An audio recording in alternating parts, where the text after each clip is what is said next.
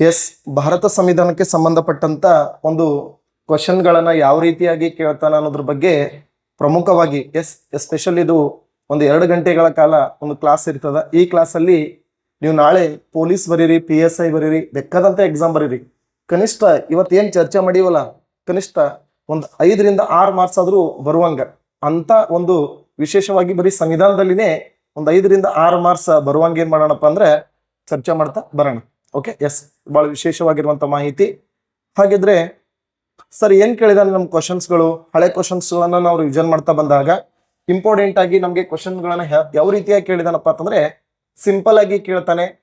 ಯಾವ ರೀತಿ ಕ್ವಶನ್ಗಳನ್ನ ಕೇಳ್ತಾನಪ್ಪ ಅಂತಂದ್ರೆ ನಿಮ್ಗೆಲ್ಲ ಗೊತ್ತು, ಮೂಲ ಸಂವಿಧಾನದಲ್ಲಿ 22 ಭಾಗಗಳು, ಮೂಲ ಸಂವಿಧಾನದಲ್ಲಿ 22 ಭಾಗಗಳು, ಪ್ರಸ್ತುತ 25 ಭಾಗಗಳು, ಮೂಲ ಸಂವಿಧಾನದಲ್ಲಿ 8 ಅನುಸೂಚಿಗಳು, ಪ್ರಸ್ತುತ 12 ಅನುಸೂಚಿಗಳು, ಮೂಲ ಸಂವಿಧಾನದಲ್ಲಿ 395 ವಿಧಿಗಳು, ಪ್ರಸ್ತುತ 474ಕ್ಕಿಂತ ಹೆಚ್ಚು ವಿಧಿಗಳು ಅಂತ ತಿಳ್ಕೊಂಡು ನೀವು ಅಧ್ಯಯನ ಮಾಡ್ತೀರಿ.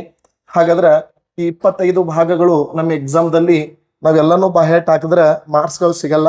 ನಮಗೆ ಸ್ಟೇಟ್ಮೆಂಟ್ ವೈಸ್ ಕ್ವಶನ್ಸ್ ಕೇಳುವಂತ ಸಾಧ್ಯತೆ ಜಾಸ್ತಿ. ಅದು ಜಾಸ್ತಿ ಸ್ಟೇಟ್ಮೆಂಟ್ ವೈಸ್ ಕ್ವಶನ್ಸ್ಗಳನ್ನ ಕೇಳ್ತಾನೆ, ಆರ್ಟಿಕಲ್ ಕೇಳ್ತಾನೆ, ಇಲ್ಲ ಅಂದಿಲ್ಲ ನಾನು, ಅತಿ ಹೆಚ್ಚು ಬಾರಿ ಕೇಳಿದ್ದಾನೆ. ಅಸ್ಪೃಶ್ಯತೆ ಬಗ್ಗೆ ತಿಳಿಸುವ ವಿಧಿ ಎಷ್ಟು? 17ನೇ ವಿಧಿ. ಯಾವ ವಿಧಿಯನ್ನ ಸಂವಿಧಾನದ ಆತ್ಮ ಅಂತ ಕರೀತಾರ? 32ನೇ ವಿಧಿ. ಯಾವ ವಿಧಿಯನ್ನ ಸಂವಿಧಾನದ ಬೆನ್ನೆಲುಬು ಅಂತ ಕರೀತಾರ? 19ನೇ ವಿಧಿ. ಯಾವ ವಿಧಿಯನ್ನ ನಿರ್ಜೀವ ವಿಧಿ ಅಂತ ಕರೀತಾರ? 356ನೇ ವಿಧಿ. ಇದನ್ನ ನಿರ್ಜೀವ ವಿಧಿ ಅಂತ ಕರೆದವರು ಯಾರು? Doctor BR Ambedkar. ಯಾವ ವಿಧಿಗಳನ್ನ golden triangle of Indian article ಅಂತ ಕರೀತಾರ? ಬಂಗಾರದ ತ್ರಿಭುಜಗಳು ಅಂತ ಕರೀತಾರ. ಅಂದ್ರ 14, 19, 21 ಇವುಗಳನ್ನ ಬಂಗಾರದ ತ್ರಿಭುಜಗಳು ಅಂತ ಕರೀತಾರೆ. Golden triangle of Indian article ಅಂತ ಕರೀತಾರ. ಅಂದ್ರೆ ನಮ್ಮ ಎಕ್ಸಾಮ್ದಲ್ಲಿ ಏನ್ ಮಾಡಿದಾನಪ್ಪ ಅಂದ್ರೆ ಅತಿ ಹೆಚ್ಚು ಬಾರಿ ಪದೇ ಪದೇ ಇಂಥ ಕ್ವಶನ್ಗಳನ್ನ ಅರೇಂಜ್ ಮಾಡಿದಾನ. ಭಾರತ ಸಂವಿಧಾನದಲ್ಲಿ ಅತ್ಯಂತ ದೊಡ್ಡ ವಿಧಿ ಅಂತೇಳಿ ಆರ್ಟಿಕಲ್ ನಂಬರ್ 243ನೇ ವಿಧಿಯನ್ನು ಕರೀತಾರ. ಅದು ಪಂಚಾಯತಿ ಬಗ್ಗೆ ತಿಳಿಸ್ತದ. ಇದು ಆರ್ಟಿಕಲ್ ವೈಸ್ ಕೇಳುವಂತ ಸರ್ವೇ ಸಾಮಾನ್ಯ ಕ್ವಶನ್. ಇದು ಆರ್ಟಿಕಲ್ ವೈಸ್ ಟೋಟಲ್ ಈಗ ಭಾರತ ಸಂವಿಧಾನದಲ್ಲಿ ಒಂದು 18 ಮಾರ್ಕ್ಸ್ ಕೇಳ್ಯಾನಂದ್ರ ಆರ್ಟಿಕಲ್ ಮೇಲೆ 2 ಇಲ್ಲಿಕ್ಕಂದ್ರೆ 3 ಮಾರ್ಕ್ಸ್ ಕೇಳ್ತಾನೆ, 2 ಇಲ್ಲ ಅಂದ್ರೆ 3 ಮಾರ್ಕ್ಸ್ ಗಳನ್ನ ಕೇಳ್ತಾನೆ ಪಕ್ಕ. ಇನ್ನು 15 ಏನಿರ್ತದೆ? ಸ್ಟೇಟ್ಮೆಂಟ್ ಇರ್ತದೆ. ಹಂಗಂದ್ರೆ ಸ್ಟೇಟ್ಮೆಂಟ್ ವೈಸ್ ಕ್ವಶನ್ಸ್ಗಳು ಹೆಂಗಿರ್ತವೆ ಸರ್? ಸಿಂಪಲ್ ಆಗಿ ಕೇಳ್ತಾನೆ. ಹೆಂಗಿರ್ತಾವಪ್ಪ ಅಂತಂದ್ರೆ ನಾನು ಒಂದು MCQ ಹಾಕಿ ಏನ್ ಮಾಡ್ತೀನಪ್ಪ ಅಂತಂದ್ರೆ ಒಂದು ಕ್ವಶನ್ಗಳನ್ನ ಹಾಕಿನೇ ಏನ್ ಮಾಡ್ತಾನೆ ಅಂದ್ರೆ ಅದ್ರ ಕುರಿತು ಸಮಗ್ರವಾದಂತ ಚರ್ಚೆ ಮಾಡ್ತೀನಿ. ಯಾವ ರೀತಿ ಪ್ರಶ್ನೆ ಬರ್ಬೋದಪ್ಪ ಅಂತಂದ್ರೆ ಕ್ವಶನ್, ಈ ಕೆಳಗಿನ ಯಾವ ಕಾಯ್ದೆಯನ್ನ ಮ್ಯಾಗ್ನಾ ಕಾರ್ಟ್ ಕಾಯ್ದೆ ಅಂತ ಕರೀತಾರ ಅಂತ ಕ್ವಶನ್ ಕೇಳ್ತಾರ. ಯಾವ ಕಾಯ್ದೆಯನ್ನ ಮ್ಯಾಗ್ನಾ ಕಾರ್ಟ್ ಕಾಯ್ದೆ ಅಂತ ಕರೀತಾರ ಅಂತ ಕ್ವಶನ್ ಕೇಳಿ MCQ ಕೊಡ್ತಾನ. 1773ರ ರೆಗ್ಯುಲೇಟಿಂಗ್ ಕಾಯ್ದೆ ಅಂತ ಕೊಡ್ತಾನ. ಎಸ್. ಬಿ 1858ರ ಭಾರತ ಸರ್ಕಾರ ಕಾಯ್ದೆ. ಸಿ 1935ರ ಭಾರತ ಸರ್ಕಾರ ಕಾಯ್ದೆ. ಡಿ 1946ರ ಕ್ಯಾಬಿನೆಟ್ ಆಯೋಗ ಅಂತ ಕೊಡ್ಬೋದು. ಎಸ್. ಹಾಗಾದ್ರೆ ಇದ್ರಾಗ ಯಾವ ಕಾಯ್ದೆಯನ್ನ ಮ್ಯಾಗ್ನಾ ಕಾರ್ಟ್ ಕಾಯ್ದೆ ಅಂತ ಕರೀತಾರೆ? ಯಾವ್ದ್ರಿ ಸರಿಯಾದಂತ ಉತ್ತರ? ಯಾವ್ದ್ರಿ? B is the right answer. 1858ರ ಕಾಯ್ದೆಯನ್ನ ಮ್ಯಾಗ್ನಾ ಕಾರ್ಟ್ ಕಾಯ್ದೆ ಅಂತ ಕರೀತಾರ. ಹಂಗಂದ್ರೆ ಇಲ್ಲಿ ಏನ್ ಬರ್ದಿನಲ್ಲ ಇವು ಒಟ್ಟು ಇಂಪಾರ್ಟೆಂಟ್ ಅದಾವು, ಬರ್ದದೆಲ್ಲ ಇಂಪಾರ್ಟೆಂಟ್ ಅದಾವು. ಯಾಕಂತ ರೀಸನ್ ಕೇಳಿದಾಗ ನಮ್ಗೊಂದ್ ಸ್ವಲ್ಪ ಸ್ಪಷ್ಟತೆ ಗೊತ್ತಾಗ್ತದೆ. ಹೆಂಗ್ ಸರ್? ಭಾರತದಲ್ಲಿ 1773ಕ್ಕಿಂತ ಮುಂಚೆ 1765ರಲ್ಲಿ ಗವರ್ನರ್ ಎಂಬ ಪದ ಬಂಗಾಳದಲ್ಲಿ ಆರಂಭ ಆಗ್ತದೆ. ಈ ಗವರ್ನರ್ ಎಂಬ ಪದ ಹುಟ್ಟುತ್ತೆ 1765ರಾಗ. ನಾನು ಏನ್ ಮಾಡ್ತೀನಪ್ಪ ಅಂದ್ರೆ ಬೇಸಿಕ್ ಆಗಿ 2 ಕ್ವಶನ್ ಚರ್ಚೆ ಮಾಡ್ತೀನಿ, ಆಮೇಲೆ ಪ್ರಮೋಷನ್ ಮಾಡ್ಕೊತ ಹೋಗ್ತೀನಿ ಇಂಪಾರ್ಟೆಂಟ್ ಇದ್ದದನ್ನ. ಎಸ್. ಹಾಗಾದ್ರೆ 1765ರಲ್ಲಿ ಗವರ್ನರ್ ಎಂಬ ಪದ ಆರಂಭ ಆಗ್ತದೆ. ಆಗಿನ ಗವರ್ನರ್ ಈಗಿನ ರಾಜ್ಯಪಾಲ ಇದ್ದಂಗ ಅಂತ ನಾವು ತಿಳಿಸ್ತೀವಿ. ಓಕೆ. ನೆಕ್ಸ್ಟ್ 1773ಕ್ಕ ರೆಗ್ಯುಲೇಟಿಂಗ್ ಕಾಯ್ದೆ ಬರ್ತದೆ. ಒಂದು ಗೊತ್ತಿಟ್ಕೋರಿ, ಇಲ್ಲಿ ದ್ವಿಮುಖ ಸರ್ಕಾರ ಪದ್ಧತಿ ಬಂದದ್ದು ಇಲ್ಲೇ. ದ್ವಿಮುಖ ಸರ್ಕಾರ ಪದ್ಧತಿ ಅಂದ್ರೆ ಒಂದೇ, ಒಡೆದಾಳುವ ನೀತಿ ಅಂದ್ರೆ ಒಂದೇ, ಅಥವಾ ಇದನ್ನ ಬೈಕ್ಯಾಮ್ರಲ್ ಸಿಸ್ಟಮ್ ಅಂತಾನು ಕರೀತಾರೆ. ಅದು ಬಂದದ್ದು ಯಾವಾಗ ಅಂದ್ರೆ 1765ರಾಗ. ಮತ್ತೆ ಇಲ್ಲಿ ರದ್ದಾಗ್ತದ, ರೆಗ್ಯುಲೇಟಿಂಗ್ ಕಾಯ್ದೆ ಒಳಗೆ ರದ್ದಾಗಿ ಮತ್ತೇನಾಗ್ತದ 1784ಕ್ಕ ಮತ್ತೆ ಸ್ಟಾರ್ಟ್ ಮಾಡ್ತಾರೆ. ಅದಕ್ಕಾಗಿ 1784ರ ಕಾಯ್ದೆಯನ್ನ ಗುಲಾಮಗಿರಿ ಕಾಯ್ದೆ ಅಂತಾನು ಕರೀತಾರೆ. ನಮ್ಮ ಎಕ್ಸಾಮ್ದಾಗ ಉಲ್ಲೇಖ ಮಾಡ್ಯಾರ ಬುಕ್ಸ್ಗಳಲ್ಲಿ. ಯಾವ ಕಾಯ್ದೆಯನ್ನ ಗುಲಾಮಗಿರಿ ಕಾಯ್ದೆಪ್ಪ ಅಂದ್ರ 1784. ಯಾಕೆ ಸರ್ ಅಂದ್ರ ಇಲ್ಲಿ ಆಡಳಿತದ ವಿಭಾಗ ಆಗ್ತದ. ಇಲ್ಲಿ ಏನಾಗ್ತದಪ್ಪ ಅಂತಂದ್ರೆ ವಾರನ್ ಹೇಸ್ಟಿಂಗ್ ನೇತೃತ್ವದಲ್ಲಿ ಒಂದು ಬೋರ್ಡ್ ಆಫ್ ಕಂಟ್ರೋಲ್, ಇನ್ನೊಂದು ಕೋರ್ಟ್ ಆಫ್ ಡೈರೆಕ್ಟರ್. ತಮ್ಮ ಅನುಕೂಲಕ್ಕಾಗಿ ಆಡಳಿತವನ್ನು ಏನ್ ಮಾಡ್ತಾರಪ್ಪ ಅಂದ್ರೆ ಡಿವೈಡ್ ಮಾಡ್ಕೊತಾರೆ. ಅದಕ್ಕಾಗಿ ಸರ್ ಇಲ್ಲಿ ಬಂದದ ನಂತರ 4 ಚಾರ್ಟರ್ ಕಾಯ್ದೆಗಳು ಬರ್ತಾವ. ನೆಕ್ಸ್ಟ್ ಪ್ರಥಮ ಸ್ವಾತಂತ್ರ್ಯ ಸಂಗ್ರಾಮ ಆಗ್ತದ. ಅಪ್ ಟು 1857ರವರೆಗೆ ಇರ್ತದೆ. ಇದು 1857ರವರೆಗೆ ಇರ್ತದ. ಆದ್ರೆ 1858ಕ್ಕೆ ಏನಾಗ್ತದ ಗೊತ್ತಾ? 1858ಕ್ಕೆ ಯಾವಾಗ ಪ್ರಥಮ ಸ್ವಾತಂತ್ರ್ಯ ಸಂಗ್ರಾಮ ಆಗ್ತದೋ, ಯಾವಾಗ ಬ್ರಿಟಿಷರ ವಿರುದ್ಧ ಭಾರತೀಯರ ದಂಗೆ ಹೇಳ್ತಾರೋ, ಅವಾಗ ಬ್ರಿಟನ್ ರಾಣಿ ಏನ್ ಮಾಡ್ತಾರ ಅಂದ್ರೆ ಭಾರತದಲ್ಲಿ ಕಂಪನಿ ಆಡಳಿತವನ್ನ ರದ್ದುಪಡಿಸ್ತಾಳ. ಇದು ಬಹಳ ಇಂಪಾರ್ಟೆಂಟ್. ಕಂಪನಿ ಆಡಳಿತವನ್ನ ರದ್ದುಪಡಿಸಿ ಭಾರತದಲ್ಲಿ ಏನ್ ಮಾಡ್ತಾರಪ್ಪ ಅಂದ್ರೆ ಬ್ರಿಟನ್ ರಾಣಿಯ ನೇರ ಆಡಳಿತ ಸ್ಟಾರ್ಟ್ ಮಾಡ್ತಾಳೆ. ಬ್ರಿಟನ್ ರಾಣಿಯ ನೇರ ಆಡಳಿತ ಸ್ಟಾರ್ಟ್ ಮಾಡೋದ್ರಿಂದನೇ ಈ 1858ರ ಕಾಯ್ದೆಯನ್ನ ನಾವು ಏನಂತ ಕರಿತೀವಿ ಅಂದ್ರೆ ನೇರ ಆಡಳಿತದ ಕಾಯ್ದೆ ಅಂತ ಕರಿತೀವಿ. ಇದೇ ಕಾಯ್ದೆ ಏನ್ ಮಾಡ್ತದಪ್ಪ ಅಂದ್ರೆ ಭಾರತದಲ್ಲಿ ಗವರ್ನರ್ ಜನರಲ್ ಹುದ್ದೆ ರದ್ದು ಮಾಡಿ ವೈಸರಾಯ ಹುದ್ದೆ ಆರಂಭ ಮಾಡ್ತದೆ. ವೈಸರಾಯ ಹುದ್ದೆ. ಭಾರತದ ಮೊದಲ ವೈಸರಾಯ ಯಾರಪ್ಪ ಅಂದ್ರೆ ಲಾರ್ಡ್ ಕ್ಯಾನಿಂಗ್. ಇವನ ಅಧೀನದಲ್ಲಿ ಕಾರ್ಯನಿರ್ವಹಿಸ್ಲಿಕ್ಕ ರಾಜ್ಯ ಕಾರ್ಯದರ್ಶಿ ಅಂತ ಸೃಷ್ಟಿ ಮಾಡ್ತಾರೆ. ರಾಜ್ಯ ಕಾರ್ಯದರ್ಶಿ, ಇದು ಬಹಳ ಇಂಪಾರ್ಟೆಂಟ್. ಮೊದಲ ರಾಜ್ಯ ಕಾರ್ಯದರ್ಶಿ ಯಾರಪ್ಪ ಅಂದ್ರೆ ಲಾರ್ಡ್ ಸ್ಟ್ಯಾನ್ಲಿ. ಇವನೇ ಮೊಟ್ಟ ಮೊದಲ ಬಾರಿಗೆ ಭಾರತದಲ್ಲಿ ಬಜೆಟ್ ಮಂಡಿಸ್ತಾನೆ. 1861ರಾಗ ಬಜೆಟ್ ಮಂಡಿಸಿದ ಮೊದಲ ವ್ಯಕ್ತಿ ಯಾರಪ್ಪ ಅಂದ್ರೆ ಲಾರ್ಡ್ ಸ್ಟ್ಯಾನ್ಲಿ. ಹಾಗಾದ್ರ ಇಲ್ಲಿ ಏನಾಗ್ತದಪ್ಪ ಅಂದ್ರೆ ವೈಸರಾಯ ಹುದ್ದೆ ಸ್ಟಾರ್ಟ್ ಆಗ್ತದ, ಗವರ್ನರ್ ಜನರಲ್ ಹುದ್ದೆ ರದ್ದಾಗ್ತದ. ಅದಕ್ಕಾಗಿ ಸರ್ ಇದನ್ನ ಮ್ಯಾಗ್ನಾ ಕಾರ್ಟಾ ಅಂತ ಯಾಕೆ ಕರೀತಾರಂದ್ರ 1858ಕ್ಕ ರದ್ದಾಗುದು ದ್ವಿಮುಖ ಸರ್ಕಾರ ಪದ್ಧತಿ ಮತ್ತು ವಾಪಸ್ ಏನಾಗಲ್ಲಪ್ಪ ಅಂತಂದ್ರೆ ಆರಂಭ ಆಗಲ್ಲ. ಯಾವತ್ತಿಗೂ ಏನಾಗಲ್ಲಪ್ಪ ಅಂದ್ರೆ ಆರಂಭ ಆಗಲ್ಲ. ಇದು ಅಲ್ಲಿಗೆ ಎಂಡ್ ಆಯ್ತು. ಸರ್ ದ್ವಿಮುಖ ಸರ್ಕಾರ ಪದ್ಧತಿ ಅಂದ್ರೆ ಏನ್ ಗೊತ್ತಾ? ಟೋಟಲ್ ಆಗಿ ಭಾರತೀಯರ ಮೇಲೆ ಕಠಿಣವಾದಂತ ನಿಯಮಗಳು, ಕಾನೂನಿನ ನಿಯಮಗಳನ್ನ ಬ್ರಿಟಿಷರು ಜಾರಿಗೊಳಿಸಿದ್ರು. ಅದನ್ನ ಏನ್ ಮಾಡ್ತಾರಪ್ಪ ಅಂದ್ರೆ ಸಂಪೂರ್ಣವಾಗಿ ಈ 1858ರ ಕಾಯ್ದೆ ಸಂಪೂರ್ಣವಾಗಿ ರದ್ದುಪಡಿಸ್ತದೆ. ಆ ಕಾರಣಕ್ಕಾಗಿ ಇದನ್ನ ಏನಂತ ಕರೀತಾರೆ ಅಂದ್ರೆ ಮ್ಯಾಗ್ನಾ ಕಾರ್ಟ್ ಕಾಯ್ದೆ ಅಂತ ಕರೀತಾರೆ. ಆದ್ರೆ ಈ ಮ್ಯಾಗ್ನಾ ಕಾರ್ಟ್ ಎಂಬ ಪದ ಮೊದಲು ಹುಟ್ಟುದಿಲ್ಲಪ್ಪ ಅಂದ್ರೆ ಇಂಗ್ಲೆಂಡ್ದಾಗ ಅಲ್ಲಿ ದೊರೆ 2ನೇ ಜಾನ್ ಅಂತ ಬರ್ತಾನ. ಈ 2ನೇ ಜಾನ್ ಏನ್ ಮಾಡ್ತಾನಪ್ಪ ಅಂದ್ರೆ 1215ರಾಗ ಮೊಟ್ಟ ಮೊದಲ ಬಾರಿಗೆ ಈ ಮ್ಯಾಗ್ನಾ ಕಾರ್ಟ್ ಎಂಬ ನಿಯಮವನ್ನ ಜಾರಿ ತಗೊಂಡ್ಬರ್ತಾನೆ. ನೋಡ್ರಿ, ಭಾರತ ಸಂವಿಧಾನದಾಗ ಮ್ಯಾಗ್ನಾ ಕಾರ್ಟ್ ಅಂತೇಳಿ ಯಾವ ಭಾಗವನ್ನ ಕರೀತಾರಂದ್ರ ಮೂಲಭೂತ ಹಕ್ಕುಗಳನ್ನ ಕರೀತಾರ. ಮೂಲಭೂತ ಹಕ್ಕುಗಳನ್ನ ಭಾರತ ಸಂವಿಧಾನದಲ್ಲಿ ಮ್ಯಾಗ್ನಾ ಕಾರ್ಟ್ ಅಂತ ಕರೀತಾರ. ಬಹಳ ಇಂಪಾರ್ಟೆಂಟ್ ನೋಡಿ. ಯಾಕೆ ಸರಿ ಕರೀತಾರಪ್ಪ ಅಂದ್ರೆ ಮೂಲಭೂತ ಹಕ್ಕುಗಳು ಬದುಕಲಿಕ್ಕೆ ಸ್ವಾತಂತ್ರ್ಯ ಕೊಟ್ಟವು, ಆಯ್ಕೆ ಮಾಡುವ ಸ್ವಾತಂತ್ರ್ಯ, ಜೀವಿಸುವ ಸ್ವಾತಂತ್ರ್ಯ, ಸಂಚಾರ ಮಾಡುವ ಸ್ವಾತಂತ್ರ್ಯ, ವಾಸ ಮಾಡುವ ಸ್ವಾತಂತ್ರ್ಯ. ಹೌದಾ? ನಾವು ಮುಕ್ತತೆಯಿಂದ ಬದುಕುವ ಸ್ವಾತಂತ್ರ್ಯ ಫಂಡಮೆಂಟಲ್ ರೈಟ್ಸ್ ಅಲ್ಲಿ ಅದಾವ. ಅದಕ್ಕಾಗಿ ಮೂಲಭೂತ ಹಕ್ಕುಗಳನ್ನ ಏನಂತ ಕರೀತಾರಂದ್ರೆ ಭಾರತ ಸಂವಿಧಾನದ ಮ್ಯಾಗ್ನಾ ಕಾರ್ಟ್ಸ್ ಅಂತ ಕರೀತಾರೆ. ಸರ್ ಮ್ಯಾಗ್ನಾ ಕಾರ್ಟ್ ಅಂದ್ರೆ ಏನು? ಮ್ಯಾಗ್ನಾ ಕಾರ್ಟ್ ಅಂದ್ರೆ ಕಾನೂನಿನ ಮಹಾಸನ್ನದು. ಕಾನೂನಿನ ಮಹಾಸನ್ನದು ಅಂದ್ರೆ ಒಂದೇ, ಮ್ಯಾಗ್ನಾ ಕಾರ್ಟ್ ಅಂದ್ರೆ ಒಂದೇ. ಹಾಗಾದ್ರೆ ಭಾರತದಲ್ಲಿ ಮೂಲಭೂತ ಹಕ್ಕುಗಳನ್ನ ಮ್ಯಾಗ್ನಾ ಕಾರ್ಟ್ ಅಂತ ಕರೀತಾರ. ಇನ್ನ ಮ್ಯಾಗ್ನಾ ಕಾರ್ಟ್ ಶಿಕ್ಷಣದ ಕಾಯ್ದೆ ಯಾವುದಪ್ಪ ಅಂದ್ರೆ 1854ರ ವುಡ್ಸ್ ವರದಿ ನೋಡಿ. ಇದಕ್ಕೆ ಇಂಗ್ಲಿಷ್ ಶಿಕ್ಷಣದ ಮ್ಯಾಗ್ನಾ ಕಾರ್ಟ್ ಅಂತ ಕರೀತಾರೆ. ವುಡ್ಸ್ ವರದಿ ಅಂತ ಬರ್ತದೆ. ಇದಕ್ಕೆ ಇಂಗ್ಲಿಷ್ ಶಿಕ್ಷಣದ ಮ್ಯಾಗ್ನಾ ಕಾರ್ಟ್ ಅಂತ ಕರೀತಾರೆ. ಇದನ್ನು ನನ್ನ ಎಕ್ಸಾಮ್ದಾಗ ಕೇಳ್ಯಾನ. ಒಂದು ಅರ್ಥ ಮಾಡ್ಕೊಡ್ರಿ, KA ಪ್ಯಾಟರ್ನ್ ಇರೋದ್ರಿಂದ ಕ್ವಶನ್ಸ್ಗಳು 1 ಲೈನ್ ಬರೋ ಸಾಧ್ಯತೆ ಕಮ್ಮಿ ಇದೆ. ಅದು ಸ್ಪೆಷಲ್ ಆಗಿ ಪಾಲಿಟಿ ಕ್ವಶನ್ಸ್ಗಳು PC ದಿಂದ UPSC ತನಕ ನೋಡ್ರಿ, ಪಾಲಿಟಿ ಕ್ವಶನ್ಸ್ಗಳು ಅಷ್ಟು ಈಸಿಯಾಗಿ ಬರ್ಲಿಕ್ಕೆ ಸಾಧ್ಯನೇ ಇಲ್ಲ. ಆ ಕಾರಣಕ್ಕಾಗಿ ಈ ಸದ್ಯಕ್ಕೆ ನಮ್ಗ 1858ರ ಭಾರತ ಸರ್ಕಾರ ಕಾಯ್ದೆಯನ್ನ ನಾವೇನಂತ ಕರಿತೀವಿ ಅಂದ್ರೆ ಮ್ಯಾಗ್ನಾ ಕಾರ್ಟ್ ಕಾಯ್ದೆ ಅಂತ ಕರಿತೀವಿ. ಒಂದೊಂದ್ಸಾರಿ ಹಿಂಗೂ ಕೇಳೋಣ.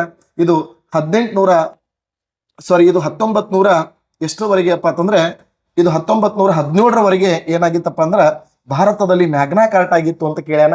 ಅದಕ್ಕೆ ಸರ್ 1858ರ ಕಾಯ್ದೆ ಮ್ಯಾಗ್ನಾ ಕಾರ್ಟ್ ಕಾಯ್ದೆ. ಈ ಮ್ಯಾಗ್ನಾ ಕಾರ್ಟ್ ಎಂಬ ಒಂದೇ ಪದ ಬತ್ತಂದ್ರ ನಾವು ಒಂದ್ ಸ್ವಲ್ಪ ಹಿಂಗ್ ಹೋಗಿ ಬರ್ಬೇಕಂತು. ಯಾಕೆ ಸರ್ 1858ನ ಮ್ಯಾಗ್ನಾ ಕಾರ್ಟ್ ಅಂತ ಕರೀತಾರಂದ್ರ ಇಲ್ಲಿ ರದ್ದಾದ ದ್ವಿಮುಖ ಸರ್ಕಾರ ಪದ್ಧತಿ ಮತ್ತು ವಾಪಸ್ ಯಾವಾಗೂ ಆರಂಭ ಆಗ್ಲಿಲ್ಲ. ವಾಪಸ್ ಆರಂಭ ಆಗ್ಲಿಲ್ಲ. ಅದು ದ್ವಿಮುಖ ಸರ್ಕಾರ ಪದ್ಧತಿ ಅಂದ್ರೆ ಒಡೆದಾಳುವ ನೀತಿ ಸ್ಟಾರ್ಟೇ ಆಗ್ಲಿಲ್ಲ.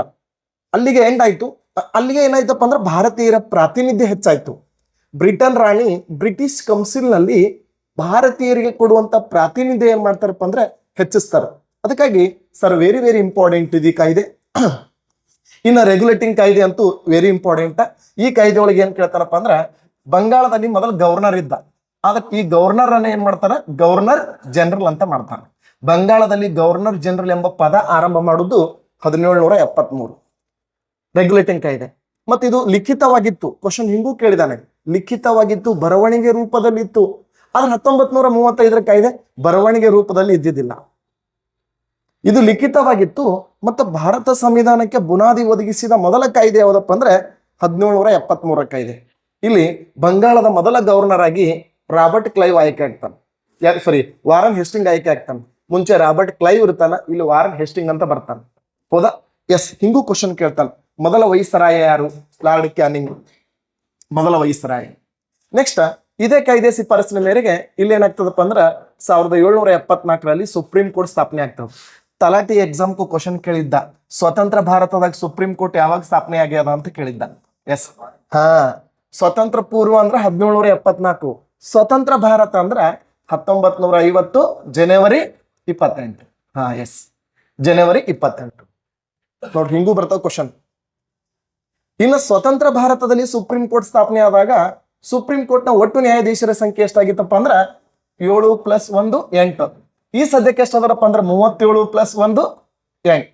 ಎಸ್, 38. 37 + 1 38. ಇದು ಇಂಪಾರ್ಟೆಂಟ್ ಆಗಿರುವಂತ ಮಾಹಿತಿ. ಎದಕ್ಕೆ ರಿಲೇಟೆಡ್ ಅಪ್ಪ ಅಂತಂದ್ರೆ ಇಂಡಿಯನ್ ಕಾನ್ಸ್ಟಿಟ್ಯೂಷನ್ ಬೇಸಿಕ್ ಒಂದು ಹಿಸ್ಟಾರಿಕಲ್ ಬೇಸಿಕ್ಗೆ ಸಂಬಂಧಪಟ್ಟಂತ ಪ್ರಮುಖ ಮಾಹಿತಿ ಆಗಿರ್ತದೆ. ಇನ್ನ 1773 ಗುಡ್, 1858 ವೆರಿ ಗುಡ್ ಪಾಯಿಂಟ್ ಇದು. ಇನ್ನು 1935 ಈ ಕಾಯ್ದೆ ಬಗ್ಗೆ ನಮ್ಮ ರೀಸೆಂಟ್ ಎಕ್ಸಾಮ್ದಲ್ಲಿ ಬಹಳ ಕೇಳಕತ್ತಾನ. ಹೆಂಗಂದ್ರೆ ಈ 1935 ಕಾಯ್ದೆ ಇದು ಅಲಿಖಿತವಾಗಿತ್ತು. ಸರ್, 1935 ಕಾಯ್ದೆ ನಮ್ಮ ನೆಸೆಸಿಟಿ ಇತ್ತೇನ್ರಿ? ಇರ್ಲಿಲ್ಲ. ಆದ್ರೂ ಬ್ರಿಟನ್ ರಾಣಿ ಏನ್ ಮಾಡ್ತಾಳ? ದುಂಡು ಮೇಜಿನ ಸಮ್ಮೇಳನಕ್ಕೆ ಆದೇಶ ಮಾಡ್ತಾಳ. ದುಂಡು ಮೇಜಿನ ಸಮ್ಮೇಳನ. ಆ ದುಂಡು ಮೇಜಿನ ಸಮ್ಮೇಳನಗಳು ಏನಾಗಲ್ಲಪ್ಪ ಅಂದ್ರೆ ಸಕ್ಸಸ್ ಆಗಲ್ಲ, ವಿಫಲ ಆಗ್ತವೆ. ಅವಾಗ ಇಂಗ್ಲೆಂಡ್ ರಾಣಿ ಉದ್ದೇಶ ಏನಿರ್ತದಪ್ಪ ಅಂದ್ರೆ ಭಾರತೀಯರಿಗೆ ಮನವೊಲಿಸಿ ಕಾನೂನಿನ ಅಥವಾ ಆಡಳಿತದ ಪರಾಕ್ರಮವನ್ನ ತಿಳಿಸುವುದು, ಭಾರತೀಯರಿಗೆ ಕಾನೂನಿನ ಒಂದು ವ್ಯವಸ್ಥೆಯನ್ನ ಅಳವಡಿಸಿಕೊಳ್ಳಿಕ್ಕೆ ವ್ಯವಸ್ಥೆ ಮಾಡಿಕೊಡುವುದು, ಜೊತೆಗೆ ಬ್ರಿಟಿಷ್ ಕೌನ್ಸಿಲ್ನಲ್ಲಿ ಭಾರತೀಯರ ಪ್ರಾತಿನಿಧ್ಯ ಹೆಚ್ಚಿಗೆ ಮಾಡೋದು. ಈಗಾಗಲೇ ಕೊಟ್ಟಿದ್ದಳು ಅವಳು ನಮ್ಗೆ. 1861 ನಮ್ಗೆ ಅವಕಾಶ ಕೊಡ್ತಾಳ, ನಾಮಕರಣ ಮಾಡ್ತಾಳ. 1892 ಮಾತಾಡಕ್ಕೆ ಅವಕಾಶ ಕೊಡ್ತಾಳ. ಅಷ್ಟೇ ಅಲ್ಲದೆ 4 ಕೌನ್ಸಿಲ್ ಕಾಯ್ದೆಗಳು ಬರ್ತಾವ ನೋಡು. 1909 ಕಾಯ್ದೆ ಮತದಾನ ಮಾಡ್ಲಿಕ್ಕೆ ಅವಕಾಶ ಕೊಡ್ತಾರೆ, ಚುನಾವಣೆಗೆ ಸ್ಪರ್ಧೆ ಮಾಡ್ಲಿಕ್ಕೆ ಅವಕಾಶ ಕೊಡ್ತಾರೆ. 1909 ಕಾಯ್ದೆ. ಮುಂದೆ 1919 ಅಗದಿ ಎಕ್ದಮ್ ಭಾರಿ ಅವಕಾಶ ಕೊಟ್ಟಿರ್ತಾರ. ಆದ್ರೆ 1919 ಏನಾಗ್ತದೆ ಅಂದ್ರೆ ಜಲಿಯನ್ ವಾಲಾಬಾಗ್ ಹತ್ಯಾಕಾಂಡ ಆಗ್ತದೆ. ಯಾವಾಗ ಜಲಿಯನ್ ವಾಲಾಬಾಗ್ ಹತ್ಯಾಕಾಂಡ ಆಗ್ತದೋ ಅವಾಗ ಭಾರತೀಯರು ಬ್ರಿಟಿಷರ ವಿರುದ್ಧ ತಿರುಗಿ ಬೀಳ್ತಾರೆ. ಅವಾಗ ಮಂದಗಾಮಿಗಳು, ತೀವ್ರಗಾಮಿಗಳು, ಕ್ರಾಂತಿಕಾರಿಗಳು ಬ್ರಿಟಿಷರ ವಿರುದ್ಧ ದಂಗೆ ಹೇಳಕ್ ಸ್ಟಾರ್ಟ್ ಮಾಡ್ತಾರೆ. ಅದಕ್ಕಾಗಿ ಈ ವಿಶೇಷವಾದಂತ ವ್ಯವಸ್ಥೆಯಲ್ಲಿ ಚೌರಾಚೌರಿ ಘಟನೆ ಅಂತ ನಡೀತದ. ಹಿಂಗಾಗಿ ಮತ್ತ ಭಾರತದವರಿಗೆ ಬ್ರಿಟಿಷರಿಗೆ ಸ್ವಲ್ಪ ದೊಡ್ಡ ಮಟ್ಟದ ಕದನಗಳು ಸ್ಟಾರ್ಟ್ ಆಗ್ತಾವ. ಅದನ್ನ ಸಮಾಧಾನ ಪಡಿಸ್ಲಿಕ್ಕೆ ಸೈಮನ್ ಆಯೋಗ ಕಳಿಸ್ತಾಳ. ಅದ್ರಲ್ಲಿ ಭಾರತೀಯರು ಯಾರೂ ಇರ್ಲಿಲ್ಲ. ಅದಕ್ಕೆ ಟೀಕೆ ಮಾಡಿ ವಾಪಸ್ ಕಳಿಸ್ತಾರೆ. ಲಾಲಾ ಲಜಪತ್ ರಾಯ್ ಅವರು ತಮ್ಮ ಪ್ರಾಣವನ್ನ ಕಳ್ಕೊತಾರೆ. ಅದಕ್ಕೆ 3 ದುಂಡು ಮೇಜಿನ ಸಮ್ಮೇಳನಗಳಿಗೆ ಕರೀತಾರೆ. ಆದ್ರೆ ಗಾಂಧೀಜಿಯವರು 2ನೇ ಸಮ್ಮೇಳನಕ್ಕೆ ಭಾಗವಹಿಸಿ ವಾಪಸ್ ವಿಫಲರಾಗಿ ಬರ್ತಾರೆ. ಸಂಪೂರ್ಣವಾದಂತ ಅದಕ್ಕೆ ಖುದ್ದು ಗಾಂಧೀಜಿಯವರು ಹೇಳಿದ್ದಾರೆ, ದುಂಡು ಮೇಜಿನ ಸಮ್ಮೇಳನಗಳಿಂದ ನಮ್ಗೇನೋ ಲಾಭ ಆಗ್ಲಿಲ್ಲ ಅಂತ ಹೇಳಿದ್ದಾರೆ. ಆದ್ರೆ ಬ್ರಿಟಿಷ್ನವ್ರು ಏನ್ ಮಾಡಿದ್ರು? ಅದೇ ಮೀಸಲಾತಿ ಪದ್ಧತಿಯನ್ನ ಮುಂದುವರಿಸಿದ್ರು. ಪ್ರಾಂತೀಯ ಮಟ್ಟದಲ್ಲಿ ಕ್ಷೇತ್ರಗಳ ಒಂದು ಮೀಸಲಾತಿ ಪದ್ಧತಿಯನ್ನ ಮುಂದುವರಿಸಿದ್ರು. ಆದ್ರ ಭಾರತೀಯರ ಬೇಡಿಕೆಗಳು ದುಂಡು ಮೇಜಿನ ಸಮ್ಮೇಳನಗಳಿಗೆ ಯಶಸ್ವಿ ಆಗ್ಲಿಲ್ಲ. ಈ ಸಂದರ್ಭದಲ್ಲಿ ಏನಾಗಿತ್ತು? ವಿಭಾಗೀಯ ಮಟ್ಟದಲ್ಲಿ, ಪ್ರಾಂತೀಯ ಮಟ್ಟದಲ್ಲಿ ಪ್ರತ್ಯೇಕ ಬೇಡಿಕೆಗಳಿದ್ದು. ಮೊಹಮ್ಮದ್ ಜಿನ್ನಾ ಪಾಕಿಸ್ತಾನ ಬೇಕನ್ನವ, ಈ ಕಡೆ ಖಲಿಸ್ತಾನಿಗಳು ನಮಗೆ ಪಂಜಾಬ್ ಅನ್ನೋದು ಒಂದು ದೇಶ ಬೇಕನ್ನೋರು, ಡಾಕ್ಟರ್ ಬಾಬಾ ಸಾಹೇಬ್ ಅಂಬೇಡ್ಕರ್ ಅವರು ಪ್ರತ್ಯೇಕ ದಲಿತ ಮತಗಟ್ಟೆಗಾಗಿ ಮೀಸಲಾತಿಗಾಗಿ ಹೋರಾಟ ಮಾಡಿದವರು. ಹಿಂಗ ಪ್ರತ್ಯೇಕವಾದಂತ ಹೋರಾಟಗಳು. ಆ ಕಾರಣಕ್ಕಾಗಿ ಬ್ರಿಟನ್ ರಾಣಿ ಏನ್ ಮಾಡ್ತಾಳೆ? ಇದು ಒಳ್ಳೆ ಮೌಕ ಅಂತ ತಿಳ್ಕೊಂಡು 1935 ಅಲಿಖಿತ ಕಾನೂನನ್ನು ತಗೊಂಡ್ಬರ್ತಾಳೆ. ಬಟ್ ಈ ಕಾನೂನಿನಲ್ಲಿ ಈ ಭಾರತ ಸರ್ಕಾರ ಕಾಯ್ದೆಯಲ್ಲಿ ಏನಿದ್ದುವಪ್ಪ ಅಂದ್ರೆ 321 ವಿಧಿಗಳಿದ್ದು, 10 ಅನುಸೂಚಿಗಳಿದ್ದು. ಅದ್ರಾಗೇನವರು ಕೇಂದ್ರ ಪಟ್ಟಿ ಅಂತ ಮಾಡಿದ್ರು, ರಾಜ್ಯ ಪಟ್ಟಿ ಅಂತ ಮಾಡಿದ್ರು, ಮತ್ತೆ ಸಮವರ್ತಿ ಪಟ್ಟಿ ಅಂತ ಮಾಡಿದ್ರು. ಅವರು 3 ಪಟ್ಟಿಗಳನ್ನ ಮಾಡಿದ್ರು ಅವರು. ಆದ್ರೆ ಭಾರತೀಯರು ಏನ್ ಮಾಡ್ಲಿಲ್ಲ? ವೆರಿ ವೆರಿ ಇಂಪಾರ್ಟೆಂಟ್, ದೇಶೀಯ ರಾಜ್ಯರು ಒಪ್ಕೊಳ್ಳಿಲ್ಲ. ಇದು ಬಹಳ ಪ್ರಮುಖ. ದೇಶೀಯ ರಾಜ್ಯರು ಏನ್ ಮಾಡ್ಲಿಲ್ಲಪ್ಪ ಅಂದ್ರೆ ಇದಕ್ಕೆ ಒಪ್ಕೊಳ್ಳಿಲ್ಲ. ಅದಕ್ಕಾಗಿ PDO ಎಕ್ಸಾಮ್ದಲ್ಲಿ ಕ್ವಶನ್ ಕೇಳಿದಾರೆ ನೋಡಿ, KS ಪ್ರಿಲಿಮ್ಸ್ ಎಕ್ಸಾಮ್ದಲ್ಲಿ ಕ್ವಶನ್ ಕೇಳಿದಾರೆ ನೋಡಿ. 2025 ಇದೇ ಕ್ವಶನ್ ಕೇಳಿದ್ದಾರೆ. ಏನ್ ಕೇಳಿದಾರೆ ಗೊತ್ತಾ? ಪ್ರಾಂತೀಯ ಮಟ್ಟದಲ್ಲಿ ರಾಜ್ಯ ಪ್ರಭುತ್ವಕ್ಕೆ ಮನ್ನಣೆ ನೀಡಿದ ಕಾಯ್ದೆ ಯಾವ್ದಂತ ಕೇಳ್ಯಾರ. ಪ್ರಾಂತೀಯ ಮಟ್ಟದಲ್ಲಿ ರಾಜ್ಯ ಪ್ರಭುತ್ವಕ್ಕೆ ಮನ್ನಣೆ ನೀಡಿದ ಕಾಯ್ದೆ ಯಾವುದು ಅಂತ ಕೇಳ್ಯಾರ. ಮನ್ನಣೆ ನೀಡಿದ ಕಾಯ್ದೆ ಯಾವ್ದಂತ ಕೇಳ್ಯಾರ. ಅದಕ್ಕೆ ಸರಿಯಾದಂತ ಉತ್ತರ 1935ರ ಕಾಯ್ದೆ. ಮೊನ್ನೆ ಒಂದು ಎಕ್ಸಾಮ್ದಾಗ ಕೇಳ್ಯಾರ ನೋಡ್ರಿ, FDC ಎಕ್ಸಾಮ್ದಾಗ ಕೇಳ್ಯಾರ ನೋಡ್ರಿ, ಕಲ್ಯಾಣ ಕರ್ನಾಟಕ. ಮತ್ತೆ ಫ್ರೀ ಕೋಚಿಂಗ್ ಎಕ್ಸಾಮ್ದಾಗ ಕೇಳ್ಯಾರ ನೋಡ್ರಿ. ಏನಂತ ಕೇಳ್ಯಾರಪ್ಪ ಅಂದ್ರ ಯಾವ ಕಾಯ್ದೆಯನ್ನ ಇಂಜಿನ್ ಇಲ್ಲದ ರೈಲು ಅಂತ ಕರೀತಾರ ಅಂತ ಕೇಳ್ಯಾರ ಅವ್ರು. ಇಂಜಿನ್ ಇಲ್ಲದ ರೈಲು, ಇಂಜಿನ್ ಇಲ್ಲದ ರೈಲು ಅಂತೇಳಿ ಯಾವ ಕಾಯ್ದೆ ಕರೀತಾರ ಅಂದ್ರ 1935ರ ಕಾಯ್ದೆ ಕರೀತಾರ. ಹಿಂಗ್ ಕರೆದವ್ರು ಯಾರಂತ ಕೇಳ್ಯಾರ ನೋಡು. ಹಿಂಗ್ ಕರೆದವ್ರು ನೆಹರು ನೋಡು. ಇದು ಬಹಳ ಇಂಪಾರ್ಟೆಂಟ್. ಇದನ್ನ ಇಂಜಿನ್ ಇಲ್ಲದ ರೈಲು ಅಂತ ಯಾಕೆ ಕರೀತಾರಪ್ಪ ಅಂದ್ರ ಬ್ರಿಟಿಷರು ಅಲಿಖಿತ ಕಾನೂನುಗಳನ್ನ ತಗೊಂಡಿದ್ರು, ಬಹಳ ಜಬರ್ದಸ್ತ್ ಆಗಿತ್ತದು. ಆದ್ರೆ ದೇಶೀಯ ರಾಜ್ಯರು ಒಪ್ಕೊಳ್ಳಿಲ್ಲ. ದೇಶೀಯ ರಾಜ್ಯರಿಗೆ ಈಗಾಗಲೇ ಸಾಕಾಗಿದ್ದು ಬ್ರಿಟಿಷರ ಕಾನೂನುಗಳು, ನಿಯಮಗಳು. ಆ ಕಾರಣಕ್ಕಾಗಿ ವಿಶೇಷವಾಗಿ ಈ 93 ಸಂಸ್ಥಾನಗಳು ಮಾತ್ರ ಬಹಳ ವಿರೋಧವನ್ನು ವ್ಯಕ್ತಪಡಿಸ್ತಾವ. ಆ ಕಾರಣಕ್ಕಾಗಿ ಏನಾಗ್ಲಿಲ್ಲಪ್ಪ ಅಂತಂದ್ರೆ ಈ 1935ರ ಕಾಯ್ದೆ ಸಕ್ಸಸ್ ಆಗ್ಲಿಲ್ಲ. ಅಷ್ಟೇ ಅಲ್ಲದೆ ಈ ಕಾಯ್ದೆ ಶಿಫಾರಸಿನ ಮೇರೆಗೆ ಪ್ರಾಂತೀಯ ಮಟ್ಟದಲ್ಲಿ ಏನಾಗ್ತದಪ್ಪ ಅಂದ್ರೆ ದ್ವಿಸದನ ಪದ್ಧತಿ ಆರಂಭ ಆಗ್ತದ. ಅಷ್ಟೇ ಅಲ್ಲದೆ ಪ್ರಾಂತೀಯ ಮಟ್ಟದಲ್ಲಿ ಲೋಕಸೇವಾ ಆಯೋಗಗಳು ಆರಂಭ ಆಗ್ತಾವ. ಜಂಟಿ ಲೋಕಸೇವಾ ಆಯೋಗ ಅಂತ ಕರಿತೀವಿ, ಇವು ಆರಂಭ ಆಗ್ತಾವ. ಅಷ್ಟೇ ಅಲ್ಲದೆ ಈ ಕಾಯ್ದೆ ಶಿಫಾರಸಿನ ಮೇರೆಗೆ 1937ರಾಗ ಫೆಡರಲ್ ಕೋರ್ಟ್ಗಳು ಆರಂಭ ಆಗ್ತಾವ. ಫೆಡರಲ್ ಕೋರ್ಟ್ ಇದಕ್ಕ ಸುಪ್ರೀಂ ಕೋರ್ಟ್ನ ತದ್ರೂಪಿ ಅಂತ ಕರೀತಾರೆ. ಈ ಫೆಡರಲ್ ಕೋರ್ಟ್ ಹೌದಾ, ಇದು ಕೋಲ್ಕತ್ತಾದಲ್ಲಿ ಆರಂಭ ಆಗ್ತದೆ. ಅದಕ್ಕೆ 1935ರ ಕಾಯ್ದೆ RBI ಬ್ಯಾಂಕು ಇಲ್ಲೇ ಸ್ಥಾಪನೆ ಆಗ್ತದೆ. ಬಟ್ ನಮ್ಮ ಎಕ್ಸಾಮ್ ದೃಷ್ಟಿಯಿಂದ ನಾವು ಫೋಕಸ್ ಮಾಡ್ಬೇಕು. ಯಾಕಂದ್ರೆ ಇವತ್ತಿನ ಕ್ವಶನ್ ಪೇಪರ್ಗಳು ಹೆಂಗಿದಾವಪ್ಪ ಅಂದ್ರೆ ಚಿತ್ತಟಪ್ಪ ಲೇಟ್ ಮಾಡಂಗಿಲ್ಲ. ಪ್ರತಿಯೊಂದಕ್ಕೂ ನೆಗೆಟಿವ್ ಇದಾವ. ನಾವು ಹಬ್ಬ ಅಂದ್ರೆ 80 ಟಚ್ ಮಾಡ್ತೀವಿ, 85 ಟಚ್ ಮಾಡ್ತೀವಿ. ಮಿಸ್ ಆಗಿ ಒಂದು 5-6 ಅಟ್ಟೆ ಲೆಸ್ ಆದ್ರೆ ಓಕೆ. ಒಂದು 20 ಲೆಸ್ ಆದ್ರೆ ಮಾರ್ಕ್ಸ್ ಸಿಗಲ್ಲ, ನಮ್ಮ ನೌಕರಿನೂ ಆಗಲ್ಲ. ಅದ್ರ ಸ್ಪೆಷಲ್ ಈ ಕಾನ್ಸ್ಟಿಟ್ಯೂಷನ್ ಹೆಂಗಿರ್ತಾವಪ್ಪ ಅಂದ್ರೆ ಅಪ್ಲೈಡ್ ಕ್ವಶನ್ಸ್ಗಳು ಇರ್ತಾವ. ಅದಕ್ಕೆ ಬಹಳ ಇಂಪಾರ್ಟೆಂಟ್ ಆಗಿರುವಂಥದ್ದು. ಹಾಗಾದ್ರೆ ನಮ್ಗ ಈ 1935ರ ಕಾಯ್ದೆಯ ಮಾಹಿತಿ ಸಿಕ್ತು. ಈ ಕಾಯ್ದೆ ಮಾಹಿತಿ ಸಿಕ್ತು, ಇದನ್ನು ಕಾಯ್ದೆ ಮಾಹಿತಿ ಸಿಕ್ತು, ಈ ಕಾಯ್ದೆ ಮಾಹಿತಿ ಸಿಕ್ತು. ಇನ್ನು ಕ್ಯಾಬಿನೆಟ್ ಮಿಷನ್ ಅಂತೂ ಮೋಸ್ಟ್ ಇಂಪಾರ್ಟೆಂಟ್ ಇದು. ಯಾಕೆ ಸರ್ಪ್ಪ ಅಂತಂದ್ರೆ ನಮ್ಮ ಎಕ್ಸಾಮ್ದಾಗ ಇದ್ರ ಬಗ್ಗೆನೂ ಕ್ವಶನ್ ಮಾಡ್ಯಾನ. ಏನ್ ಕೇಳ್ತಾನೆ ಸರ್ ಅಂದ್ರೆ 1946ರ ಕ್ಯಾಬಿನೆಟ್ ಆಯೋಗ ಅಂತ ಕೇಳ್ತಾನೆ. ಕ್ಯಾಬಿನೆಟ್ ಆಯೋಗ ಇದು ಮಾರ್ಚ್ನಾಗಲ್ಲಿ ಬಿಡ್ತದ, ಮೇದಾಗ ಬಂದು ಇಲ್ಲಿ ಮುಗ್ತದ. ಇದಕ್ಕೆ 3 ಜನ ಸದಸ್ಯರು. ಇದು ಅಂತೂ ಅತಿ ಹೆಚ್ಚು ಬಾರಿ ಕೇಳಿದಾನೆ. ಕ್ಯಾಬಿನೆಟ್ ಆಯೋಗ ಭಾರತಕ್ಕೆ ಕಳಿಸಿದವ್ರು ಯಾರು? ಕ್ಲೈಮೇಟ್ ಅಟ್ಲಿ. ಯಾಕಂದ್ರೆ ಬ್ರಿಟನ್ ಪ್ರಧಾನಿ ಅವನೇ ಆಗಿದ್ದ ಆ ಸಂದರ್ಭದಲ್ಲಿ. ಮತ್ತೆ ಸದಸ್ಯರು ಯಾರು? ಪೆಥಿಕ್ ಲಾರೆನ್ಸ್ ಇದ್ದ. ಸದಸ್ಯರು ಅಧ್ಯಕ್ಷ ಆಗಿದ್ದ. ಇನ್ನ ಎ.ವಿ. ಅಲೆಕ್ಸಾಂಡರ್, ಇನ್ನ sir creeps, sir Stafford creeps ಅಂದ್ರು ಓಕೆ. ಸರ್ ಕ್ವಶನ್ ಹಿಂಗೂ ಕೇಳ್ತಾನೆ, ಯಾಕೆ ಸರ್ ಇದಕ್ಕೆ ಕ್ಯಾಬಿನೆಟ್ ಆಯೋಗ ಅಂತ ಕರೀತಾರ ಅಂತ ಕೇಳ್ತಾನೆ. ಯಾಕೆ ಕ್ಯಾಬಿನೆಟ್ ಆಯೋಗ ಅಂತ ಕರೀತಾರಂದ್ರ ಈ 3 ಜನ ಅದಾರಲ್ಲ, ಇವರು ಕ್ಲೈಮೇಟ್ ಅಟ್ಲಿ ಸಂಪುಟದಲ್ಲಿ ಕ್ಯಾಬಿನೆಟ್ ದರ್ಜೆ ಮಂತ್ರಿಗಳಾಗಿದ್ರು. ಈಗ ನರೇಂದ್ರ ಮೋದಿ ಸಂಪುಟದಲ್ಲಿ 87 ಜನ ಮಂತ್ರಿಗಳದಾರ. 87 ಜನಕ್ಕೂ ನಾವು ಕ್ಯಾಬಿನೆಟ್ ಸಚಿವರು ಅನ್ನಂಗಿಲ್ಲ, ಬರೀ 30 ಜನಕ್ಕೆ ಕ್ಯಾಬಿನೆಟ್ ಸಚಿವರು ಅಂತ ಕರಿತೀವಿ. ಇದು UPSC ಕ್ವಶನ್ ರೀ. 87 ಜನಕ್ಕೆ ನಾವು ಮಂತ್ರಿ ಮಂಡಲ ಅಂತ ಕರಿತೀವಿ, ಆದ್ರೆ ಅದರ 30 ಜನಕ್ಕೆ ನಾವು ಕ್ಯಾಬಿನೆಟ್ ಅಂತ ಕರಿತೀವಿ. ಹಂಗ ಭಾರತದಾಗ ಕ್ಯಾಬಿನೆಟ್ ಎಂಬ ಸಿಸ್ಟಮ್ ಹುಟ್ಟುದೇ ಇಂಗ್ಲೆಂಡ್ ದೇಶದಿಂದ ತಂದದ್ದು. ಕ್ಯಾಬಿನೆಟ್ ವ್ಯವಸ್ಥೆ ಅದು ಭಾರತದಾಗ. ಹಂಗಂದ್ರ ಈ 3 ಜನ ಏನಾಗಿದ್ರಪ್ಪ ಅಂದ್ರ ಅವನ ಒಂದು ವ್ಯವಸ್ಥೆಯಲ್ಲಿ ಅಧಿಕಾರಿಗಳಾಗಿದ್ರು. ಇವ ಎ.ವಿ. ಅಲೆಕ್ಸಾಂಡರ್ ನೌಕಾಪಡೆಯ ಮುಖ್ಯಸ್ಥ ಆಗಿದ್ದ. ಸರ್ ಕ್ರಿಪ್ಸ್ ಪೆಥಿಕ್ ಲಾರೆನ್ಸ್ ವಿದೇಶಾಂಗ ಮಂತ್ರಿ ಆಗಿದ್ದ. ಸರ್ ಕ್ರಿಪ್ಸ್ ಏನಾಗಿದ್ದಪ್ಪ ಅಂದ್ರ ಹಣಕಾಸಿನ ಒಂದು ಮಂತ್ರಿ ಆಗಿದ್ದ. 3 ಜನ ಕ್ಲೈಮೇಟ್ ಅಟ್ಲಿಯ ಸಂಪುಟದಲ್ಲಿ ಪ್ರಮುಖ ಖಾತೆಗಳನ್ನು ಹೊಂದವರು. ಅದು ಕ್ಯಾಬಿನೆಟ್ ಸಂಪುಟದ ಸಚಿವರಾಗಿದ್ರು ಇವರು. ಹಾಗಾದ್ರೆ ಬಹಳ ಎಕ್ಸಾಮ್ದಲ್ಲಿ ಕೇಳಿದಾನ, ಈ ಕ್ಯಾಬಿನೆಟ್ ಆಯೋಗದ ಶಿಫಾರಸು ಏನಾಗಿದ್ದು ಅಂತ ಕೇಳ್ಯಾನ. ಈ ಕ್ಯಾಬಿನೆಟ್ ಆಯೋಗದ ಶಿಫಾರಸು ಏನಾಗಿತ್ತು? ಬೇಕಾದ್ರೆ ನೀವು ಬೆಕ್ಕದಂತ ಕ್ವಶನ್ ಪೇಪರ್ ತಗೊಂಡ್ ನೋಡ್ರಿ. ಭಾರತ ಸಂವಿಧಾನಕ್ಕೆ ಮೂಲ ಪ್ರೇರೇಪಣೆ ಯಾವುದು ಅಂತ ಕೇಳ್ಯಾನ. ನೋಡ್ರಿ, ಭಾರತಕ್ಕೆ ಕಾನೂನು ಬೇಕಂದವರು ಫಸ್ಟಿಗೆ 1922ರಲ್ಲಿ ಗಾಂಧೀಜಿ. ಭಾರತಕ್ಕೆ ಡೊಮಿನಿಯನ್ ಕಾನೂನು ಬೇಕಂದವರು M.N. ರಾಯ್. ಇವೆರಡು ಗೊತ್ತದವು. ಇನ್ನೊಂದು ಕ್ವಶನ್ ಹಾಕ್ತಾನ, ಇದು FDC ಒಳಗೆ ಕೇಳದಂತ ಕ್ವಶನ್. ಭಾರತಕ್ಕೆ ಕಾನೂನು ಬೇಕಂದವರು ಅಂದ್ರೆ ಗಾಂಧೀಜಿ. ಭಾರತಕ್ಕೆ ಡೊಮಿನಿಯನ್ ಕಾನೂನು, ಡೊಮಿನಿಯನ್ ಅಂದ್ರೆ ಸ್ವಯಂ ಆಡಳಿತ ಅಂದ್ರೆ ಸಂವಿಧಾನ ರಚನಾ ಸಭೆಯೊಳಗೆ ಎಲ್ಲರೂ ಭಾರತೀಯರು ಇರಬೇಕು, ಅದು ಡೊಮಿನಿಯನ್ ಆಡಳಿತ. ಇನ್ನ ಭಾರತಕ್ಕೆ ಡೊಮಿನಿಯನ್ ಕಾನೂನು ಬೇಕಂತೇಳಿ ರಾಷ್ಟ್ರೀಯ ಕಾಂಗ್ರೆಸ್ ಯಾವಾಗ ಹೋರಾಟ ಮಾಡ್ತು ಅಂತ ಕೇಳ್ಯಾನ. 35 ನೆಕ್ಸ್ಟ್ ಇಯರ್ 1935 ರಾಷ್ಟ್ರೀಯ ಕಾಂಗ್ರೆಸ್ ಹೋರಾಟ. ಹಾಗಾದ್ರೆ ಈ ಕ್ಯಾಬಿನೆಟ್ ಆಯೋಗದ ಶಿಫಾರಸಿನ ಮೇರೆಗೆ ಏನಾಗ್ತದಪ್ಪ ಅಂದ್ರೆ ಭಾರತೀಯರಿಂದ ಭಾರತೀಯರಿಂದ ಸಂವಿಧಾನ ರಚನೆ ಆಗ್ಲಿ ಅಂತ ಹೇಳ್ತಾವ. ಸಂವಿಧಾನ ರಚನೆ ಆಗ್ಲಿ, ಜೊತೆಗೆ ಈ ಸಂವಿಧಾನ ರಚನಾ ಸಭೆಗೆ ಚುನಾವಣೆ ನಡಿಬೇಕು ಅಂತ ಹೇಳ್ತಾವ. ಚುನಾವಣೆ ಪರೋಕ್ಷವಾಗಿ ನಡಿಬೇಕು ಅಂತ ಹೇಳ್ತದ. ಇದು ಬಹಳ ಇಂಪಾರ್ಟೆಂಟ್.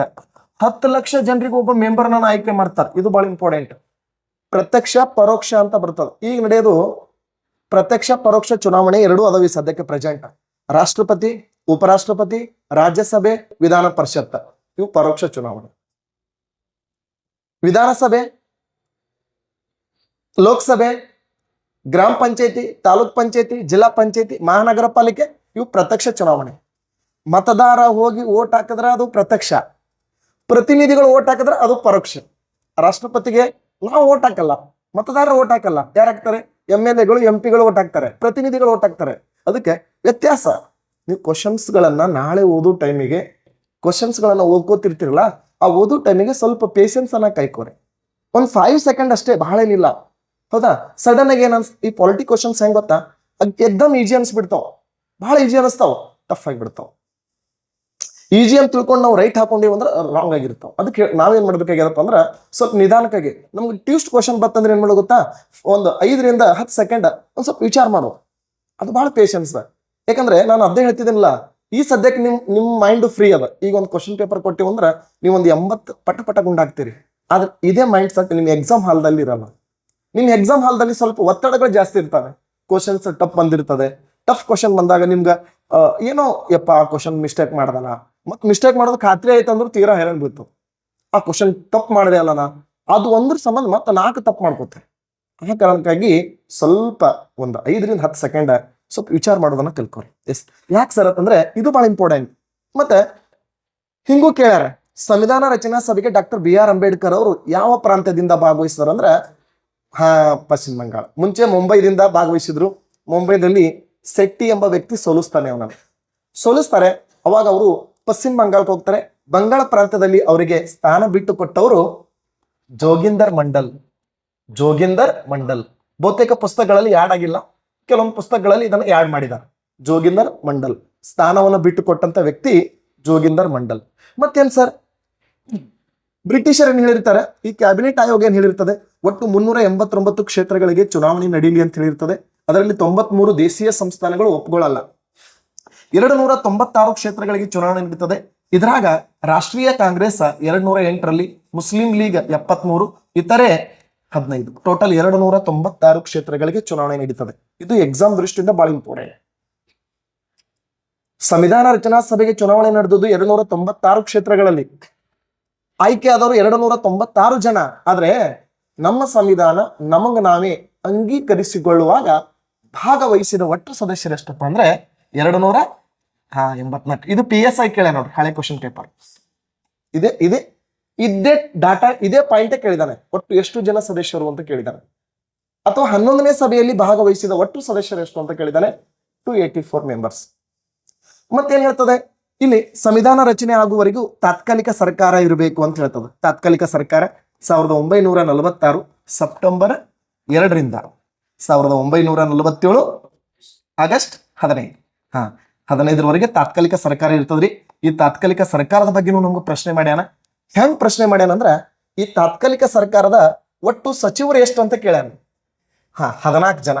ಎಸ್. ಈ ತಾತ್ಕಾಲಿಕ ಸರ್ಕಾರದ ಅಧ್ಯಕ್ಷರು ಯಾರು ಅಂತ ಕೇಳ್ಯಾನ. ವೈಸರಾಯ ವೆವೆಲ್. ಇದು ಬಹಳ ಇಂಪಾರ್ಟೆಂಟ್. ವೆವೆಲ್ ಬಹಳ ಇಂಪಾರ್ಟೆಂಟ್. ವೈಸರಾಯ ವೆವೆಲ್. ಮತ್ತೆ ತಾತ್ಕಾಲಿಕ ಸರ್ಕಾರದ ಉಪಾಧ್ಯಕ್ಷ ಯಾರಂದ್ರ ನೆಹರು. ವಿಶೇಷ ಏನ್ ಗೊತ್ತಾ, ಈ ವೆವೆಲ ನಾಮ ಮಾತ್ರ ಆಗಿದ್ದ. ನೀವೆಲ್ಲ ಅನ್ಕೋಬಹುದು ಸರ್ ಇಟ್ಟು ಟ್ಯೂಸ್ಟ್ ಮಾಡ್ತಾನೆ ಅನ್ನೋ ಕ್ವಶನ್ ಅಂತ ಅನ್ಕೋಬಹುದು. ಬಟ್ ನಿಜ ಹೇಳ್ತೀನಿ, ಸ್ಟೇಟ್ಮೆಂಟ್ ವೈಸ್ ಕ್ವಶನ್ ಬಂದಾಗ ಈಗ ಒಂದು 4,000 ಪೋಸ್ಟಿಗೆ 4.5 ಲಕ್ಷ ಮಂದಿ ಅಪ್ಲಿಕೇಶನ್ ಹಾಕ್ಯಾವ. ಅವ್ರು ತಗೋಬೇಕಾಗೋದು ತಿಪ್ಪರ್ಲಾಗ ಹಾಕಿದ್ರೆ 4,000 ಜನಕ್ಕೆ 5 ಲಕ್ಷ ಅಪ್ಲಿಕೇಶನ್ ಅಂತಂದ್ರ 4,96,000 ಮಂದಿಗೆ ಹೊರಗೆ ಹಾಕ್ಬೇಕಾಗ್ಯದ. ಆ ಕಾರಣಕ್ಕಾಗಿ ಇಂಥ ಟ್ಯೂಸ್ಟ್ ಕ್ವಶನ್ಸ್ ಗಳನ್ನ ನಮ್ಗೆ ಹಾಕ್ತಾನೆ. ವೆವೆಲ್ ವೈಸರಾಯ್ ಅಧ್ಯಕ್ಷ ಆಗಿದ್ದ. ಬಟ್ ವೆವೆಲ್ಗ ಯಾವುದೇ ಪವರ್ ಇರಲಿಲ್ಲ. ಎಲ್ಲಾ ಪವರ್ ಯಾರಿಗಿದ್ದು? ನೆಹರುಗಿದ್ದು. ಇದು ಬಹಳ ಇಂಪಾರ್ಟೆಂಟ್. ಎಲ್ಲಾ ಪವರ್ಗಳು ನೆಹರುಗಿದ್ದು. ಆದ್ರೆ ವೆವೆಲ್ ಆಗೇನಂತೇಳಿ ವೆವೆಲ್ಗೂ ಪ್ರಧಾನಿ ಹುದ್ದೆ ಕೊಟ್ಟರೇನ್ರಿ? ಕೊಡಕ್ ಬರಲ್ಲ. ಪ್ರಧಾನಿ ಹುದ್ದೆ ನೆಹರುಗೆ ಇತ್ತು, ಆದ್ರೆ ಎಲ್ಲಾ ಪವರು ನೆಹರುಗೆ ಇದ್ದು. ವೈಸರಾಯ್ ವೆವೆಲ್ ಹೆಸರಿಗೆ ಮಾತ್ರ ಮುಖ್ಯಸ್ಥ ಆಗಿತ್ತು. ಮತ್ತೆ 14 ಜನ ಸಚಿವರು ಇದ್ರಾಗ ರಾಷ್ಟ್ರೀಯ ಕಾಂಗ್ರೆಸ್ನವ್ರು 6 ಜನ, ಮುಸ್ಲಿಂ ಲೀಗ್ದವ್ರು 5 ಜನ, ಒಬ್ಬ ಕ್ರಿಶ್ಚಿಯನ್, ಒಬ್ಬ ಸಿಖ್, ಒಬ್ಬ ಪಾರ್ಸಿ, ಟೋಟಲ್ 14 ಜನ ಏನಾಗಿದ್ರಪ್ಪ ಅಂದ್ರ ಈ ಕ್ಯಾಬಿನೆಟ್ ಆಯೋಗದಾಗ ಸಚಿವರಾಗಿದ್ರು. ಮತ್ತ ಇನ್ನೊಂದು ವಿಶೇಷತೆ ಏನ್ ಗೊತ್ತನ, ಈ ಕ್ಯಾಬಿನೆಟ್ ಆಯೋಗ ಸಕ್ಸಸ್ ಆಗಿಲ್ಲ ಅನ್ನೋಕ್ಕಿಂತ ಮುಂಚೆ ಇನ್ನೊಂದು ಪಾಯಿಂಟ್ ನೆನ್ಪಿಟ್ಟುಕೋರಿ, ಪ್ರತ್ಯೇಕ ಪಾಕಿಸ್ತಾನದ ಬೇಡಿಕೆ ತಿರಸ್ಕಾರ ಮಾಡ್ತ ನೋಡಿದ್ರು. ಪ್ರತ್ಯೇಕ ಪಾಕಿಸ್ತಾನದ ಬೇಡಿಕೆ ತಿರಸ್ಕಾರ. ಯಾಕೆ ಸರ್ ಇದನ್ನ ಇಟ್ಟು ಒತ್ತು ಕೊಟ್ಟು ಹೇಳಕತ್ತೀರಿ ಅಂದ್ರ, ನೋಡ್ರಿ ಮೊಹಮ್ಮದ್ ಅಲಿ ಜಿನ್ನಾ ದುಂಡು ಮೇಜಿನ ಸಮ್ಮೇಳನದಿಂದ ಬೆನ್ ಹತ್ತಿದ್ದವ. ಲಿಯಾಕತ್ ಅಲಿ ಖಾನ ಮತ್ತು ಮೊಹಮ್ಮದ್ ಅಲಿ ಜಿನ್ನಾ ನಮ್ಗೆ ಪ್ರತ್ಯೇಕ ಪಾಕಿಸ್ತಾನ ಬೇಕು ಆದ್ರ ಎಲ್ಲರ ಒಂದು ಮಾತಿಗೆ ಮನ್ನಣೆ ಕೊಟ್ಟಿದ್ರು. ಮೊಹಮ್ಮದ್ ಅಲಿ ಜಿನ್ನಾಗ್ ಎಲ್ಲರೂ ಮನ್ನಣೆ ಕೊಟ್ಟಿದ್ರು. ಆದ್ರೆ ಮೊಹಮ್ಮದ್ ಅಲಿ ಜಿನ್ನಾಗ್ ಖಡಕ್ ವಾರ್ನಿಂಗ್ ಮಾಡಿದವರು ಕ್ಲೈಮೇಟ್ ಆಕ್ಟ್. ಅದಕ್ಕಾಗಿ ಭಾರತದ ಸಹೋದರ ಅಂತ ಕರೀತಾರೆ, ಭಾರತದ ಆಪತ್ ಬಾಂಧವ ಅಂತ ಕರೀತಾರೆ. ಎಸ್, ಇದು ಬಹಳ ಚೆನ್ನಾಗಿತ್ತು ಈ ಕಾಯ್ದೆ. ಬಟ್ ಸಕ್ಸಸ್ ಯಾಕೆ ಆಗ್ಲಿಲ್ಲ ಅಂದ್ರ, ಅವ್ನ್ ಲೇಬರ್ ಪಕ್ಷ ಭಾರತಕ್ಕೆ ಸ್ವತಂತ್ರ ಬರುವಂತ ಸಂದರ್ಭದಲ್ಲಿ ಅಲ್ಲಿ ಸೋಲಕ್ ಸ್ಟಾರ್ಟ್ ಮಾಡ್ತು. ಅದಕ್ಕೆ ಅವ ಏನ್ ಮಾಡ್ದಪ್ಪ ಅಂದ್ರ, ಈ ಕ್ಲೈಮೇಟ್ ಅಟ್ಲಿ ಭಾರತದ ಮೇಲಿನ ಆಸಕ್ತಿ ಕಮ್ಮಿ ಮಾಡಿ ತನ್ನ ಆಸಕ್ತಿಯನ್ನ ಇಂಗ್ಲೆಂಡ್ ಕಡೆ ಬಿಟ್ಟ. ಆ ಕಾರಣಕ್ಕಾಗಿ ಇದು ಸಂಪೂರ್ಣವಾಗಿ ಸಕ್ಸಸ್ ಆಗ್ಲಿಲ್ಲ. 50ರಷ್ಟು ಸಕ್ಸಸ್ ಆಗ್ಯದ. ಹಿಂಗ ಒಂದು ಕ್ವಶನ್ UPSC ಒಳಗೆ ಕೇಳ್ಯಾರ ಸ್ಟೇಟ್ಮೆಂಟ್ ವೈಸ್. ಕ್ಯಾಬಿನೆಟ್ ಆಯೋಗ ಸಕ್ಸಸ್ ಆಗ್ಲಿಲ್ಲ, ಕಾರಣ ಯಾಕಂತ ಕೇಳ್ಯಾರ. ಸಂಪೂರ್ಣವಾಗಿ 0 ಏನಲ್ಲ, 50% ಓಕೆ. ಯಾಕಂದ್ರೆ ಇಡೀ ನಮ್ಮ ಸಂವಿಧಾನ ರಚನೆ ಆಗಿದೆ ಕ್ಯಾಬಿನೆಟ್ ಆಯೋಗದ ಶಿಫಾರಸು. ಅದಕ್ಕ ಇದು ಆದ್ಮ್ಯಾಗ ಲಾರ್ಡ್ ಮೌಂಟ್ ಬ್ಯಾಟನ್ ಸೂತ್ರ ಬರ್ತದ, ಜೂನ್ ಸೂತ್ರ ಅಂತ ಕರಿತೀವಿ. ಮೊನ್ನೆ ಯಾವ್ದದು FDC SDC ಎಕ್ಸಾಮ್ದಲ್ಲಿ ಕೇಳಿದೆ ನೋಡ್ರಿ, ಭಾರತ ಮತ್ತು ಪಾಕಿಸ್ತಾನ ಇಬ್ಬಾಗ ಮಾಡ್ಲಿಕ್ಕ ಯಾವ ಸೂತ್ರ ಕಾರಣ? ಜೂನ್ ಸೂತ್ರ ಕಾರಣ. 1947 ಜೂನ್ 3. ಇದಕ್ಕೆ ಜೂನ್ ಪ್ಲಾನ್ ಅಂತ ಕರೀತಾರೆ, ಅಥವಾ ಡಿಗ್ಗಿ ಬರಡಿ ಪ್ಲಾನ್ ಅಂತ ಕರೀತಾರೆ. ಇದಕ್ಕೆ ಡಿಗ್ಗಿ ಬರಡಿ ಪ್ಲಾನ್ ಅಂತ ಕರೀತಾರೆ. ಅವಾಗ ಏನಾಗ್ತದಪ್ಪ ಅಂದ್ರೆ 1947 ಲಾರ್ಡ್ ಮೌಂಟ್ ಬ್ಯಾಟನ್ ಸೂತ್ರದ ಶಿಫಾರಸಿನ ಮೇರೆಗೆ ಭಾರತ ಮತ್ತು ಪಾಕಿಸ್ತಾನ ಅಂತ 2 ದೇಶಗಳನ್ನ ಏನ್ ಮಾಡ್ತಾರಪ್ಪ ಅಂದ್ರ ಸ್ವತಂತ್ರ ರಾಷ್ಟ್ರಗಳಾಗಿ ವಿಭಾಗಿಸ್ತಾರೆ. ಓಕೆನಾ? ಎಸ್. ಇಡೀ ಸಂವಿಧಾನದ ಇತಿಹಾಸ ಹೇಳ್ಬೇಕಾದ್ರೆ ಒಂದು ಸುಮಾರು 20-25 ತಾಸು ಅದ. ಆದ್ರೆ ನಮ್ಗೆ ಎಕ್ಸಾಮ್ಗೆ ಏನ್ ಫೋಕಸ್ ಅದೋ ಅದು ಟಾರ್ಗೆಟ್ ಮಾಡ್ಕೊಂಡು, ಅದು ಟಾರ್ಗೆಟ್ ಮಾಡ್ಕೊಂಡು ನಾವೇನ್ ಮಾಡ್ಲತ್ತಿದ್ದೀವಪ್ಪ ಅಂದ್ರ PB ರೆಡ್ಡಿ ಆಫ್ಲೈನ್ ಕ್ಲಾಸ್ ಅಲ್ಲಿ ಪ್ರತಿದಿನ ಇದು 6 ರಿಂದ 8:30 ಗಂಟೆ ಪ್ರತಿದಿನ, ಒಂದೇ ದಿನ ಅಂತಲ್ಲ. ನೀನು 2 ದಿವಸ ಜಿಯೋಗ್ರಫಿ ಆಗ್ಯದ, ಈಗ ನಮ್ಮ ಸಂವಿಧಾನ ಆಗ್ತದ, ನೆಕ್ಸ್ಟ್ ಹಿಸ್ಟ್ರಿ ಆಗ್ತದ, ಹೌದಾ, ಸೈನ್ಸ್ ಆಗ್ತದ, ಎಲ್ಲವೂ ಮ್ಯಾಥ್ಸ್ ಮೆಂಟಾಲಿಟಿ ಆಗ್ತಾವ. ನಮ್ದು ಉದ್ದೇಶ ಏನಪ್ಪಾ ಅಂತಂದ್ರ, ವಿಜಯಪುರದಲ್ಲಿ ಯಾರ ಸ್ಟೂಡೆಂಟ್ಗಳು ಇಷ್ಟು ದಿನ ಓದಿದಿರಲ್ಲ, ನಿಮ್ಗೆ ಈ 2 ತಾಸು ಬಹಳ ಅಮೂಲ್ಯವಾಗಿರ್ತದೆ. ಯಾಕಂದ್ರೆ ನಿಮ್ಗೆ ಅರ್ಥ ಆಗ್ಲಾಗತ್ತದ. ಈಗ ನಾವು ಯಾವುದೇ ರೀತಿ ಈಜಿ ಕಾನ್ಸೆಪ್ಟ್ ಅನ್ನ ಚರ್ಚೆ ಮಾಡ್ತಾ ಇಲ್ಲ. ಇದು ರಿವಿಷನ್ ಕ್ಲಾಸ್ ಅಂತ ನೋಡಿವಿ ನಾವು, ಪೊಲೀಸ್ ಮತ್ತು PSIಗೆ. ಮತ್ತು ಚಾಲೆಂಜ್ ಕ್ಲಾಸ್ ಇವು. ನಾಳೆ ಎಕ್ಸಾಮ್ ಮುಗಿದು ಬಂದಾಗ, ಎಕ್ಸಾಮ್ ಮುಗಿದ ಮ್ಯಾಗ ನಿಮ್ಗೆಲ್ಲ ರಿಕಾರ್ಡೆಡ್ ಕ್ಲಾಸ್ ಸಿಗ್ತದೆ. ಇದು ಆಮೇಲೆ ಸರ್ಚ್ ಮಾಡ್ಕೊಡ್ರಿ. ನೀವು ಎಕ್ಸಾಮ್ ಮುಗಿದು ಬಂದಾಗ ನೀವು ನಮ್ಗೆ ಫೋನ್ ಹಚ್ಚಿ, ಸರ್ ನಿಮ್ಮಿಂದ ಮಾರ್ಕ್ಸ್ ಬಂತ್ರಿ ಅಂತ ಹೇಳ್ಬೋದು. ಹೌದಾ? ಅದಕ್ಕೆ ನಮ್ಮ PB ರೆಡ್ಡಿ ಕ್ಲಾಸಿನ ವಿಶೇಷತೆನೇ ಇದೇ ಆಗ್ಯಾದ, ನಮ್ಮೇನ್ ಥೀಮೇ ಇದೇ ಆಗ್ಯಾದ. ನಾವು ಹುಡುಗರಿಗೆ ಕೊಟ್ಟಂತ ಒಂದು ಸೋರ್ಸ್ ಏನಾಗಬೇಕಪ್ಪ ಅಂದ್ರೆ ಅವ್ರ ಜೀವನದಲ್ಲಿ ಹೆಲ್ಪ್ ಆಗ್ಬೇಕು, ಅವ್ರ ನೌಕರಿಗೆ ಹೆಲ್ಪ್ ಆಗಿ ಭವಿಷ್ಯತ್ತಿನ ಜೀವನ, ಹೌದಾ, ನಮ್ಮಿಂದ ನಿಮ್ಗೆ ಒಳ್ಳೇದಾದ್ರ ನಿಮ್ಮಿಂದ ನಮ್ಗ ಹೌದಪ್ಪ ಚಲೋ ಕ್ಲಾಸ್ ಹೇಳ್ತಾರ ಅಲ್ಲಿ ಅಟ್ ಸಾಕು. ಓಕೆನಾ? ಅದಕ್ಕೆ ನೋಡಪ್ಪಿ, ನಾವು ಒಂದು ಕ್ವಶನ್ ಅನ್ನ ಇಟ್ಟುಕೊಂಡು ಸುಮಾರು ಒಂದು 15-20 ನಿಮಿಷ ಚರ್ಚೆ ಮಾಡಿದೀವಿ. ಒಂದೇ ಕ್ವಶನ್ ಅನ್ನ ಇಟ್ಟುಕೊಂಡು ಸುಮಾರು ಒಂದು 15-20 ನಿಮಿಷ ಏನ್ ಮಾಡಿದೀವಪ್ಪ ಅಂದ್ರೆ ಚರ್ಚೆ ಮಾಡ್ತೀವಿ. ಇದು ಇತಿಹಾಸಕ್ಕೆ ಸಂಬಂಧಪಟ್ಟ. ಇನ್ ಸರ್ ಮತ್ತೆ ಕ್ವಶನ್ಸ್ಗಳು ಹೆಂಗ್ ಕೇಳ್ಬೋದು? ಎಸ್, ಮತ್ತೆ ಕ್ವಶನ್ಸ್ಗಳು ಹೆಂಗ್ ಕೇಳ್ಬೋದಪ್ಪ ಅಂದ್ರೆ, ಇಲ್ಲಿ ವಿಶೇಷವಾಗಿ ಕ್ವಶನ್ ಮತ್ತೆ ಹೆಂಗಿರ್ಬೋದು? ಸೆಕೆಂಡ್ ಕ್ವಶನ್ ನೋಡಿದ್ದು. ಸೆಕೆಂಡ್ ಕ್ವಶನ್, ಭಾರತದಲ್ಲಿ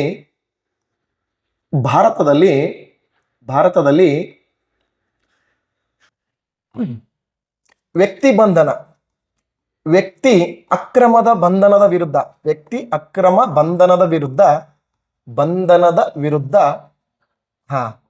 ವಿರುದ್ಧ ಹೂಡುವ ಅಥವಾ ಹೊರಡಿಸುವ ಧಾವೆ ಯಾವುದು? ಧಾವೆ.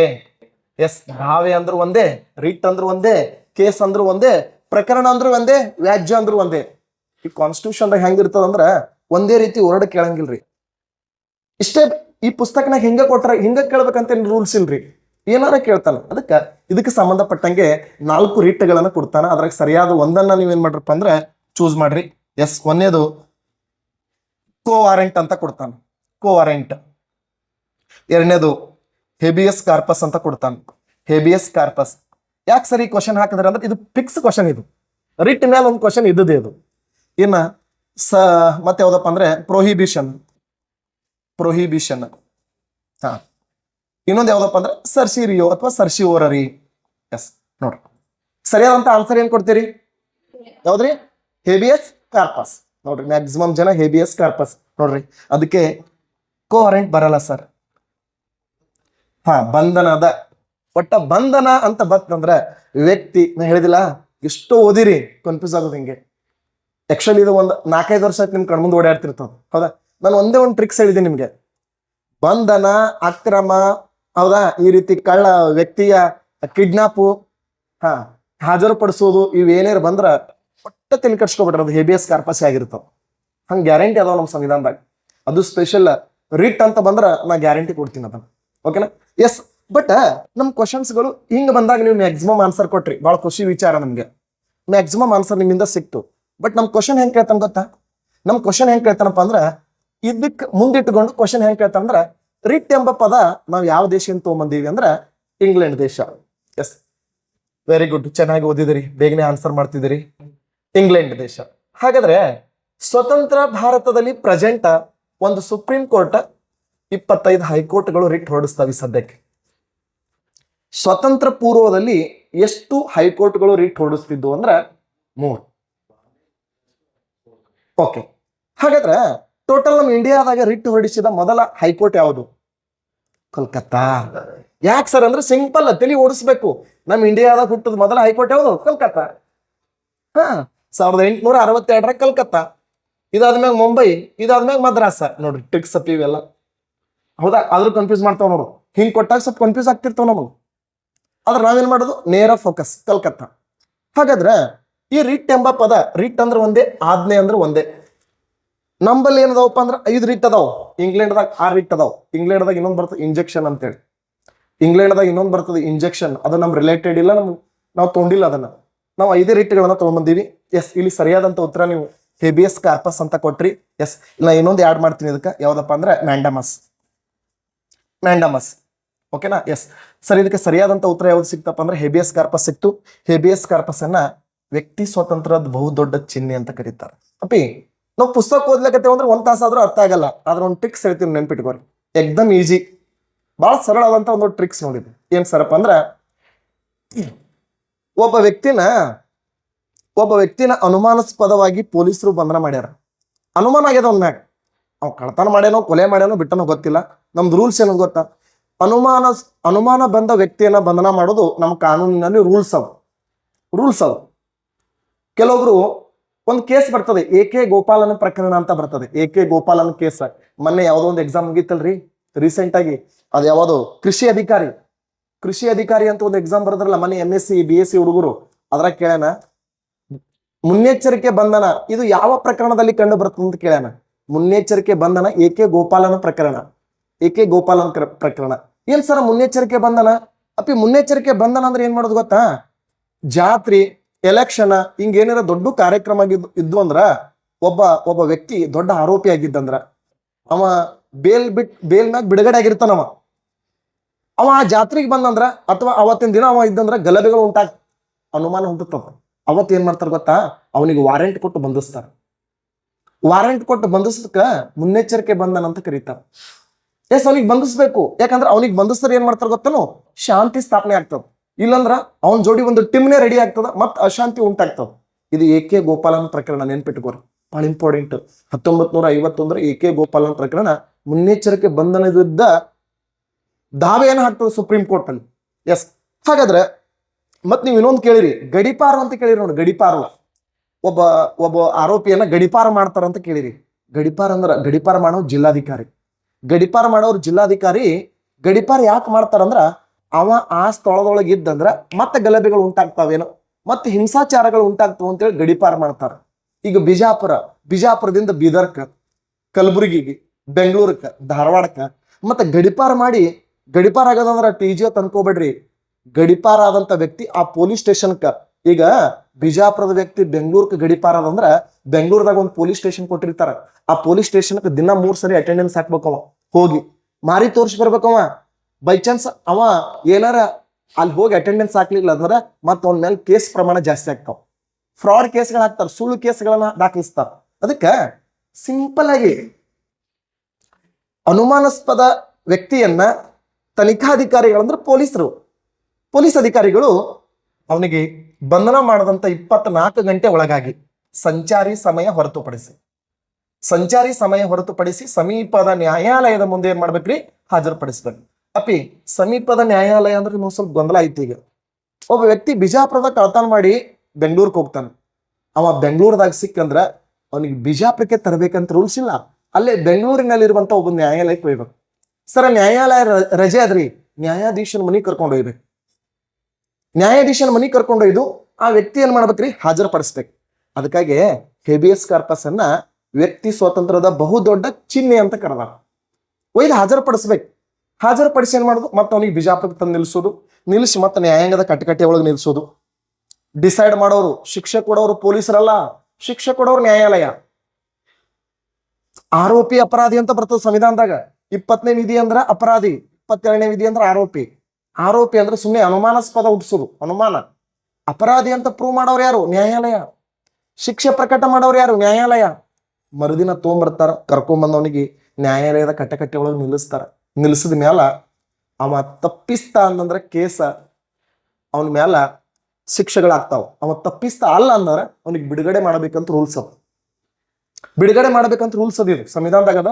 ಅದಕ್ಕೆ ಬಂಧಿಸಲ್ಪಟ್ಟ ವ್ಯಕ್ತಿಯನ್ನ 24 ಗಂಟೆ ಒಳಗಾಗಿ ಸಮೀಪದ ನ್ಯಾಯಾಲಯದ ಮುಂದೆ ಅಥವಾ ನ್ಯಾಯಾಧೀಶನ ಮುಂದೆ ಹಾಜರುಪಡಿಸೋದಕ್ಕೆ ನಾವೇನಂತ ಕರಿತೀವಿ ಅಂದ್ರೆ ಹೇಬಿಯಸ್ ಕಾರ್ಪಸ್. ಇನ್ನೊಂದು ವಿಶೇಷತೆ ಏನಪ್ಪಾ ಅಂತಂದ್ರೆ, ಈ 5 ರಿಟ್ಗಳು ಅದಾವಲ್ಲ, ಇವು ಸರ್ಕಾರಿ ನೌಕರರ ಮೇಲೆ ಹೊರಡಿಸಬಹುದು. ಸರ್ಕಾರಿ ನೌಕರರು, ಇದು ಬಹಳ ಮಂದಿ ಕನ್ಫ್ಯೂಸ್ ಆಗ್ಲಕತ್ತದ. ಈ 5 ರಿಟ್ಗಳನ್ನ ಸರ್ಕಾರಿ ನೌಕರರ ಮೇಲೆ ಹೊರಡಿಸಬಹುದು. ಯಾರು ಸರ ನಾವೇ ಹೋಗಿ ಹೊರಡಿಸಬಹುದೇನ್ರಿ? ಇಲ್ಲ, ಅವರ ಮೇಲಾಧಿಕಾರಿಗಳು ಕೆಳಾಧಿಕಾರಿಗಳ ಮೇಲೆ ಹೊರಡಿಸ್ತಾರೆ. ಮೇಲ್ ಪ್ರಾಧಿಕಾರಗಳು ಕೆಳ ಪ್ರಾಧಿಕಾರಗಳ ಮೇಲೆ ಹೊರಡಿಸ್ತಾರೆ. ಮತ್ ಸರ ನಮಗ ಸರ್ಕಾರಿ ನೌಕರಿ ಇರ್ಲಾರ್ದವ್ರ ವಿರುದ್ಧ ಎರಡೇ ಬರ್ತಾವ, ಒಂದು ಹೇಬಿಯಸ್ ಕಾರ್ಪಸ್, ಇನ್ನೊಂದು ಯಾವ್ದ್ರಿ ಕೋವಾರೆಂಟ್. ಎರಡು ಇಲ್ಲಿ ಅದಾವ. ಒಂದು ಹೇಬಿಯಸ್ ಕಾರ್ಪಸ್, ಇನ್ನೊಂದು ಯಾವ್ದಪ್ಪ ಅಂದ್ರೆ ಕೋವಾರೆಂಟ್. ಇವು ಸರ್ಕಾರಿ ನೌಕರಿ ಇರ್ಲಾರ್ದವ್ರ ಮೇಲೆ ಈ 2 ರಿಟ್ಗಳನ್ನ ಹೊರಡಿಸ್ಲಿಕ್ಕೆ ಬರ್ತವೆ. ಮತ್ತೆ ಈ 5 ರಿಟ್ಗಳನ್ನ ಸರ್ಕಾರಿ ಅಧಿಕಾರಿಗಳ ಮೇಲೆ ಹೊರಡಿಸ್ಲಿಕ್ಕೆ ಬರ್ತವೆ. ಮತ್ತೆ ಇನ್ನೊಂದು ವಿಶೇಷತೆ ಏನಪ್ಪಾ ಅಂದ್ರೆ, 5 ರಿಟ್ಗಳು ರಾಷ್ಟ್ರಪತಿ ಮತ್ತು ರಾಜ್ಯಪಾಲರ ಮೇಲೆ ಹೊರಡಿಸಂಗಿಲ್ಲ. ಇದು ಬಹಳ ಇಂಪಾರ್ಟೆಂಟ್. ರಾಷ್ಟ್ರಪತಿ ಮತ್ತು ರಾಜ್ಯಪಾಲರ ಮೇಲೆ ಹೊರಡಿಸುವಂಗಿಲ್ಲ. ಹಿಂಗ ರಕ್ಷಣೆ ಮಾಡುವ ವಿಧಿ ಯಾವ್ದು ಹೇಳ್ರಿ? 361. ಸರ್, ಹೇಬಿಯಸ್ ಕಾರ್ಪಸ್ ಆಯ್ತು. ಇನ್ನು ಮ್ಯಾಂಡಮಸ್ ಅಂದ್ರೆ ಏನ್ ಸರ? ಮ್ಯಾಂಡಮಸ್ ಅಂದ್ರೆ ಪರಮಾದೇಶ. ಇದು ಕನ್ನಡದೊಳಗ ಪರಮಾದೇಶ ಅಂತ ಕರಿತೀವಿ. ಪರಮಾದೇಶ ಅಂದ್ರ ಒಬ್ಬ ಸರ್ಕಾರಿ ನೌಕರನಿಗೆ, ನಾ ಬಹಳ ಸರಿ ಹೇಳಿದೀನಿ ಟ್ರಿಕ್ಸ್. ಒಬ್ಬ ಸರ್ಕಾರಿ ನೌಕರನಿಗೆ ಒಂದು ಕೆಲಸ ಕೊಟ್ಟಾರ. ಈ ಕೆಲಸ ಮಾಡ್ಲಿಕ್ಕೆ ಒಂದು ಟೈಮ್ ಕೊಟ್ಟಾರ. ಈ ಟೈಮ್ದಾಗ ಅವ್ನ ಕೆಲಸ ಮಾಡಿ ಅವ್ನು ಮುಗಿಸ್ಬೇಕು.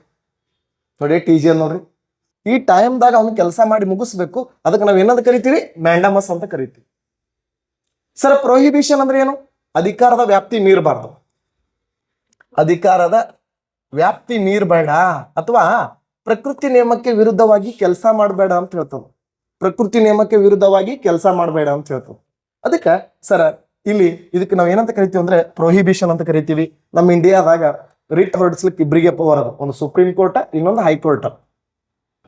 ಮತ್ತು ಕ್ವಶನ್ ಹಿಂಗೂ ಕೇಳ್ಯಾರ, ರಿಟ್ ಒಳಗೆ ಅತಿ ಹೆಚ್ಚು ಕೆಲಸ ಮಾಡೋರು ಯಾರು? ಹೈಕೋರ್ಟ್. ತೀರ್ಪು ಯಾರ್ದು ಪವರ್ಫುಲ್ ಇರ್ತದ? Supreme court. ಹಂಗಂದ್ರೆ ನಿಮ್ಗೆ ಅನಿಸ್ತಿರ್ತದ, ಸರ್ ಹೈಕೋರ್ಟ್ ಕೊಟ್ಟಂತ ನಿಬಂಧನೆಗಳನ್ನ, ತೀರ್ಪನ್ನ ಸುಪ್ರೀಂ ಕೋರ್ಟ್ ರದ್ದುಪಡಿಸಬಹುದೇನ್ರಿ? ಹೌದ್ರಿ, ಪಡಿಸಬಹುದು. Example, Indira Gandhi case. 1971ರಾಗ ಇಂದಿರಾ ಗಾಂಧಿ ದೇಶದಲ್ಲಿ ಪ್ರಧಾನಮಂತ್ರಿ ಆಗಿರ್ತಾಳ. ರಾಜನಾರಾಯಣ ಆಕಿನ ವಿರುದ್ಧ ಸ್ಪರ್ಧೆ ಮಾಡಿರ್ತಾನ. ರಾಜನಾರಾಯಣ ಎಲೆಕ್ಷನ್ದಲ್ಲಿ ಸೋತು ಅಲಹಾಬಾದ್ ಹೈಕೋರ್ಟ್ನಾಗ ಹೋಗಿ ಕೇಸ್ ಹಾಕ್ತಾನ.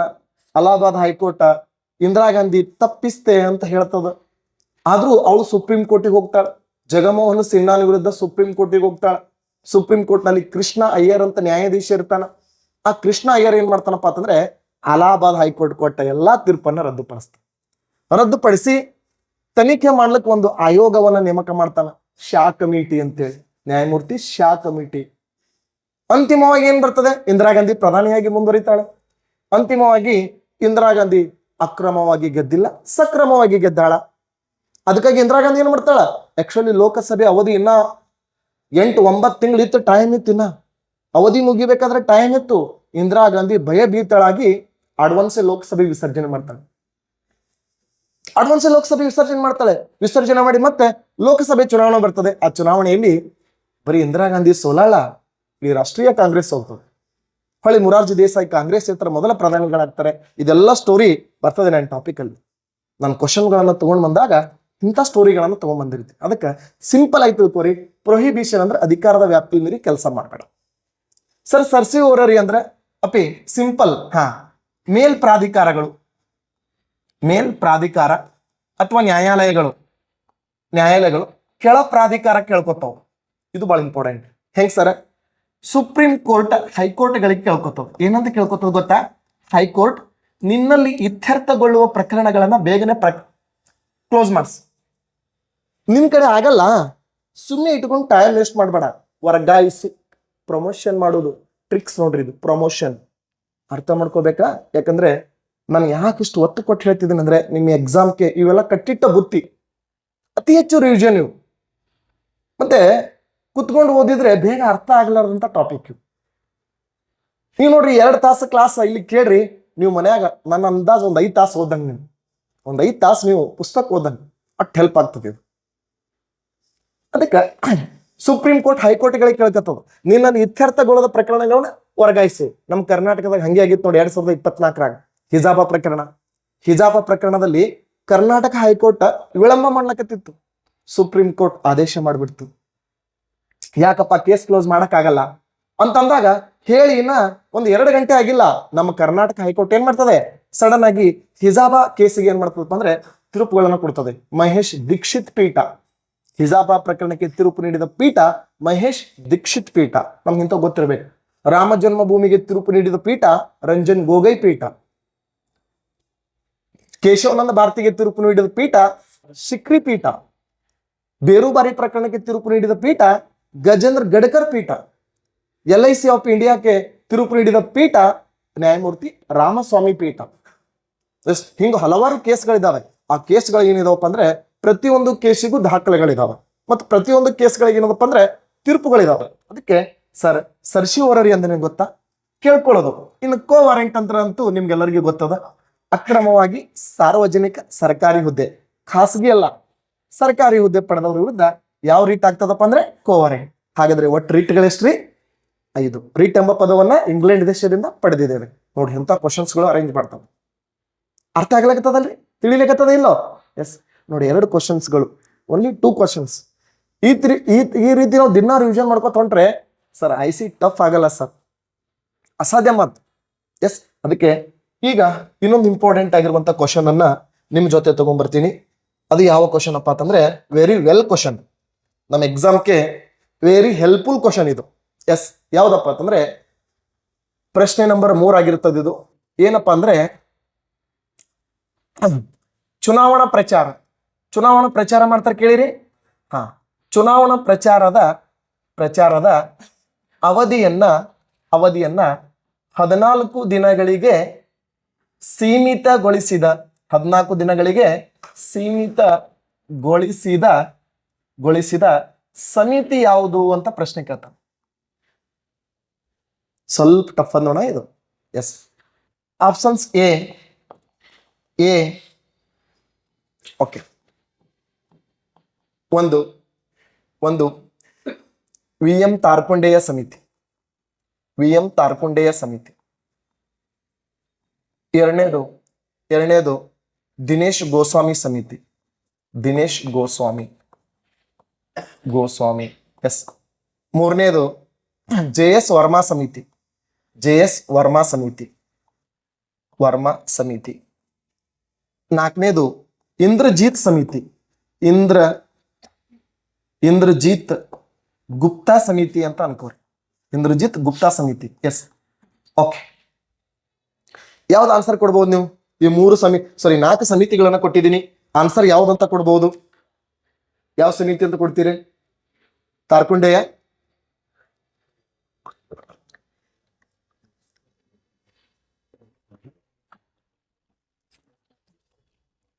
ನೀವು ಯಾವ್ದು ಕೊಡ್ತೀರಿ ಆನ್ಸರ್? ನೀವು ಎಸ್ ಏನವರು ಗುಡ್, ಬಿ ಏನವರು ವೆರಿ ಗುಡ್, ಸಿ ಏನವರು ವೆರಿ ಗುಡ್, ಡಿ ಏನವರು ವೆರಿ ಗುಡ್. ಸರಿಯಾದಂತ ಉತ್ತರ ಯಾವ್ದಪ್ಪ ಅಂತಂದ್ರೆ ಇದಕ್ಕೆ ಸರಿಯಾದಂತ ಉತ್ತರ ಎಸ್ ದಿನೇಶ್ ಗೋಸ್ವಾಮಿ ಸಮಿತಿ. ಎಸ್, ನಾವು ಹಿಂಗೆ ಮಾಡ್ಬೇಕು. ನಮ್ಮ ಕೆಲಸ ಏನು ಗೊತ್ತಾ, ಓದ್ಕೊಂಡದನ್ನ ಬಿಡುದು, ಯಾವ್ದು ಎಕ್ಸಾಮ್ ದೃಷ್ಟಿಯಿಂದ ಫೇಮಸ್ ಅದ ಅದನ್ನು ಕ್ಯಾಚ್ ಮಾಡ್ಕೊಳ್ಳೋದು. ಎಸ್, ಸೆಂಟ್ರಲ್ ಎಲೆಕ್ಷನ್ ಕಮಿಷನ್ ಅಲ್ಲಿ ಬರ್ತದೆ ಇದು. ಎಸ್, ಮತ್ತೆ ಎಕ್ಸಾಮ್ದಲ್ಲಿ ಹಿಂಗೂ ಕೇಳ್ತಾನೆ, ಇವುಗಳನ್ನ ಕಾಲಾನುಕ್ರಮಣದಲ್ಲಿ ಬರೀರಿ ಅಂತ ಹೇಳ್ತಾನೆ. ಕಾಲಾನುಕ್ರಮಣದಲ್ಲಿ ಬರೀರಿ ಅಂತ ಹೇಳಿರ್ತಾನೆ. ಓಕೆನಾ? ಅವಾಗ ಕಾಲಾನುಕ್ರಮಣದಲ್ಲಿ ನಾವು ಹೆಂಗ್ ಕ್ಯಾಚ್ ಮಾಡುದ್ರಿ? ಕಾಲಾನುಕ್ರಮಣದಲ್ಲಿ ಬರೀರಿ ಅಂತ ಹೇಳಿರ್ತಾನೆ ನಮಗ. ಏನ್ ಮಾಡಿರ್ತಾನ್ರಿ? ಕಾಲಾನುಕ್ರಮಣದಲ್ಲಿ ಬರೀರಿ ಅಂತ ಹೇಳಿರ್ತಾನೆ ನಮಗೆ. ಹೌದಾ? ಎಸ್. ಹಾಗಾದ್ರೆ ಇಲ್ಲಿ ವಿ.ಎಂ. ತಾರ್ಕೊಂಡೆಯ ಸಮಿತಿ 1961 ಬರ್ತದೆ. ಇನ್ನು ದಿನೇಶ್ ಗೋಸ್ವಾಮಿ ಸಮಿತಿ ಯಾವಾಗ ಬರ್ತದಪ್ಪ ಅಂದ್ರೆ, ಇದು ದಿನೇಶ್ ಗೋಸ್ವಾಮಿ ಸಮಿತಿ 1971 ಬರ್ತದೆ. ಜೆ.ಎಸ್. ವರ್ಮಾ ಸಮಿತಿ 2013 ಬರ್ತದೆ ಇದು. ಇನ್ನು ಇಂದ್ರಜಿತ್ ಸಮಿತಿ ಯಾವಾಗ ಬರ್ತದಪ್ಪ ಅಂದ್ರೆ, ಇಂದ್ರಜಿತ್ ಸಮಿತಿ 1990 ಬರ್ತದೆ. ಎಸ್, ನೋಡ್ರಿ, ಕಾಲಾನುಕ್ರಮಣ ಹಿಂಗೂ ಕೇಳ್ತಾನೆ. ಓಕೆ, ಹಿಂಗೂ ಕ್ವಶನ್ ಕೇಳುವಂತ ಸಾಧ್ಯತೆ ಅದ. ಹಂಗಂದ್ರೆ ಸರ ನಮ್ಗೆ ಸರಿಯಾದಂತ ಉತ್ತರ ದಿನೇಶ್ ಗೋಸ್ವಾಮಿ ಸಮಿತಿ ಅಂತ ಸಿಕ್ತು. ಮುಂಚೆ ಮತದಾನಕ್ಕೆ ಪ್ರಚಾರ ಮಾಡುವ ಅವಧಿ 21 ದಿನ ಆಗಿತ್ತು. ಪ್ರೆಸೆಂಟ್ ಎಷ್ಟಾದ್ರಿ? 14 ದಿನ ಅದ. ಬಹಳ ವಿಶೇಷ ಇದು. ಒಂದೊಂದು ಸಮಿತಿ ಬಗ್ಗೆ ಒಂದು ವಿಶೇಷತೆ ಹೇಳ್ತೀನಿ, ನೆನ್ಪಿಟ್ಕೊ. ಈ ದಿನೇಶ್ ಗೋಸ್ವಾಮಿ ಸಮಿತಿ ಏನ್ ಹೇಳ್ತದಪ್ಪ ಅಂದ್ರ, ಎಸ್, ಈ ದಿನೇಶ್ ಗೋಸ್ವಾಮಿ ಸಮಿತಿ ಏನ್ ಹೇಳ್ತದ ಗೊತ್ತನೋ? ಎಸ್ ಸರ್, ಇದು ಹೇಳ್ತದ ಒಬ್ಬ ಅಭ್ಯರ್ಥಿ ಗರಿಷ್ಠ 2 ಕ್ಷೇತ್ರಗಳಲ್ಲಿ, ಇದು ಬಹಳ ಗ್ರೇಟ್ ಪಾಯಿಂಟ್ ನೋಡು, 2 ಕ್ಷೇತ್ರಗಳಲ್ಲಿ ಸ್ಪರ್ಧಿಸಬಹುದು ಅಂತ ಅವಕಾಶ ಕೊಡ್ತದೆ ನೋಡಿದು. ಈಗ ನೋಡ್ರಿ, ಒಬ್ಬ ಅಭ್ಯರ್ಥಿ 2 ಕಡೆ ಸ್ಪರ್ಧೆ ಮಾಡ್ಬೋದು. ಎಕ್ಸಾಂಪಲ್ 2014 ನರೇಂದ್ರ ಮೋದಿ ಅವರು ವಾರಾಣಸಿ ಮತ್ತು ವಡೋದರ 2 ಕಡೆ ಸ್ಪರ್ಧೆ ಮಾಡಿದ್ರು. ವಾರಾಣಸಿ ಮತ್ತು ವಡೋದರ 2 ಕಡೆ ವಿನ್ ಆದಾಗ ಒಂದನ್ನು ಬಿಟ್ಟು ಕೊಡ್ತಾರೆ. ವಡೋದರ ಬಿಟ್ಟು ಕೊಡ್ತಾರೆ, ವಾರಾಣಸಿಯನ್ನು ಇಟ್ಕೋತಾರೆ. ಮತ್ತೆ ವಡೋದರದಲ್ಲಿ ಏನಾಗ್ತದೆ? ಉಪಚುನಾವಣೆ ನಡೀತದೆ. ರೂಲ್ಸ್ ಪ್ರಕಾರ ಆ ಕ್ಷೇತ್ರ ಖಾಲಿ ಆದ್ರೆ 6 ತಿಂಗಳ ಒಳಗಾಗಿ ಉಪಚುನಾವಣೆ ನಡಿಬೇಕು. ನಾ ಹೇಳೋ ಪ್ರತಿ ಪಾಯಿಂಟು ಇಂಪಾರ್ಟೆಂಟ್ ಆಗಿರ್ತವೆ. ಎಸ್, ಮತ್ತೇನ್ ಹೇಳ್ತದೆ? ಈಗ ಪಕ್ಷಗಳಿಗೆ ಮಾನ್ಯತೆ ಕೊಡಬೇಕು, ಮತ್ತು ಅವುಗಳಿಗೆ ಗುರುತಿನ ಚಿಹ್ನೆಗಳನ್ನ ಕೊಡಬೇಕು, ಒತ್ತಾಯಿಸ್ತದೆ. ಮತ್ತೇನ್ ಹೇಳ್ತದೆ? ಈ ಪಕ್ಷಗಳು ಏನ್ ಮಾಡ್ಬೇಕು ಗೊತ್ತಾ? ಆಸ್ತಿಯನ್ನ ಘೋಷಣೆ ಮಾಡ್ಕೋಬೇಕು. ಪಕ್ಷಗಳು ಆಸ್ತಿಯನ್ನ ಘೋಷಣೆ ಮಾಡ್ಕೋಬೇಕು. ಇದು ಬಹಳ ಇಂಪಾರ್ಟೆಂಟ್ ಆಗಿರುವಂತ. ಇದು ಯಾವ ಸಮಿತಿ ಹೇಳ್ತದಪ್ಪ ಅಂದ್ರೆ, ದಿನೇಶ್ ಗೋಸ್ವಾಮಿ ಸಮಿತಿ ಹೇಳ್ತದ. ಮತ್ತೆ ಪ್ರಚಾರಕ್ಕೆ ಅವಧಿ 21 ದಿನ ಇದ್ದದ್ದು 14 ದಿನ ಕಳಿಸ್ತದ ದಿನೇಶ್ ಗೋಸ್ವಾಮಿ ಸಮಿತಿ. ಎಸ್, ದೆನ್ ಸರ್ ಮತ್ತೆ ಯಾವ್ದ್ರಿ? ತಾರ್ಕೊಂಡೆಯ ಸಮಿತಿ, ವಿ.ಎಂ. ತಾರ್ಕೊಂಡೆಯ. ಸರ್, ಈ ಸಮಿತಿಯ ಶಿಫಾರಸುಗಳು ಏನ್ರಿ ಅಪ್ಪ ಅಂತಂದ್ರ, ನೋಡಿಲಿ, ಈ ಸಮಿತಿ ಏನ್ ಹೇಳ್ತದಪ್ಪ ಅಂದ್ರೆ, ಮತದಾನದ ವಯಸ್ಸು ಎಷ್ಟರಿಂದ? 21ರಿಂದ 18ಕ್ಕೆ ಇಳಿಕೆ ಮಾಡ್ತಾವ. 18ಕ್ಕೆ ಇಳಿಕೆ. ಎಸ್, 18ಕ್ಕೆ ಇಳಿಕೆ ಮಾಡ್ತದ. ಇದ್ರ ಬಗ್ಗೆ ಅಮೆಂಡ್ಮೆಂಟ್ ಗೊತ್ತ ನಿಮಗೆ? ಯಾವ್ದ್ರಿ? 1989. ಓಕೆನಾ? ಎಸ್, ನಾವಿಲ್ಲಿ ತಾರ್ಕೊಂಡೆ ಅಂತ ಬರೆದೀವಲ್ಲ, ಇದು ಎಸ್, ಎಷ್ಟು ಬರೆದೀವನು? 61 ಅಂತ ಬರೆದೀವಲ್ರಿ. ಎಸ್, ಇದು 1989 ಅಂತ ಆಗ್ಬೇಕಾ? ಓಕೆ. 1989 ತಿದ್ದುಪಡಿ ಎಷ್ಟಪ್ಪ ಅಂದ್ರೆ 61ನೇ ತಿದ್ದುಪಡಿ. ಮತದಾನದ ವಯಸ್ಸನ್ನ 21ರಿಂದ 18ಕ್ಕೆ ಇಳಿಸ್ತದ. ಅಷ್ಟೇ ಅಲ್ಲದೆ ಈ ಸಮಿತಿ ಏನ್ ಮಾಡ್ತದಪ್ಪ ಅಂದ್ರೆ, ಇದು ಬಹಳ ಇಂಪಾರ್ಟೆಂಟ್ ನೋಡ್ರಿ. ಎಸ್, ಒಬ್ಬ ಅಭ್ಯರ್ಥಿಗೆ 1 ಕ್ಷೇತ್ರ ಅಂತ ಹೇಳ್ತದ ನೋಡ್ರಿ. ಎಷ್ಟು ಗ್ರೇಟ್ ಪಾಯಿಂಟ್ ನೋಡ್ರಿ ಇದು. ಒಬ್ಬ ಅಭ್ಯರ್ಥಿ ಒಂದೇ ಕ್ಷೇತ್ರದಲ್ಲಿ ಸ್ಪರ್ಧಿಸ್ಬೇಕಂತ ಹೇಳುದು ತಾರ್ಕೊಂಡೆಯ ಸಮಿತಿ ನೋಡ್ರಿ. ಒಬ್ಬ ಅಭ್ಯರ್ಥಿ 2 ಕಡೆ ಸ್ಪರ್ಧೆ ಮಾಡ್ಲಿ ಅಂತ ಹೇಳುದು ಗೋಸ್ವಾಮಿ ಸಮಿತಿ. ಒಬ್ಬ ಅಭ್ಯರ್ಥಿ ಒಂದೇ ಕಡೆ ಸ್ಪರ್ಧೆ ಮಾಡ್ಬೇಕಂತ ಹೇಳುದು ತಾರ್ಕೊಂಡೆಯ ಸಮಿತಿ. ಅಷ್ಟೇ ಅಲ್ಲದ ಈ ಯಾವುದು ತಾರ್ಕೊಂಡೆಯ ಸಮಿತಿ ಏನ್ ಹೇಳ್ತದ ಗೊತ್ತಾ? ಲೋಕಸಭೆ ಮತ್ತು ವಿಧಾನಸಭೆ. ಅವ ಲೋಕಸಭೆಗೆ ಸ್ಪರ್ಧೆ ಮಾಡ್ಬೇಕಾದ್ರೆ ವಿಧಾನಸಭೆಗೆ ರಾಜೀನಾಮೆ ಕೊಡ್ಬೇಕಂತ ಹೇಳ್ತದ ಇದು. ಅವ ಲೋಕಸಭೆಗೆ ಸ್ಪರ್ಧೆ ಮಾಡ್ಬೇಕಾದ್ರೆ ವಿಧಾನಸಭೆಗೆ ರಾಜೀನಾಮೆ ಕೊಡ್ಬೇಕು. ಈ ಸದ್ಯಕ್ಕೆ ರೂಲ್ಸ್ ಹೆಂಗದ? ನಾ MLA ಇದ್ದೀನ ತನ್ಕೋರಿ, ಆಗ್ಬಾರ್ದೇನ MLA? ಆಗ್ಬೋದಿಲ್ಲ. ಎಸ್, ನಾ MLA ಇದ್ದೀನ ತನ್ಕೋರಿ, ನಾ MP ಗೆ ಸ್ಪರ್ಧೆ ಮಾಡ್ಬೇಕಾದ್ರ ನಾನು MLAಗೆ ರಾಜೀನಾಮೆ ಕೊಡಂಗಿಲ್ಲ ನೋಡ್ರಿ. ಮೊನ್ನೆ ಬಳ್ಳಾರಿ ಒಳಗೆ ಹಂಗೆ ಐತ್ ನೋಡ್ರಿ. ಈ ತುಕಾರಾಮ್ ಅಂತ ಬರ್ತಾನೆ ಬಳ್ಳಾರಿ ಒಳಗ. ಅವ್ರು ಸಂಡೂರ್ದ MLA ಆಗಿದ್ರು. ಸಂಡೂರ್ ಅಲ್ರಿ, ಸಂಡೂರು MLA ಆಗಿದ್ರು. ಈ ತುಕಾರಾಮ ಮುಂದ ಲೋಕಸಭೆ MP ಆಗ್ತಾರೆ. MP ಆದಾಗ ಅವ್ರು ರಾಜೀನಾಮೆ ಕೊಡ್ತಾರೆ. ಆ ಕ್ಷೇತ್ರದಲ್ಲಿ ಯಾರನ್ನ ಆಯ್ಕೆ ಮಾಡ್ಯಾರ ಅಂದ್ರೆ ಅವ್ರ ಹೆಂಡತಿ ಅನ್ನಪೂರ್ಣ ಏನಾಗಿದಾಳಪ್ಪ ಅಂದ್ರೆ ಸಂಡೂರಿನ MLA ಆಗಿದ್ದಾಳೆ ಇವತ್ತು. ಆದ್ರೆ ಅವ ರಾಜೀನಾಮೆ ಕೊಟ್ಟಿದ್ದ ಯಾವಾಗ? ಅವ MP ಆದ್ಮ್ಯಾಗ. ಅವನಿಗೆ ಟೈಮ್ ಇತ್ತು. ಕುಮಾರಸ್ವಾಮಿ MLA ಆಗಿದ್ರು ನೋಡಿರ್ಬೇಕು. ಕುಮಾರಸ್ವಾಮಿ MLA ಆಗಿದ್ರು, ರಾಜೀನಾಮೆ ಕೊಟ್ಟು MP ಆಗಿದ್ದಾರೆ. ಮತ್ತ ಅಲ್ಲಿ ಅವರ ಪತ್ನಿ ಹೌದಾ, ಅನಿತಾ ಕುಮಾರಸ್ವಾಮಿ ಹೌದಾ. ಎಸ್, ಈ ರೀತಿಯಾಗಿ ಯಾರ್ಯಾವ ಕ್ಷೇತ್ರಕ್ಕೆ ಯಾರ್ರಿ? ಆ ಕ್ಷೇತ್ರಕ್ಕೆ ಯಾರು ಅದಾರೆ? ಯಾರು ಇಲ್ಲಲ್ಲ. ಅನಿತಾ ಕುಮಾರಸ್ವಾಮಿ ಎಮ್ ಎಲ್ ಎಲ್ಲಿ ಈಗ? ಅಂದ್ರೆ ಅವ್ರ ಎಮ್ ಎಲ್ ಎ ರಾಜೀನಾಮೆ ಕೊಟ್ಟು MP ಆಗ್ತಾರೆ ಅಷ್ಟೇ. Okay, yes. ಅದಕ್ಕೆ ಒಂದು ಕ್ಷೇತ್ರಕ್ಕೆ ಏನ್ ಮಾಡ್ಬೋದು? ಸ್ಪರ್ಧೆ ಮಾಡ್ಬೋದು ಅಂತೇಳಿ ಯಾವ ಸಮಿತಿ ಹೇಳ್ತಾ? ತಾರ್ಕೊಂಡೇಯ ಸಮಿತಿ. ಇನ್ JS ವರ್ಮಾ ಸಮಿತಿ, ಇದು ಬಹಳ ಇಂಪಾರ್ಟೆಂಟ್. ಅದಕ್ಕಿಂತ ಮುಂಚೆ ಇಂದ್ರಜಿತ್ ಗುಪ್ತಾ ಸಮಿತಿ, ಇದೇನ್ ಹೇಳ್ತದ ಸರ್ ಅಂದ್ರೆ, ಈ ಸಮಿತಿ ಏನ್ ಹೇಳ್ತದಪ್ಪ ಅಂದ್ರೆ, ಸ್ಪರ್ಧೆ ಮಾಡ್ತಾರಲ್ಲ ಕಡ್ಡಾಯವಾಗಿ ಪಕ್ಷಗಳಿಗೆ ಮಾತ್ರ ಸ್ಪರ್ಧೆ ಮಾಡ್ಲಿಕ್ಕೆ ಅವಕಾಶ ಕೊಡ್ರಿ ಅಂತ ಹೇಳ್ತದೆ. ಇದು ಪಕ್ಷೇತರಿಗೆ ಅವಕಾಶ ಕೊಡ್ಬೇಡ್ರಿ ಅಂತ ಹೇಳ್ತದ. ಪಕ್ಷೇತರ ಅಭ್ಯರ್ಥಿಗಳಿಗೆ ಅವಕಾಶ ಕೊಡ್ಬೇಡ್ರಿ, ಪಕ್ಷಗಳಿಗೆ ಮಾತ್ರ ಅವಕಾಶ ಕೊಡ್ರಿ ಅಂತ ಹೇಳ್ತದ. ಮತ್ತ 6 ತಿಂಗಳ ಒಳಗಾಗಿ ಉಪಚುನಾವಣೆಯನ್ನ ಕಡ್ಡಾಯವಾಗಿ ನಡೆಸಬೇಕು ಅಂತ ಹೇಳ್ತದೆ. ಇದು ಉಪಚುನಾವಣೆಗಳನ್ನ ಕಡ್ಡಾಯವಾಗಿ ನಡೆಸಬೇಕು ಅಂತ ಹೇಳ್ತದೆ. ಅಷ್ಟೇ ಅಲ್ಲದೆ ಚುನಾವಣಾ ಅಕ್ರಮಗಳನ್ನ ತಡೆಗಟ್ಟಲಿಕ್ಕೆ ಸಮಿತಿಗಳನ್ನ ನೇಮಕ ಮಾಡಬೇಕು ಅಂತ ಹೇಳ್ತದೆ ಈ ಸಮಿತಿ. ಮತ್ತೆ ಇದು JS ವರ್ಮಾ ಸಮಿತಿ ಏನ್ ಹೇಳ್ತದೆ ಗೊತ್ತಾ? ಈ ಕ್ರಿಮಿನಲ್ ಕೇಸ್ಗಳಿಗೆ ತಿದ್ದುಪಡಿ ಮಾಡ್ತದೆ. ಕ್ರಿಮಿನಲ್ ಕೇಸ್ಗಳಂತ ಬರ್ತಾವಲ್ಲ, ಅಂಥವುಗಳಿಗೆ ಏನ್ ಮಾಡ್ತದಪ್ಪ ಅಂದ್ರ ತಿದ್ದುಪಡಿಯನ್ನ ಮಾಡಿದಂತ ಸಮಿತಿ ಯಾವ್ದಪ್ಪ ಅಂತಂದ್ರೆ ವೆರಿ ಇಂಪಾರ್ಟೆಂಟ್ ಆಗಿ ಈ JS ವರ್ಮಾ ಸಮಿತಿ. ಹಾಗಾದ್ರೆ ಇಂಪಾರ್ಟೆಂಟ್ ಆಗಿ ಈ 4 ಸಮಿತಿಗಳು ಎದಕ್ಕೆ ಸಂಬಂಧಪಟ್ಟವ ಅಂದ್ರ ನಮ್ ಎಲೆಕ್ಷನ್ ಕಮಿಷನ್ಗೆ ಸಂಬಂಧಪಟ್ಟವು. ಈ ಎಲೆಕ್ಷನ್ ಕಮಿಷನ್ಗಳ ಕುರಿತು ನಮ್ಮ ಎಕ್ಸಾಮ್ದಾಗ ಕ್ವಶನ್ ಹೆಂಗ್ ಅರೇಂಜ್ ಮಾಡ್ಬೋದು ಸರ್? ಎಲೆಕ್ಷನ್ ಕಮಿಷನ್ ಬಗ್ಗೆ ಕ್ವಶನ್ಸ್ಗಳು ಹೆಂಗ್ ಕೇಳ್ಬೋದಪ್ಪ ಅಂದ್ರೆ, ಒಂದು ಅರ್ಥ ಮಾಡ್ಕೊಡ್ರಿ. ಎಲೆಕ್ಷನ್ ಕಮಿಷನ್ ಭಾರತ ಸಂವಿಧಾನದ ಭಾಗ 15ರಲ್ಲಿ ಬರ್ತದೆ. ಭಾಗ 15ರಲ್ಲಿ ಎಲೆಕ್ಷನ್ ಕಮಿಷನ್ ಅಂತ ಬರ್ತದೆ, ಚುನಾವಣಾ ಆಯೋಗ ಅಂತ ಬರ್ತದೆ, ಕೇಂದ್ರ ಚುನಾವಣಾ ಆಯೋಗ. ಎಸ್, ಎಕ್ಸಾಮ್ದಲ್ಲಿ ಕ್ವಶನ್ ಹೆಂಗ್ ಕೇಳ್ತಾನಂದ್ರೆ, ಕೇಂದ್ರ ಚುನಾವಣಾ ಆಯೋಗ ರಾಷ್ಟ್ರಪತಿ ಎಲೆಕ್ಷನ್ ನಡೆಸ್ತಾರ, ಉಪರಾಷ್ಟ್ರಪತಿಗೆ ಎಲೆಕ್ಷನ್ ನಡೆಸ್ತಾರ, ಸಂಸತ್ತಿನ ಉಭಯ ಸದನಗಳಿಗೆ ಎಲೆಕ್ಷನ್ ನಡೆಸ್ತಾರ.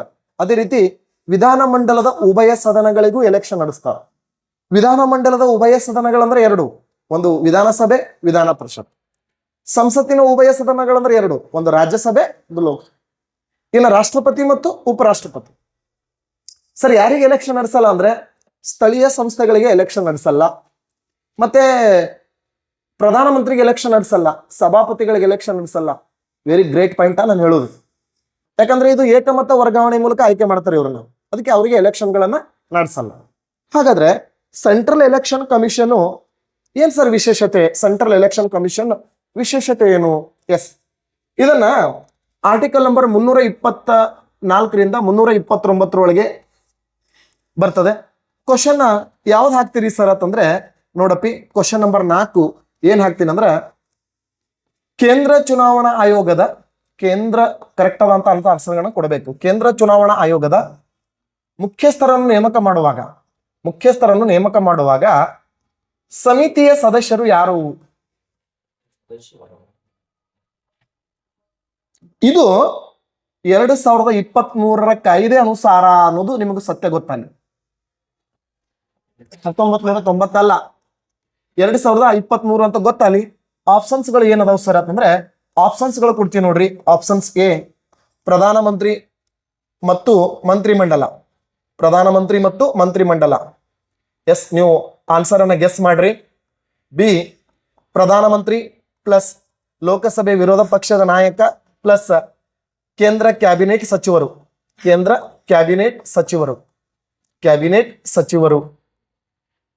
ಸಿ ಪ್ರಧಾನಮಂತ್ರಿ ಪ್ಲಸ್ ವಿರೋಧ ಪಕ್ಷದ ನಾಯಕ ಪ್ಲಸ್ ಲೋಕಸಭೆಯ ಸ್ಪೀಕರ್ ಪ್ಲಸ್ ಸುಪ್ರೀಂ ಕೋರ್ಟ್ನ ಸಿಜೆ. ಡಿ ಪ್ರಧಾನಮಂತ್ರಿ ಪ್ಲಸ್ ವಿರೋಧ ಪಕ್ಷದ ನಾಯಕ, ಓಕೆನಾ, ಲೋಕಸಭೆ ವಿರೋಧ ಪಕ್ಷದ ನಾಯಕ ಪ್ಲಸ್ ಲೋಕಸಭೆ ಸ್ಪೀಕರ್ ಪ್ಲಸ್ ಕೇಂದ್ರ ಸೆಂಟ್ರಲ್ ಕ್ಯಾಬಿನೆಟ್ ಮಿನಿಸ್ಟರ್, ಕೇಂದ್ರ ಕ್ಯಾಬಿನೆಟ್ ಸಚಿವರು. ಎಸ್, ಕ್ವಶನ್ ಏನದು ಗೊತ್ತಾ? ಕೇಂದ್ರ ಚುನಾವಣಾ ಆಯೋಗದ ಮುಖ್ಯಸ್ಥರು ಪ್ರೆಸೆಂಟ್ 3 ಸದಸ್ಯರ ಪೀಠ. ಈ 3 ಸದಸ್ಯರ ಪೀಠವನ್ನ ನೇಮಕ ಮಾಡಬೇಕಾದ್ರೆ ಅವರಿಗೆ ಶಿಫಾರಸ್ ಮಾಡುವ ಕಮಿಟಿ ಯಾವುದು ಅಂತ ಕ್ವಶನ್. ಅದು ಕ್ವಶನ್ ಇನ್ನೊಂದ್ಸರಿ ಅರ್ಥ ಮಾಡ್ಕೊಳ್ಳಿ. ಕೇಂದ್ರ ಚುನಾವಣಾ ಆಯೋಗದ ಮುಖ್ಯಸ್ಥರನ್ನ ನೇಮಕ ಮಾಡಬೇಕಾದ್ರೆ ಒಂದು ಸಮಿತಿ ಅದ. ಆ ಸಮಿತಿ ಒಳಗೆ ಇರುವಂತ ಸದಸ್ಯರು ಯಾರು ಅಂತ ಕ್ವಶನ್. ಈ ಕ್ವಶನ್ ಎದಕ್ಕೆ ಅಪ್ಲೈಡ್ ಅದಪ್ಪ ಅಂದ್ರೆ 1919ರ ಕಾಯ್ದೆ ಅಲ್ಲ, 2023ಕ್ಕೆ ತಿದ್ದುಪಡಿಗಳಾಗಿವೆ. 2023ರ ತಿದ್ದುಪಡಿ ಕಾಯ್ದೆ ಅನುಸಾರ ಯಾವುದು ಸರಿ ಅಂತ ನನ್ನ ಕ್ವಶನ್. ಎಸ್, ಏನವರು ಎಸ್ ಕೈ ಎತ್ರಿ. ಬಿ ಏನವರು ವೆರಿ ಗುಡ್, ಸಿ ಏನವರು ವೆರಿ ಗುಡ್, ಡಿ ಏನವರು ವೆರಿ ಗುಡ್, ಎಸ್ ಗುಡ್. ಸರಿ, ಎಲ್ಲದಕ್ಕೂ ಗುಡ್ ಅಂದ್ರಲ್ಲ, ಮುಂದೆ ಹೆಂಗ್ ಪರಿಸ್ಥಿತಿ? ಕನ್ಫ್ಯೂಸ್ ಆಗ್ತದೆ ಸರ್. ಕನ್ಫ್ಯೂಸ್ ಏನ್ ಮಾಡ್ತದಲ್ಲ ಅದೇ ಕಾಂಪಿಟೇಟಿವ್ ಎಕ್ಸಾಮ್. ಕನ್ಫ್ಯೂಸ್ ಮಾಡೋದೇ ಕಾಂಪಿಟೇಟಿವ್ ಎಕ್ಸಾಮ್, ಹೌದಾ? ಎಸ್. ಭಾಳ ಜನ ಸಿ ಅಂತ ಆನ್ಸರ್ ಕೊಟ್ರಿ, ಯಾಕಂದ್ರೆ ಸದಸ್ಯರು ಭಾಳ ಮಂದಿ ಇದಾರೆ, ಹೌದಾ? ಸರಿಯಾದಂತ ಉತ್ತರ ಸಿ ಅಲ್ಲ sir, B is the right answer. ಹಾ, ಬರಲ್ಲ ಸರ್ ಸ್ಪೀಕರು. ಪ್ರಧಾನಮಂತ್ರಿ ಬರ್ತಾನೆ, ಲೋಕಸಭೆ ವಿರೋಧ ಪಕ್ಷದ ನಾಯಕ ಬರ್ತಾನೆ, ಕೇಂದ್ರ ಕ್ಯಾಬಿನೆಟ್ ಸಚಿವರು ಎಷ್ಟಂತ ಗೊತ್ತಿಲ್ಲ, 2, 3, 4 ಜನ. ಡಿಪೆಂಡ್ ಅಪನ್ ಪ್ರಧಾನಮಂತ್ರಿ, ಹೌದಾ? ಡಿಪೆಂಡ್ ಅಪನ್ ಪ್ರಧಾನಮಂತ್ರಿ. ಅದಕ್ಕೆ ಇನ್ನೊಂದು ವಿಶೇಷತೆ ಇದಕ್ಕೆ ರಿಲೇಟೆಡ್ ಬಹಳ ಮಸ್ತ್ ಮಾತಾಡೋಣ, ಇದಕ್ಕೆ ಬಹಳ ಚಂದ ಮಾತಾಡೋಣ. ನಮ್ಮ ಉದ್ದೇಶ ಈ ರಿವಿಷನ್ ಕ್ಲಾಸ್ ಅಲ್ಲಿ IC ಟಾರ್ಗೆಟ್ 25 ಅದರಲ್ಲಿ 10 ಪಕ್ಕ ಬರ್ಬೇಕು. 25ದಾಗ 10 ಪಕ್ಕ ಇರ್ಬೇಕು, ಹೌದಾ? ಹಬ್ಬ ಅಂದ್ರೆ ಇವತ್ತು ಒಂದು 4-5 ಕ್ವಶನ್ ಅಟ್ಟೆ ಚರ್ಚೆ ಆಗ್ತಾವ. 25ದಲ್ಲಿ 10 ಪಕ್ಕ ಇರ್ಬೇಕು ಅಂತ ಟಾರ್ಗೆಟ್ ಅನ್ನ ತಗೊಂಡ್ ಬರ್ತೀವಿ. ಇದೆಲ್ಲ ರೆಕಾರ್ಡೆಡ್ ಕ್ಲಾಸ್ ಅಲ್ಲಿ ಇರ್ತದೆ ನಿಮ್ಗೆ. ಯಾಕಂದ್ರೆ PB ರೆಡ್ಡಿ ಭರವಸೆ ಏನಪ್ಪಾ ಅಂದ್ರೆ ಇದೆ. PB ರೆಡ್ಡಿ ಕ್ಲಾಸ್ನ ಭರವಸೆ ಏನಪ್ಪಾ ಅಂದ್ರೆ ಇದೆ ನೋಡಿ. ಏನ್ ಸರಪ್ಪ ಅಂದ್ರೆ ನಾನು ಹೇಳಿದ್ದೀನಿ ಟಾರ್ಗೆಟ್ 25, ಅದರಲ್ಲಿ 10 ಮಾತ್ರ ಫಿಕ್ಸ್, ಹೌದಾ? ಎಸ್. ಹಾಗಾದ್ರೆ ಎಕ್ಸಾಮ್ ಮುಗಿದ ಮ್ಯಾಗ ನೀವು ನಮ್ಗೆ ಪ್ರಶ್ನೆ ಮಾಡ್ತೀರಿ, ಗ್ಯಾರಂಟಿ ಪ್ರಶ್ನೆ ಮಾಡ್ತೀರಿ, ಉತ್ತರ ಇಲ್ಲೇ ಸಿಗ್ತಾವ. ಎಸ್. ಏನ್ ಸರ, ಆರಂಭದಲ್ಲಿ ಇದು 1950 ಜನವರಿ 25ಕ್ಕೆ ಸ್ಥಾಪನೆ ಆಗ್ತದೆ. ಅದಕ್ಕಾಗಿ ಪ್ರತಿ ವರ್ಷ ಜನವರಿ 25 ಜಾಣ ಮತದಾರರ ದಿನ ಅಂತ ಆಚರಿಸ್ತಾರೆ. ಮತದಾರರ ದಿನ. ಕ್ವಶನ್ ಹಿಂಗ್ ಕೇಳ್ತಾನ, ಜನವರಿ 25 ಮತದಾರರ ದಿನ ಅಂತ ಯಾವ ವರ್ಷದಿಂದ ಆರಂಭ ಮಾಡಿದೀವಿ? 2010, 2011, 2014, 2015. ಜನವರಿ 25 ಮತದಾರರ ದಿನ ಅಂತ ಆಚರಿಸ್ತೀರಿ. ಯಾವ ವರ್ಷದಿಂದ ಆಚರಿಸ್ತೀರಿ? ಎಸ್. ಎ ಏನವರು, ಬಿ ಏನವರು, ಸಿ ಏನವರು, ಡಿ ಏನವರು ವೆರಿ ಗುಡ್. ಸರಿಯಾದಂತ ಉತ್ತರ sir B is the right answer. ಕಾರಣ ಕೇಳ್ತಾನೆ, ಯಾಕೆ ಅಂತ ಕೇಳ್ತಾನೆ. ಯಾಕೆ ಸರ್ ಅಂತಂದ್ರೆ 2011ರಿಂದ ಯಾಕೆ ತಗೋತಾರ ಗೊತ್ತಾ? 2010ಕ್ಕೆ ಜನಗಣತಿ ಪೂರ್ಣ ಆಗ್ತದ. ನಮ್ದು ಹೊಸ ಜನಗಣತಿಗೆ ಮತದಾರರ ಸಂಖ್ಯೆ ಹೆಚ್ಚಾಗ್ತದೆ. ಆದ್ರ ಮತದಾರರ ಸಂಖ್ಯೆ ಹೆಚ್ಚಾಗ್ಯದ, ಆದ್ರ ವೋಟಿಂಗ್ ಪ್ರಮಾಣ ಹೆಚ್ಚಾಗಲಾಗಿತ್ತು. ಆ ವೋಟಿಂಗ್ ಪ್ರಮಾಣ ಹೆಚ್ಚು ಮಾಡೋ ಸಲುವಾಗಿ ಏನ್ ಮಾಡ್ತಾರೆ ಗೊತ್ತಾ? ಬ್ರ್ಯಾಂಡ್ ರಾಯಭಾರಿಗಳನ್ನ ಆಯ್ಕೆ ಮಾಡ್ತಾರೆ. ರಾಹುಲ್ ದ್ರಾವಿಡ, ಅಕ್ಷಯ್ ಕುಮಾರ, ಹೌದಾ? ಮತ್ತೆ ಈ ಸ್ಟಾರ್ ನಟ, ಫಿಲ್ಮ್ ನಟರು, ಹೌದಾ? ಮತ್ತೆ ಯಾರು ಖ್ಯಾತ ಮ್ಯಾರಥಾನ್ ಓಟಗಾರತಿ ಇದಾಳಲ್ಲ ಇಂಡಿಯಾದಲ್ಲಿ, ಯಾರು? ಅಸ್ಸಾಂ ರಾಜ್ಯದವಳು, ಹಿಮಾದಾಸ್ ಅಂತವ್ರನ್ನೆಲ್ಲ ಏನ್ ಮಾಡ್ತಾರೆ ಗೊತ್ತಾ? ಬ್ರ್ಯಾಂಡ್ ರಾಯಭಾರಿಗಳನ್ನಾಗಿ ಆಯ್ಕೆ ಮಾಡ್ತಾರೆ. ಉದ್ದೇಶ ಏನಪ್ಪಾ ಅಂದ್ರೆ ಮತದಾನದ ಪ್ರಮಾಣವನ್ನು ಹೆಚ್ಚಿಗೆ ಮಾಡೋದು. ಯಾವಾಗ ಹಿಂಗ್ ಮಾಡಿದ್ರು ಮತದಾನದ ಪ್ರಮಾಣ ತಾನೇ ಹೆಚ್ಚಿಗೆ ಆಗ್ಲಾಗತ್ತ ನಮ್ದು. ಎಸ್. ಅದಕ್ಕೆ ಸರ್ ಇನ್ನೊಂದು ವಿಶೇಷ ಕೇಳ್ತಾನ. 1950ರಲ್ಲಿ ಸ್ಥಾಪನೆ ಆಗದಂತ ಈ ಸಂಸ್ಥೆ 1989ರವರೆಗೆ ಇದು ಏಕ ಸದಸ್ಯ ಪೀಠವಾಗಿತ್ತು. 89ರಿಂದ 93ರವರೆಗೆ ದ್ವಿಸದಸ್ಯ ಪೀಠ. 93ರಿಂದ ಪ್ರಸ್ತುತ ಜಾಣ ತ್ರಿಸದಸ್ಯ ಪೀಠ. ಪ್ರಸ್ತುತ ಇದು 8 ಸದಸ್ಯರ ಪೀಠ ಅಂದ್ರೆ 3 ಸದಸ್ಯರ ಪೀಠ. ಇಂಪಾರ್ಟೆಂಟ್. ಹಂಗಂದ್ರೆ ಈ ಪ್ರೆಸೆಂಟ್ ಮುಖ್ಯಸ್ಥ ಯಾರದಾರಪ್ಪ ಅಂತಂದ್ರೆ ಜ್ಞಾನೇಶ್ ಕುಮಾರ್ ಅವ್ರು ಇದಾರೆ ನೋಡ್ರಿ. Very good. ಜ್ಞಾನೇಶ್ ಕುಮಾರ್. ಇಬ್ರು ಸದಸ್ಯರು ಇದಾರೆ ನೋಡ್ರಿ. ಯಾರ್ಯಾರು? ಸುಖಬೀರ್ ಸಿಂಗ್ ಸಂಧು. ಇನ್ನೊಬ್ರು ಇದಾರೆ ನೋಡ್ರಿ. ಯಾರು? ವಿವೇಕ್ ಜೋಶಿ. ಇದು ಬಹಳ ಇಂಪಾರ್ಟೆಂಟ್ ಆಗಿರುವಂತ ವಿಚಾರ, ವಿವೇಕ್ ಜೋಶಿ. ಹಾಗಾದ್ರೆ ಕೇಂದ್ರ ಚುನಾವಣಾ ಆಯೋಗದ ಮೊದಲ ಮುಖ್ಯಸ್ಥ ಯಾರಪ್ಪ ಅಂದ್ರೆ ಸುಕುಮಾರ್ ಸೇನ್. ಮತ್ತೆ ಕೇಂದ್ರ ಚುನಾವಣಾ ಆಯೋಗದ ಮೊದಲ ಏಕೈಕ ಮಹಿಳಾ ಮುಖ್ಯಸ್ಥೆ ಯಾರೇ? ವಿ.ಎಸ್. ರಮಾದೇವಿ. ಇನ್ನೊಂದು ವಿಚಾರ ಗೊತ್ತಿರಲಿ, ಈ election chief supreme court, high court, ರಾಷ್ಟ್ರಪತಿ, ಉಪರಾಷ್ಟ್ರಪತಿ, ಮುಖ್ಯಮಂತ್ರಿ, ರಾಜ್ಯಪಾಲರದಲ್ಲ, ಇದ್ರದ್ದೊಂದು 10 ಲಿಸ್ಟ್ ಮಾಡ್ಕೋರಿ ನೀವು. ಮ್ಯಾಚ್ ದ ಫಾಲೋವಿಂಗ್ ಕೇಳ್ತಾನ, ಇಲ್ಲಿಕಂದ್ರೆ ಕಾಲಾನುಕ್ರಮಣದಲ್ಲಿ ಕೇಳ್ತಾನ. ಸರ್ ನಿಮ್ಗೆ 1 ಮಾರ್ಕ್ಸ್ ಇಂಪಾರ್ಟೆಂಟ್ ಸರ್. ಇವತ್ತು 1 ಮಾರ್ಕ್ಸ್ ಇಂಪಾರ್ಟೆಂಟ್ ಅದ ನಿಮ್ಗೆ. ಆ ಕಾರಣಕ್ಕಾಗಿ ಈ ಒಂದು 10 ಲಿಸ್ಟ್ ಇಟ್ಕೋರಿ. ರೀಸೆಂಟ್ ಆಗಿ ಯಾವ್ಯಾವ ರಾಜ್ಯಕ್ಕೆ CM ಆಯ್ಕೆ ಆದ್ರು, ಯಾವ್ಯಾವ ರಾಜ್ಯಕ್ಕೆ ರಾಜ್ಯಪಾಲರು ಬಂದ್ರು, ಹೌದಾ? ಅಂತ ವಿಚಾರಗಳನ್ನ ನೀಟಾಗಿ ನೋಟ್ ಮಾಡ್ಕೊಡ್ರಿ, ಹೌದಾ? ಎಸ್. ಮತ್ತೆ ಎಲೆಕ್ಷನ್ ಕಮಿಷನ್ ಬಗ್ಗೆ ಪ್ರಮುಖವಾದಂತ ವಿಚಾರಗಳು ಮತ್ತೇನ್ ಸರಪ್ಪ ಅಂತಂದ್ರೆ, ಕೇಂದ್ರ ಚುನಾವಣಾ ಆಯೋಗ ಸರಿಯಾದಂತ ಉತ್ತರಗಳನ್ನು ನೀವು ಆಲ್ಮೋಸ್ಟ್ ಆಲ್ ಜನ ಕೊಟ್ರಿ.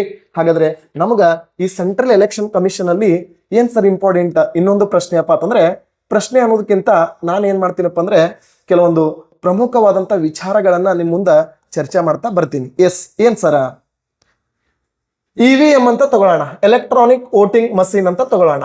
Electronic voting machine.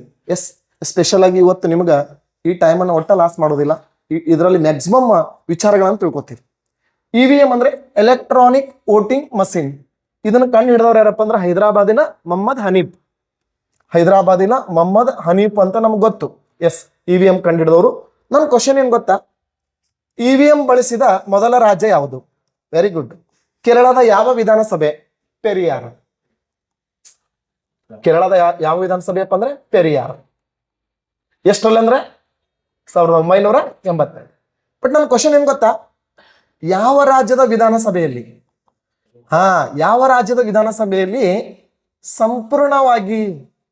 ಸಂಪೂರ್ಣವಾಗಿ EVM ಬಳಕೆ ಆಯಿತು? ಕ್ವಶನ್ ಸ್ವಲ್ಪ ಟ್ವಿಸ್ಟ್ ಇಟ್ಟಿದ್ದೀನ ನಾನು.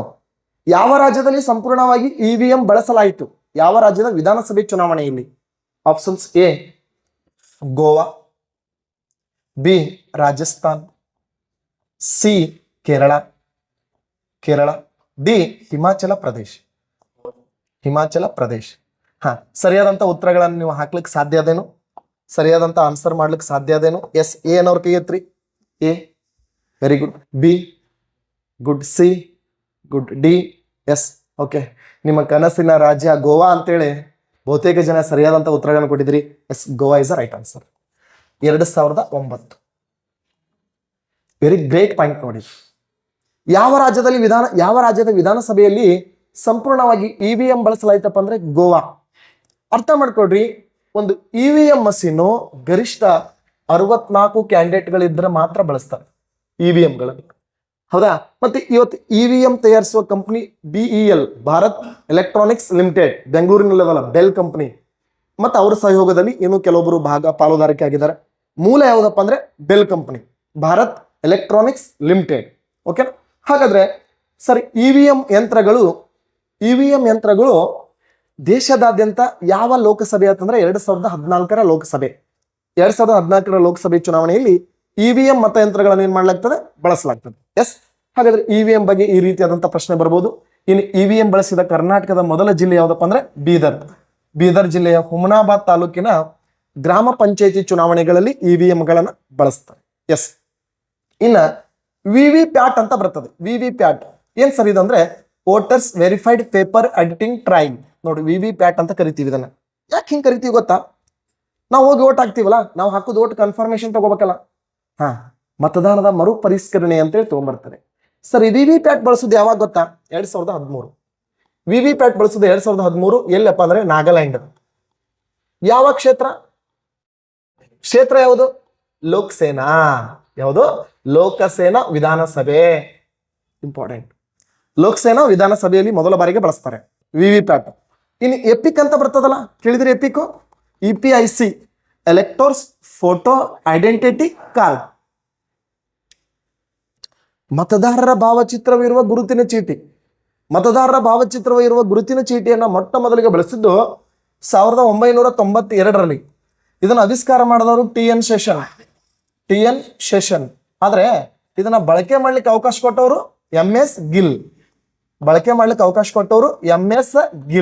ಹಾಗಾದ್ರೆ ಅರ್ಥ ಮಾಡ್ಕೊಳ್ರಿ, ಮತದಾರರ ಗುರುತಿನ ಚೀಟಿಯಲ್ಲಿ ಭಾವಚಿತ್ರವನ್ನ ಕಡ್ಡಾಯಗೊಳಿಸಿದ್ದು ಯಾವಾಗಪ್ಪ ಅಂದ್ರೆ 1992ರಲ್ಲಿ.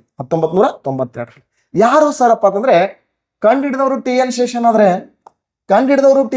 ಆದ್ರೆ ಇದನ್ನ ಜಾರಿಗೆ ತಂದವರು ಯಾರಂದ್ರೆ MS ಗಿಲ್. ಅದಕ್ಕೆ ಇವತ್ತು ನೋಡ್ರಿ, ಪ್ರತಿಯೊಬ್ಬರದು ನಿಮ್ ಬೇಕಾದ್ರೆ ನಿಮ್ಮ ಕಡೆ ವೋಟರ್ ID ಇದ್ರೆ ಚೆಕ್ ಮಾಡ್ಕೊಡ್ರಿ. ಅದರಲ್ಲಿ ಎಪಿಕ್ ಅಂತ ಬರೆದಿದ್ದಾರೆ ನೋಡಿ, EPIC, ಭಾರತ ಚುನಾವಣಾ ಆಯೋಗ ಅಂತ ಬರೆದಿದ್ದಾರೆ. ಯಾಕಂದ್ರೆ ನಮ್ಮ ದೇಶದಲ್ಲಿ ಒಂದೇ ಕೇಂದ್ರ ಚುನಾವಣಾ ಆಯೋಗ, ಅದರ ಅಡಿಯಲ್ಲಿ ರಾಜ್ಯ ಚುನಾವಣಾ ಆಯೋಗಗಳು ಏನ್ ಮಾಡ್ತಾವ ಅಂದ್ರೆ ಕೆಲಸ ಮಾಡ್ತವೆ. ಎಸ್, ಮತ್ತೇನ್ ಸರ್ ಇಂಪಾರ್ಟೆಂಟು? ನೋಟಾ ಅಂತಿದೆ ನೋಡಿ. ನೋಟಾ ಅಂದ್ರೆ ನನ್ ಆಫ್ ದ ಅಬೌವ್. ಈ ಮೇಲಿನ ಯಾರು ನನ್ನ ಆಯ್ಕೆ ಅಲ್ಲ. ನೋಟಾ ಅಂದ್ರೆ ಈ ಮೇಲಿನ ಯಾರು ನನ್ನ ಆಯ್ಕೆ ಅಲ್ಲ. ಹಾಗಾದ್ರೆ ಈ ನೋಟಾ ಮೊಟ್ಟ ಮೊದಲ ಬಾರಿಗೆ ಕೆಲವೊಂದು ರಾಜ್ಯದ ವಿಧಾನಸಭೆಗಳಲ್ಲಿ ಜಾರಿ ತೊಂಬರ್ತಾರೆ 2013ರಲ್ಲಿ. ಹಿಮಾಚಲ ಪ್ರದೇಶ್, ರಾಜಸ್ಥಾನ್, ಮಧ್ಯಪ್ರದೇಶ್. ದೇಶದಾದ್ಯಂತ ತಂದದ್ದು 2014ರ ಲೋಕಸಭೆ ಚುನಾವಣೆಯಲ್ಲಿ ದೇಶದಾದ್ಯಂತ ತಂದದ್ದು. ಎಸ್, ಯಾವಾಗಲೂ ಏನಾಗಿರ್ತದಪ್ಪ ಅಂದ್ರೆ ಒಂದು EVM ಈ ತರ ರೆಡಿ ಆಗಿರ್ತದೆ. ಒಂದು EVM. ಇಲ್ಲೆಲ್ಲ ಕ್ಯಾಂಡಿಡೇಟ್ಗಳ ಹೆಸರು ಇರ್ತವೆ, ಕೊನೆಗೆ ನೋಟಾ ಅಂತ ಇರ್ತದೆ.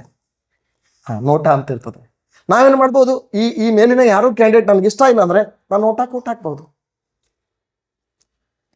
ದೇಶದಲ್ಲಿ ಮೊಟ್ಟ ಮೊದಲ ಬಾರಿಗೆ ಲೋಕಸಭೆ 2014ರ ಲೋಕಸಭೆ ಚುನಾವಣೆಯಲ್ಲಿ ನೋಟಾ ಬಳಕೆಗೊಂಡಾಗ ನೋಟಾಕ್ಕೆ ಬಿದ್ದಂತ ಮತಗಳು ಎಷ್ಟಾಗಿತ್ತಪ್ಪ ಅಂದ್ರೆ 1.7 ಆಗಿತ್ತು. 1.7.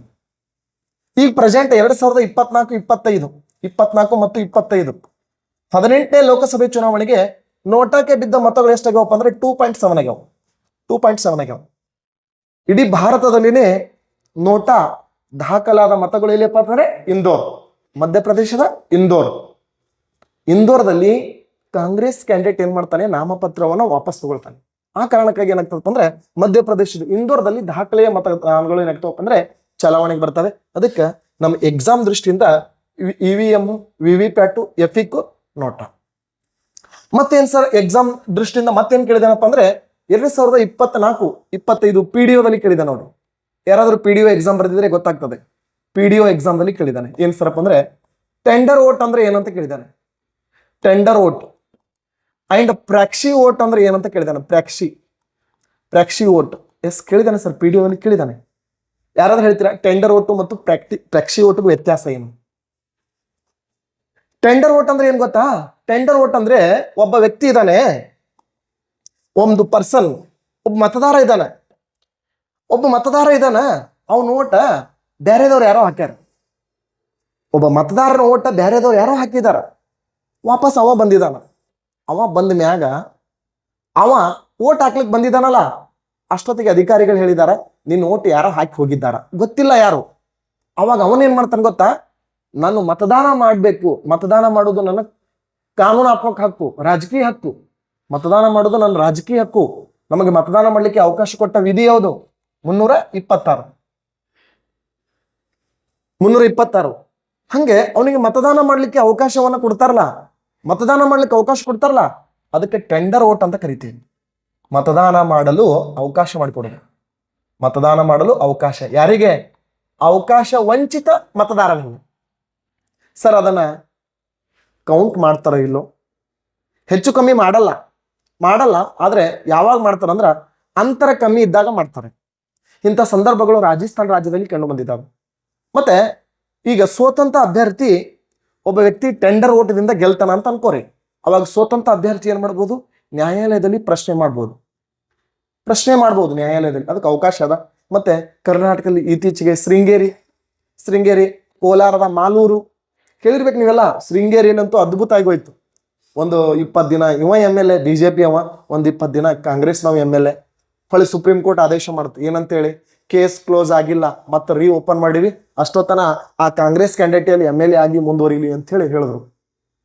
ಶೃಂಗೇರಿ ಮತ್ತು ಮಾಲೂರದಲ್ಲಿ ಅಂತೂ ಫೈನಲ್ ಆಯಿತು. ಮಾಲೂರದಲ್ಲಿ ಮತ್ತೆ ಹೋಗಿ ಕೇಸ್ ಹಾಕಿದ್ರು ಅವರು.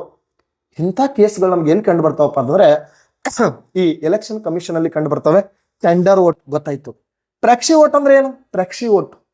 ಟೆಂಡರ್ ವೋಟ್ ಈಸ್ ಕ್ಲಿಯರ್ ನಮ್ಗೆ. ವಿದೇಶ ಬರಲ್ಲ. ಪ್ರಾಕ್ಸಿ ವೋಟ್ ಅಂದ್ರೆ ಏನ್ ಗೊತ್ತಾ? ನಮ್ಮ ಸಂಬಂಧಿಕರಿಂದ ವೋಟಿಂಗ್ ಮಾಡಿಸೋದು. ಹಂಗಂದ್ರೆ ಸರ್ ಅರ್ಜುನ್ ಸರ್ ಅವ್ರ ಊರಿಗೆ ಹೋಗಿರ್ತಾರ, ಹೌದಾ? ನಮ್ಮ ರೋಡ್ಗೆ, ಹೌದಾ? ನಾನು ನಮ್ಮ ಊರಿಗೆ ಹೋಗೀನಿ, ಹೌದಾ? ಹಂಗಂತ ತಿಳ್ಕೊಂಡು ನನ್ನ ವೋಟರ್ ID ಇಲ್ಲದಪ್ಪ ಅಂದ್ರೆ ರೋಡ್ಗೆ ಹೋಗೋದ, ನಾ ಬಿಜಾಪುರದಾಗ ವಾಪಸ್ ಬಂದೀನಿ ಅಥವಾ ಬಿಜಾಪುರದಾಗ ಇದ್ದೀನಿ, ಈ ಸದ್ಯಕ್ಕೆ ನಮ್ಮ ಊರವ್ರಿಗೆ ಹೋಗಿ ನಾ ಫೋನ್ ಹಚ್ಚೋದನ್ರಿ, ಬರಲ್ಲ ಸರ್. ಪ್ರಾಕ್ಸಿ ವೋಟ್ ಅಂದ್ರೆ ಏನ್ ಗೊತ್ತಾ?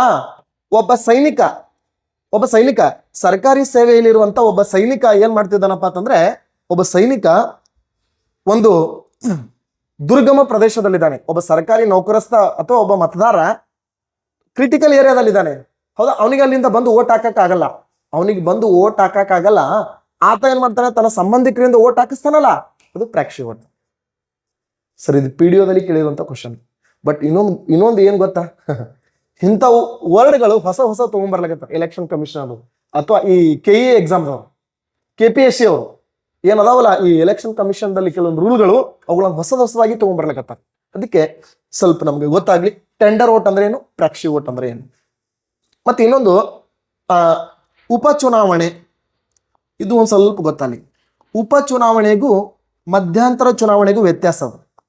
ಉಪಚುನಾವಣೆಗೂ ಮಧ್ಯಂತರ ಚುನಾವಣೆಗೂ ವ್ಯತ್ಯಾಸ ಅದ. ಸರ್, ಉಪಚುನಾವಣೆ ಅಂದ್ರೆ ಏನ್ ಗೊತ್ತಾ?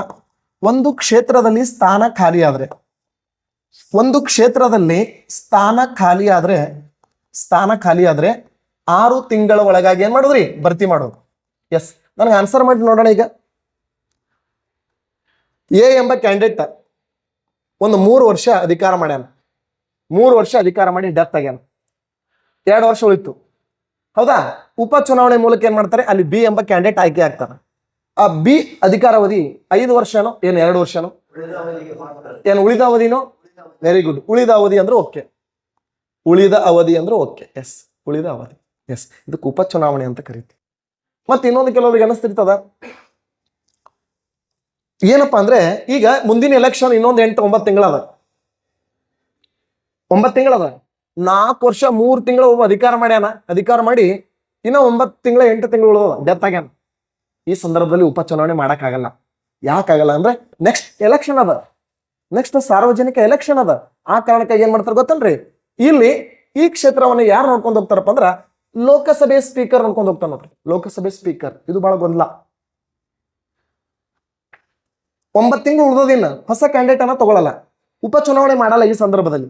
ಸ್ಟೇಟ್ಮೆಂಟ್ ವೈಸ್ ಕ್ವಶನ್ಸ್ ಇದು. ರಾಜ್ಯದೊಳಗಲ್ಲ, ಕೇಂದ್ರದಲ್ಲಿ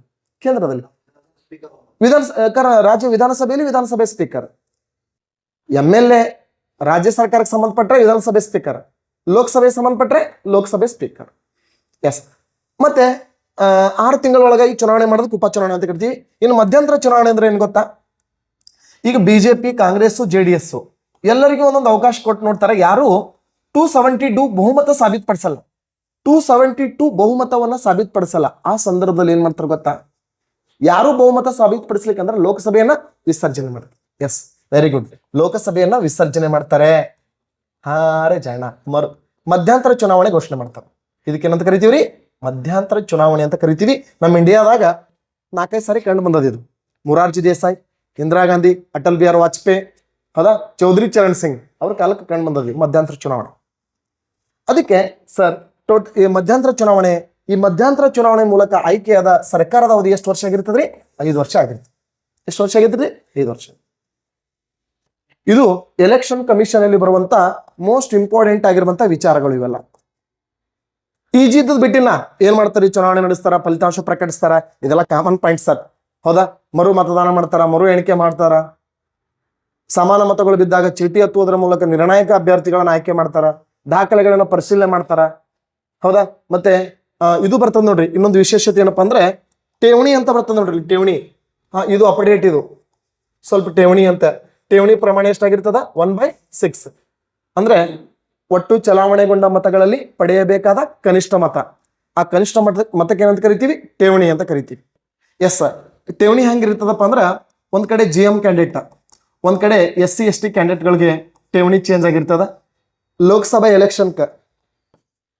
ಲೋಕಸಭೆಗೆ GM ಕ್ಯಾಂಡಿಡೇಟ್ 25,000 ಠೇವಣಿ ಇಡಬೇಕು. SC ST ಕ್ಯಾಂಡಿಡೇಟು 15,000, ಸಾರಿ ಅರ್ಧ, ಕರೆಕ್ಟ್ ಅಲ್ಲ? ಅರ್ಧ ಅಂದ್ರೆ 12,500. ಎಸ್. ಇನ್ನ ರಾಜ್ಯಸಭೆಗೆ GM ಕ್ಯಾಂಡಿಡೇಟು 10,000 ಇಡಬೇಕು. ಇನ್ನು SC ST ಕ್ಯಾಂಡಿಡೇಟು 5,000 ಇಡಬೇಕು. ಎಸ್. ದೆನ್ ವಿಧಾನಸಭೆಗೆ SC ST GM candidate 10,000, SC ST candidate 5,000. Next ವಿಧಾನ ಪರಿಷತ್ತಿಗೆ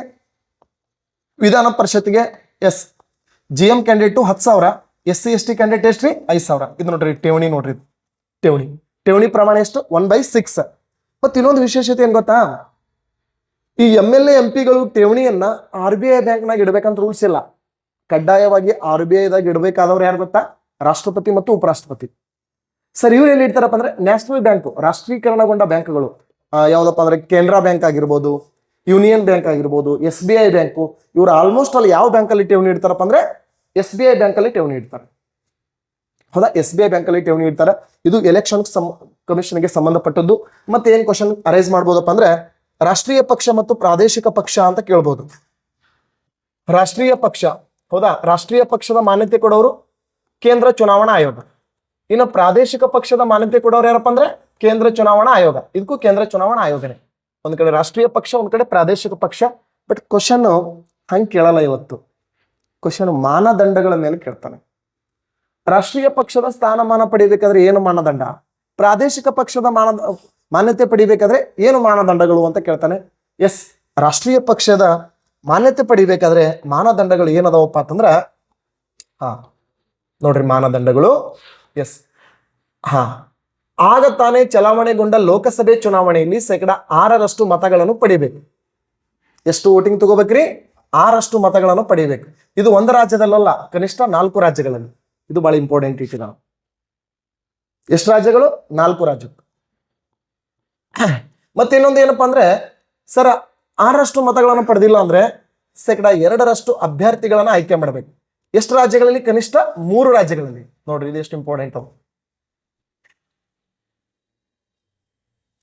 ನೋಡ. ಕನಿಷ್ಠ 4 ರಾಜ್ಯಗಳಲ್ಲಿ 6% ಮತಗಳನ್ನು ಪಡಿಬೇಕು. ಪಡೆದಿಲ್ಲ, ಕನಿಷ್ಠ 3 ರಾಜ್ಯಗಳಲ್ಲಿ ಏನ್ ಮಾಡಬೇಕಪ್ಪ ಅಂತಂದ್ರೆ 2% ಅಭ್ಯರ್ಥಿಗಳನ್ನ ಆಯ್ಕೆ ಮಾಡ್ಬೇಕು. ಇಲ್ಲ ಅಂದ್ರೆ ಇನ್ನೊಂದು ಮಾನದಂಡ ಪ್ಲಸ್ ಮಾಡಿದಾನೆ. ಇಲ್ಲಂದ್ರೆ ಕನಿಷ್ಠ 4 ರಾಜ್ಯಗಳಲ್ಲಿ ಅದು ಪ್ರಾದೇಶಿಕ ಪಕ್ಷವಾಗಿರ್ಬೇಕು. ನೋಡ್ರಿ ಎಷ್ಟು ತಿಳಿತಿತ್ತವ ಸ್ಟೇಟ್ಮೆಂಟ್ ವೈಸ್ ಕ್ವಶನ್ಸ್ಗಳು. ಕನಿಷ್ಠ 4 ರಾಜ್ಯಗಳಲ್ಲಿ ಪ್ರಾದೇಶಿಕ ಪಕ್ಷವಾಗಿರ್ಬೇಕು. ಅದಕ್ಕೆ ನಾವು ರಾಷ್ಟ್ರೀಯ ಪಕ್ಷ ಅಂತ ಕರಿತೀವಿ. ಪ್ರೆಸೆಂಟ್ ಎಷ್ಟು ರಾಷ್ಟ್ರೀಯ ಪಕ್ಷ ಅದಾವ ಅಂದ್ರೆ 6 ರಾಷ್ಟ್ರೀಯ ಪಕ್ಷಗಳದಾವ. ಓಕೆನಾ? ಪ್ರೆಸೆಂಟ್ ಎಷ್ಟು ರಾಷ್ಟ್ರೀಯ ಪಕ್ಷಗಳದಾವಪ್ಪ ಅಂದ್ರೆ 6 ಅದಾವ. ಅವು 6 ಯಾವ್ದ್ಯಾವುದು ಅನ್ನೋದನ್ನ ಒಂದ್ಸತಿ ನೋಡ್ಬಿಡ್ರಿ. ಎಸ್, ಒಂದು ಕಾಂಗ್ರೆಸ್ ಅಧ್ಯಕ್ಷರು ಯಾರ್ರಿ? ಮಲ್ಲಿಕಾರ್ಜುನ್ ಖರ್ಗೆ ಜಿ. ಬಿಜೆಪಿ ನಿತಿನ್ ನಬೀನ್. ನೋಡ್ರಿ ಹೊಸದೊಬ್ರು. ಮುಂದೆ JP ನಡ್ಡಾ ಅಂತಿದ್ರು, ಈಗ ನಿತಿನ್ ನಬೀನ್. ಇವ್ರು ಯಾವ ರಾಜ್ಯದವ್ರು ಅಂದ್ರೆ ಬಿಹಾರ್ ರಾಜ್ಯದವರು. ಅತಿ ಚಿಕ್ಕ ವ್ಯಕ್ತಿ, ವಯಸ್ಸಲ್ಲಿ ಚಿಕ್ಕ ವ್ಯಕ್ತಿನೇ Nitin Nabin. CPI communist party of India, M ಅಂದ್ರೆ ಮಾರ್ಕ್ಸ್ವಾದಿ. ಇದ್ರದ್ದು ಅಧ್ಯಕ್ಷ ಯಾರದಾರಪ್ಪ ಅಂದ್ರೆ MA ಬೇಬಿ. ಮುಂಚೆ ಯಾರಿದ್ರು? ಸೀತಾರಾಮ್ ಯೆಚೂರಿ ಇದ್ರು. ಸೀತಾರಾಮ್ ಯೆಚೂರಿ ನಿಧನ ಆಗಿದ್ದಾರೆ. ಅದಾದ್ಮೇಲೆ CPI ಬೇರೆ, CPIM ಬೇರೆ. ಓನ್ಲಿ CPI ಯಾರಿದ್ದಾರೆ? ಪ್ರಕಾಶ್ ಕಾರಟ್ ಅಂತಿದ್ದಾರೆ. ಪ್ರಕಾಶ್ ಕಾರಟ್. ಇದು CPIM, ಎಂ ಅಂದ್ರೆ ಮಾರ್ಕ್ಸ್ವಾದಿ. ಎಸ್, ಇನ್ನ BSP ಬಹುಜನ ಸಮಾಜವಾದ ಪಾರ್ಟಿ, ಮಾಯಾವತಿ ಅವರಿದ್ದಾರೆ. ಮೇ ಬಿ ಈ ಪಾರ್ಟಿ ಈ ಮುಂದಿನ ಚುನಾವಣೆಗಳಲ್ಲಿ ಮಾನ್ಯತೆ ಕಳೆದುಕೊಳ್ಳುವಂತ ಸಾಧ್ಯತೆ ಇದೆ. ಯಾಕಂದ್ರೆ ಬಹುತೇಕ ರಾಜ್ಯಗಳಲ್ಲಿ ಕಳಪೆ ಸಾಧನೆ ಆಗಿದೆ. ಮತ್ತೆ ಲೋಕಸಭೆ ಚುನಾವಣೆಯಲ್ಲಿಯೂ ಕಳಪೆ ಸಾಧನೆ ಆಗಿದೆ. ಗೊತ್ತಿಲ್ಲ, ಬಟ್ ನೋಡ್ಬೇಕೇನಾಗುತ್ತೆ. ಮತ್ತೆ AAP Aam Aadmi Party of India, Arvind Kejriwal. Aam Aadmi Party of India, Arvind Kejriwal. Next NPP National People Party. ಇದ್ರದ್ದು ಕಾರ್ನಾಡು ಸಂಗ್ಮಾ ಅಂತಿದ್ದಾರೆ. ಕಾರ್ನಾಡು ಸಂಗ್ಮಾ ಇದು ಬಹುತೇಕ ಈಶಾನ್ಯ ರಾಜ್ಯದ ಕಡೆ ಕಂಡು ಬರುವಂತ ಪಾರ್ಟಿ. ಇದು ಬಹುತೇಕ ಈಶಾನ್ಯ ರಾಜ್ಯಗಳ ಕಡೆ ಕಂಡು ಬರುವಂತ party NPP, National People party. ಹಾಗಾದ್ರೆ ಪ್ರಾದೇಶಿಕ ಪಕ್ಷ ಅಂದ್ರೆ ಸಿಂಪಲ್. ಆಗ ತಾನೇ ಮುಗಿದ ವಿಧಾನಸಭೆ ಚುನಾವಣೆಯಲ್ಲಿ 6% ಮತಗಳನ್ನ ಒಂದು ರಾಜ್ಯದಲ್ಲಿ ಪಡ್ಕೋಬೇಕು. ಇಲ್ಲಾಂದ್ರೆ 2% ಅಭ್ಯರ್ಥಿಗಳನ್ನ ಆಯ್ಕೆ ಮಾಡ್ಬೇಕು. ನೋಡ್ರಿ ಇಲ್ಲಿ 2% ಅಭ್ಯರ್ಥಿಗಳಂತಂದ್ರೆ 11 MP ಗಳು. 11 MP ಗಳು. ಇಲ್ಲಿ 2% ಅಭ್ಯರ್ಥಿಗಳಂದ್ರೆ 9 MLA ಗಳು. ಒಂದು ರಾಜ್ಯದಾಗ 9 MLA ಅದು ರಾಜ್ಯ ಪಕ್ಷ, ಪ್ರಾದೇಶಿಕ ಪಕ್ಷ. ಅಥವಾ 6% ಸ್ಥಾನಗಳನ್ನು ಪಡ್ಕೊಂಡ್ರೆ ಅದು ಪ್ರಾದೇಶಿಕ ಪಕ್ಷ. ಹೌದಾ? ಎಕ್ಸಾಂಪಲ್ ನೋಡ್ರಿ. ಎಕ್ಸಾಂಪಲ್ ನಮ್ಮ ಕರ್ನಾಟಕದಾಗ ಅಂತದ್ ಯಾವ್ದು ಸರ? JDS ಅಂತ ಅದ ನೋಡ್ರಿ.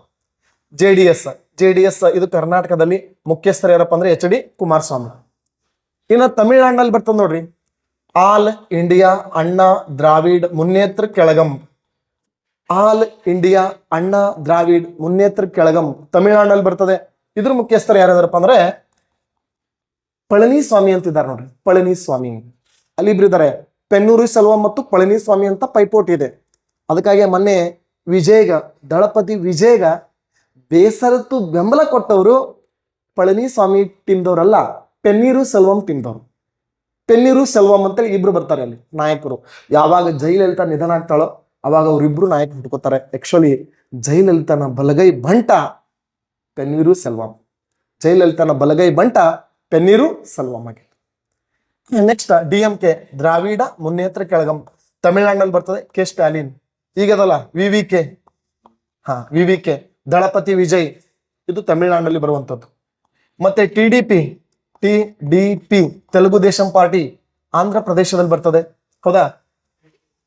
Y S R Jaganmohan Reddy ಆಂಧ್ರದಲ್ಲಿ ಬರ್ತದೆ.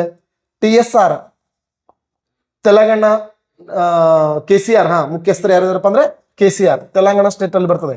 ಕೆ ಚಂದ್ರಶೇಖರ್ ರಾವ್ ಅಕಾಲಿ ದಳ, ಬಿಜು ದಳ, ಇವೆಲ್ಲವೂ ಏನಪ್ಪಾ ಅಂದ್ರೆ ಪ್ರಾದೇಶಿಕ ಪಕ್ಷಗಳು, ಸುಮಾರು ಇದಾವೆ ಪ್ರಾದೇಶಿಕ ಪಕ್ಷಗಳು. ಅದಕ್ಕೆ ಸರ್ ಇದಕ್ಕೆ ಮಾನ್ಯತೆ ರಾಷ್ಟ್ರೀಯ ಪಕ್ಷ, ಪ್ರಾದೇಶಿಕ ಪಕ್ಷ. ಅರ್ಥ ಆಗ್ಲಾಗಿತ್ತದಲ್ರಿ? ಎಸ್, ಒಂದ್ಸತಿ ನೋಡ್ಕೊಡ್ರಿ ಯಾವ ರೀತಿ ಮಾನದಂಡಗಳು, ಅಧ್ಯಕ್ಷರು ಯಾರು, ಒಂದ್ ಸೆಕೆಂಡ್ ನೋಡ್ಕೊಡ್ರಿ.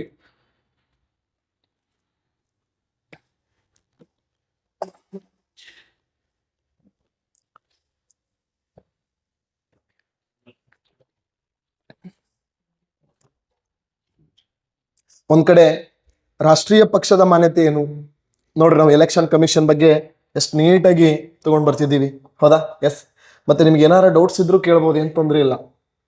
ಎನಿ ಡೌಟ್ಸ್ ಇದ್ರು ಕೇಳ್ಬೋದು, ಹೌದಾ. ಯಾಕಂತಂದ್ರೆ ಅದಕ್ಕೆ ಹೇಳಿದ್ದೀನಿ, ಕ್ವಶನ್ ನಂಬರ್ ಟಾರ್ಗೆಟ್ 25, ಹೌದಾ. 25 ಅಲ್ಲಿ ಮ್ಯಾಕ್ಸಿಮಮ್ ಅಥವಾ ಮಿನಿಮಮ್, ಹೌದಾ, ನಮಗೆ 10 ಕ್ವಶನ್ಸ್ ಆದ್ರೂ ನಾವು ಏನು ಈ ಸಂವಿಧಾನದಲ್ಲಿ ಎಕ್ಸ್ಪ್ಲೇನ್ ಮಾಡ್ಲಕತ್ತೀವೋ ಅಲ್ಲಿಂದ ಬರಲೇಬೇಕು. ಆ ಥರ ವರ್ಕ್ ಮಾಡೋಣ, ಹೌದಾ. ಎಸ್, ಮತ್ತೇನು ಸರ್ ಕೇಳ್ತಾನೆ ಎಲೆಕ್ಷನ್ ಕಮಿಷನ್ ಅಲ್ಲಿ ವಯಸ್ಸು ಕೇಳ್ತಾನೆ. ವಯಸ್ಸು ಇಂಪಾರ್ಟೆಂಟ್. ಗ್ರಾಮ ಪಂಚಾಯತಿ ಸದಸ್ಯ ಆಗ್ಬೇಕಾದ್ರೆ 21, ಟೋಟಲ್ ಸ್ಥಳೀಯ ಸಂಸ್ಥೆಗಳು. MLA ಆಗ್ಬೇಕಾದ್ರೆ 25, ಲೋಕಸಭಾ MP ಆಗ್ಬೇಕಾದ್ರೆ 25, ರಾಜ್ಯಸಭಾ MP ಆಗ್ಬೇಕಾದ್ರೆ 30, ಹೌದಾ. ವಿಧಾನ ಪರಿಷತ್ ಸದಸ್ಯ ಆಗ್ಬೇಕಾದ್ರೆ 30, ರಾಷ್ಟ್ರಪತಿ ಆಗ್ಬೇಕಾದ್ರೆ 35, ಉಪರಾಷ್ಟ್ರಪತಿ 35, ರಾಜ್ಯಪಾಲ 35, ಪ್ರಧಾನಮಂತ್ರಿ 25, ಮುಖ್ಯಮಂತ್ರಿ 25, ವಿಧಾನಸಭೆ ಸ್ಪೀಕರ್ 25, ವಿಧಾನ ಪರಿಷತ್ ಸ್ಪೀಕರ್ 30, ಲೋಕಸಭೆ ಸ್ಪೀಕರ್ 25, ರಾಜ್ಯಸಭೆ ಸ್ಪೀಕರ್ ವೆರಿ ಗುಡ್ 35. ಯಾಕಂದ್ರೆ ರಾಜ್ಯಸಭೆ ಸಭಾಪತಿ ಅಂದ್ರೆ ಯಾರೆಂದರ್ಥ? ಉಪರಾಷ್ಟ್ರಪತಿ ಅಂದರ್ಥ. Very good. ಇಷ್ಟು ನೀವು ವರ್ಕ್ ಮಾಡ್ರಿ. ನೀವು ಇಷ್ಟು ವರ್ಕ್ ಮಾಡ್ಕೋತ ಹೊಂಟ್ರಿ ಅಂದ್ರ PC ಎಲ್ಲ ದೋಸ್ತ ಪಕ್ಕ PSI ಆಗ್ತಾರೆ, ಡೌಟೇ ಇಲ್ಲ. ಬಟ್ ವರ್ಕ್ ಮಾತ್ರ ಹಿಂಗ ಕಂಟಿನ್ಯೂ ಹಾರ್ಡ್ ವರ್ಕ್ ಇರ್ಬೇಕು. ಮತ್ತು ಹಾರ್ಡ್ ವರ್ಕ್ ಅಂತೇಳಿ ಎಕ್ಸಾಮ್ ದೃಷ್ಟಿಯಿಂದ ಏನು ಅದಲ್ಲ ಇಂಪಾರ್ಟೆಂಟ್, ಅದನ್ನು ಫೋಕಸ್ ಮಾಡ್ಬೇಕು. ಬರೀ ಭಯಪಟ್ಟು ಮಾಡ್ಕೋತ ಹೋದ್ರೆ ಕೆಲಸ ಕೊಡಲ್ಲ. ಇದು ಕಾಂಪಿಟೇಟಿವ್ ಎಕ್ಸಾಮ್. ಹೋಯ್ತ್ರಿ KSP ಕ್ವಶನ್ ಪ್ಯಾಟರ್ನ್ ಹೋಯ್ತ್ರಿ, KE ಆ್ಯಂಡ್ KPSC ಪ್ಯಾಟರ್ನ್ ಅದ. ಮುಂದೆ KS ಕಾಲ್ಫಾರ್ಮ್ ಅದಾವ, group B group C call form ಅದಾವ. ಅಗ್ದಿ ನೀವು ಒಂದಿಲ್ಲ ಒಂದು ನೌಕರಿ ಗ್ಯಾರಂಟಿ ಆಗ್ತದೆ. ಆದ್ರೆ ಕಂಟಿನ್ಯೂಟಿ ಸ್ಟಡಿ ಇರಲಿ, ಹೌದಾ. ಮತ್ತು ನೀವು ಬಹುತೇಕ ಜನ ಆಫ್ಲೈನ್ಗೆ ನಿಮ್ಮ ಫ್ರೆಂಡ್ಸ್ಗಳಿಗೆ ರೆಫರ್ ಮಾಡ್ಲಕತ್ತೀರಿ ಅಂದ್ರೆ ರೆಫರ್ ಮಾಡಿ. ನಮ್ಮ ಕ್ಲಾಸನ್ನ ಕೇಳ್ತಿದ್ರಲ್ಲ PB ರೆಡ್ಡಿ ಆಫ್ಲೈನ್ ಆನ್ಲೈನಲ್ಲಿ ರೆಫರ್ ಮಾಡ್ರಿ, ಹೌದಾ. ಯಾಕಂತಂದ್ರೆ ನಾವಂತೂ ಅಪ್ ಟು 4 ತಿಂಗಳವರೆಗೆ ಇದೇ ರೀತಿಯಾದಂಥ ಕ್ವಾಲಿಟಿ, ಹೌದಾ. ನೀವು ಎನಿ ಕ್ವಶನ್ಸ್ಗಳನ್ನ ಡೌಟ್ಸ್ಗಳನ್ನ ಕೇಳ್ಬೋದು, ಏನು ತೊಂದರೆ ಇಲ್ಲ, ಹೌದಾ. ಎಸ್, ಇದು ಎಲೆಕ್ಷನ್ ಸಂಬಂಧಪಟ್ಟಂತೆ ನಾವು 4ನೇ ಕ್ವಶನ್ ಅನ್ನ 5ನೇ ಕ್ವಶನ್ ಅನ್ನು ಚರ್ಚೆ ಮಾಡಿದೀವಿ. ಈಗ ಸರ್ ಇನ್ನೊಂದು ಕ್ವಶನ್ ಅನ್ನ ನಿಮ್ ಜೊತೆ ನಾನು ಮಾತಾಡ್ತೀನಿ. ಏನ್ ಕ್ವಶನ್ ಅಪ್ಪ ಅಂದ್ರೆ ವೆರಿ ವೆಲ್ ಕ್ವಶನ್ ಅದು. ಈ ಕೆಳಗಿನ ಯಾವುದು ಸಂವಿಧಾನಾತ್ಮಕ ಸಂಸ್ಥೆ? ಈ ಕೆಳಗಿನ ಯಾವುದು ಸಂವಿಧಾನಾತ್ಮಕ ಸಂಸ್ಥೆ? ಹೌದು. ನಾ ಕ್ವಶನ್ ಈಸಿನೇ ಹಾಕಿರ್ತೀನಿ, ಆದ್ರೆ ಅದಕ್ಕೆ ವೈಡ್ ಎಕ್ಸ್ಪ್ಲೇನ್ ಮಾಡ್ಲಕತ್ತೆ. Yes, A B C D options Lokpal ಮತ್ತು ಲೋಕಾಯುಕ್ತ. ಎಸ್, ಬಿ ಕೇಂದ್ರ ಲೋಕಸೇವಾ ಆಯೋಗ. ಎಸ್, ಸಿ ವೆರಿ ಇಂಪಾರ್ಟೆಂಟ್ ಆಗಿ ಸಿ ರಾಷ್ಟ್ರೀಯ ಮಾನವ ಹಕ್ಕು ಆಯೋಗ. D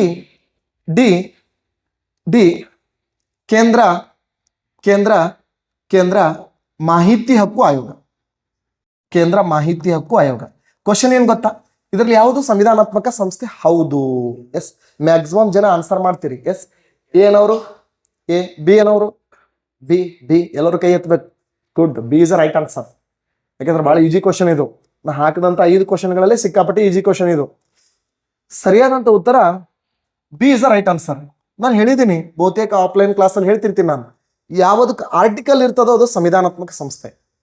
attorney general, CAG, UPSC, central election commission, supreme court, high court, central finance commission, state finance commission, central election commission, state election commission, national SC commission, national ST commission, national OBC commission, NITI Aayog, ಹೌದಾ? ಸಾರಿ, GST commission, NITI Aayog ಅಲ್ಲ, GST commission, ಹೌದಾ? ಇವೆಲ್ಲವೂ ಏನಪ್ಪಾ ಅಂದ್ರೆ ಸಂವಿಧಾನಾತ್ಮಕ. ಯಾಕಂದ್ರೆ ವಿಧಿ ಇದಾವೆ. Attorney general ನೋಡ್ರಿ 76, CAG ನೋಡ್ರಿ 148, UPSC ನೋಡ್ರಿ 315, ಎಲೆಕ್ಷನ್ ಕಮಿಷನ್ ನೋಡ್ರಿ 324, SC ಆಯೋಗ ನೋಡ್ರಿ 338, ST ಆಯೋಗ ನೋಡ್ರಿ 338A, OBC ಆಯೋಗ ನೋಡ್ರಿ 338B. ಸರ್ ನೀತಿ ಯಾವುದು GST ಕಮಿಷನ್ ನೋಡ್ರಿ 279A. ಯಾವುದಕ್ಕೂ ವಿಧಿ ಅದನೋ ಅದು ಸಂವಿಧಾನಾತ್ಮಕ ಸಂಸ್ಥೆ, ಯಾವುದಕ್ಕೂ ವಿಧಿ ಇಲ್ಲ ಅದು ಸಂವಿಧಾನೇತರ ಸಂಸ್ಥೆ. ಬಟ್ ನಿಮ್ಮ ಎಕ್ಸಾಮ್ಗೆ ಇವತ್ತು ಎಷ್ಟು ಸಾಧ್ಯ ಆಗ್ತದೆ ಅಷ್ಟು ಹೇಳ್ತೀನಿ. ಬಟ್ ನೆಕ್ಸ್ಟ್ ನಾಳೆ ಕ್ಲಾಸ್ಗಳು ಏನಿರ್ತಾವ ಅಂದ್ರೆ ಸಂವಿಧಾನಾತ್ಮಕ ಮತ್ತು ಸಂವಿಧಾನೇತರ ಸಂಸ್ಥೆಗಳು ಇರ್ತಾವೆ. ಒಂದು 20 ನೀವು ಪರ್ಫೆಕ್ಟ್ ಆದ್ರೆ ನಿಮ್ಗೇನು ಕಷ್ಟ ಆಗಲ್ಲ. ಹಾಗಾದ್ರೆ ಸರ್ ಕೇಂದ್ರ ಲೋಕಸೇವಾ ಆಯೋಗ ಒಂದು ಸಂವಿಧಾನಾತ್ಮಕ ಸಂಸ್ಥೆ, ಇದನ್ನು ಬಿಟ್ಟು ಬಿಡಿ. ನಮ್ಮ ಎಕ್ಸಾಮ್ದಲ್ಲಿ ಟಾರ್ಗೆಟ್ ಮಾಡೋದು ಇಂಥವು. ಲೋಕಪಾಲ ಸಂಸ್ಥೆ ಯಾವಾಗ ಭಾರತದಲ್ಲಿ ಆರಂಭ ಆಯ್ತು? ಲೋಕಪಾಲ ಯಾವಾಗ ಆರಂಭ ಆಯ್ತು ಅಂದ್ರೆ ಲೋಕಪಾಲ ಇದರ ಮೂಲ ನಾವು ತಗೊಂಡದ್ದು ಸ್ವೀಡನ್. ಸ್ವೀಡನ್ ತಂದದ್ದು ಸ್ಕಾಂಡಿನೇವಿಯಾ. ಇದರ ಮೂಲ ಯಾವ್ದಪ್ಪ ಅಂದ್ರೆ ಸ್ಕಾಂಡಿನೇವಿಯಾ ಮತ್ತು ಸ್ವೀಡನ್ ದೇಶದಲ್ಲಿ ಏನಂತ ಕರೀತಾರೆ? ಒಂಬಟ್ಸ್ಮೇನ್ ಅಂತ ಕರೀತಾರೆ. ಸರ್ ಒಂಬಟ್ಸ್ಮೇನ್ ಅಂದ್ರೆ ಏನ್ ಗೊತ್ತಾ? ತನಿಖಾಧಿಕಾರಿ. ಹಾಗಾದ್ರೆ ಇದನ್ನ ಭಾರತದಲ್ಲಿ ಲೋಕಪಾಲ ಅಂತ ಕರೆದವ್ರು ಯಾರು? Doctor L M Singhvi. ಇದನ್ನ ಜಾರಿಗೆ ತರಬೇಕಂತ ಪ್ರಯತ್ನಿಸಿದ್ದು ಯಾವಾಗ? 1966ರಲ್ಲಿ ಮೊರಾರ್ಜಿ ದೇಸಾಯಿ. ಸರ್ ಜಾರಿಗೆ ತಂದದ್ದು ಯಾವಾಗ?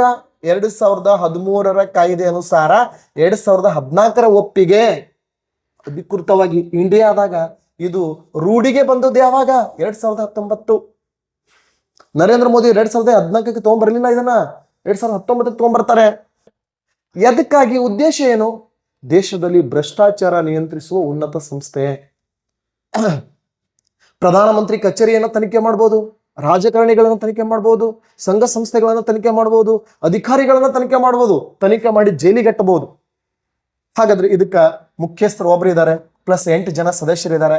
ಈ 8 ಜನ ಸದಸ್ಯರಲ್ಲಿ 4 ಜನ ಸದಸ್ಯರು SC ST OBC ವರ್ಗದವರಾಗಿರ್ತಾರೆ. ಇದು ಬಹಳ ಇಂಪಾರ್ಟೆಂಟ್. ಹಾಗಾದ್ರೆ ಇವರು ಸುಪ್ರೀಂ ಕೋರ್ಟ್ನ ನಿವೃತ್ತ ನ್ಯಾಯಾಧೀಶರ ಅಥವಾ ಸುಪ್ರೀಂ ಕೋರ್ಟ್ನ ನ್ಯಾಯಾಧೀಶರ ಅರ್ಹತೆಯನ್ನು ಹೊಂದಿರಬೇಕು. ಅಷ್ಟೇ ಅಲ್ಲದೆ ಇವ್ರಿಗೆ ನೇಮಕ ಮಾಡೋರು ರಾಷ್ಟ್ರಪತಿಗಳಾದ್ರೆ ಇವ್ರಿಗೆ ನೇಮಕ ಮಾಡ್ಲಿಕ್ಕೆ ಒಂದು ಕಮಿಟಿ ಇದೆ. ಆ ಕಮಿಟಿ ಒಳಗೆ ಪ್ರಧಾನಮಂತ್ರಿ ಇದ್ದಾರೆ, ಲೋಕಸಭೆಯ ವಿರೋಧ ಪಕ್ಷದ ನಾಯಕರಿದ್ದಾರೆ, ಲೋಕಸಭೆಯ ಸ್ಪೀಕರ್ಗಳಿದ್ದಾರೆ, ಪ್ಲಸ್ ಸುಪ್ರೀಂ ಕೋರ್ಟ್ನ CJ ಅಥವಾ ಅವರಿಂದ ನೇಮಕಗೊಂಡ ವಿಶೇಷ ತಜ್ಞರಿದ್ದಾರೆ. ಎಲ್ಲಪ್ಪ ಅಂದ್ರೆ ಈ ಲೋಕಪಾಲವನ್ನು ನೇಮಿಸುವಂತ ಕಮಿಟಿಯಲ್ಲಿ. ಹಾಗಾದ್ರೆ ಪ್ರೆಸೆಂಟ್ ಲೋಕಪಾಲಕ್ಕೆ ಒಬ್ಬ ಮುಖ್ಯಸ್ಥರಿದ್ದಾರೆ, 8 ಜನ ಮೆಂಬರ್ಗಳಿದ್ದಾರೆ. ಸರ್ ಇವ್ರ ಅಧಿಕಾರಾವಧಿ ಎಷ್ಟಿದೆ? ಪ್ರೆಸೆಂಟ್ 70 ಅಥವಾ 5 ವರ್ಷ. ಸರ್ ಪ್ರೆಸೆಂಟ್ ಚೇಂಜ್ ಇದೆ ನೋಡಿ, 70 ಅಥವಾ 5 ವರ್ಷ. ಹಾಗಾದ್ರೆ ಸರಿ, ನಮ್ಮ ದೇಶದ ಮೊದಲ ಲೋಕಪಾಲ ಯಾರು? ಪಿನಾಕಿ ಚಂದ್ರ ಘೋಷ್.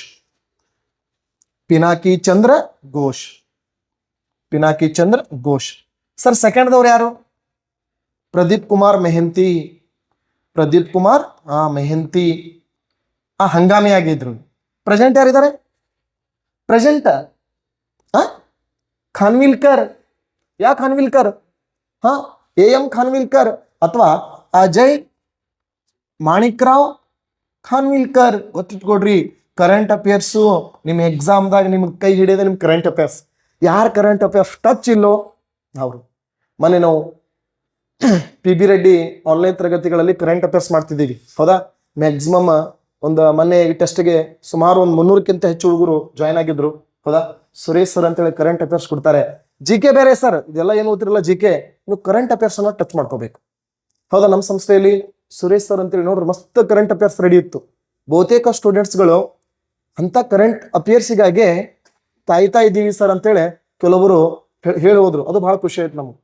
ಕರೆಂಟ್ ಅಫೇರ್ಸ್ ಅಂದ್ರೆ ಸುಮ್ಮನೆ ಪ್ರಸ್ತುತ ಕರ್ನಾಟಕದ ಮುಖ್ಯಮಂತ್ರಿ ಯಾರು? DK ಶಿವಕುಮಾರ್, ಎಲ್ಲರಿಗೂ ಗೊತ್ತಿರುವಂತ ವಿಚಾರ ಸರ್. ಅಂತ ಕರೆಂಟ್ ಅಫೇರ್ಸ್ ಅಲ್ಲ. ಹಳೆ ಕ್ವಶನ್ ಪೇಪರ್ ತೆಗೆದು ನೋಡ್ರಿ.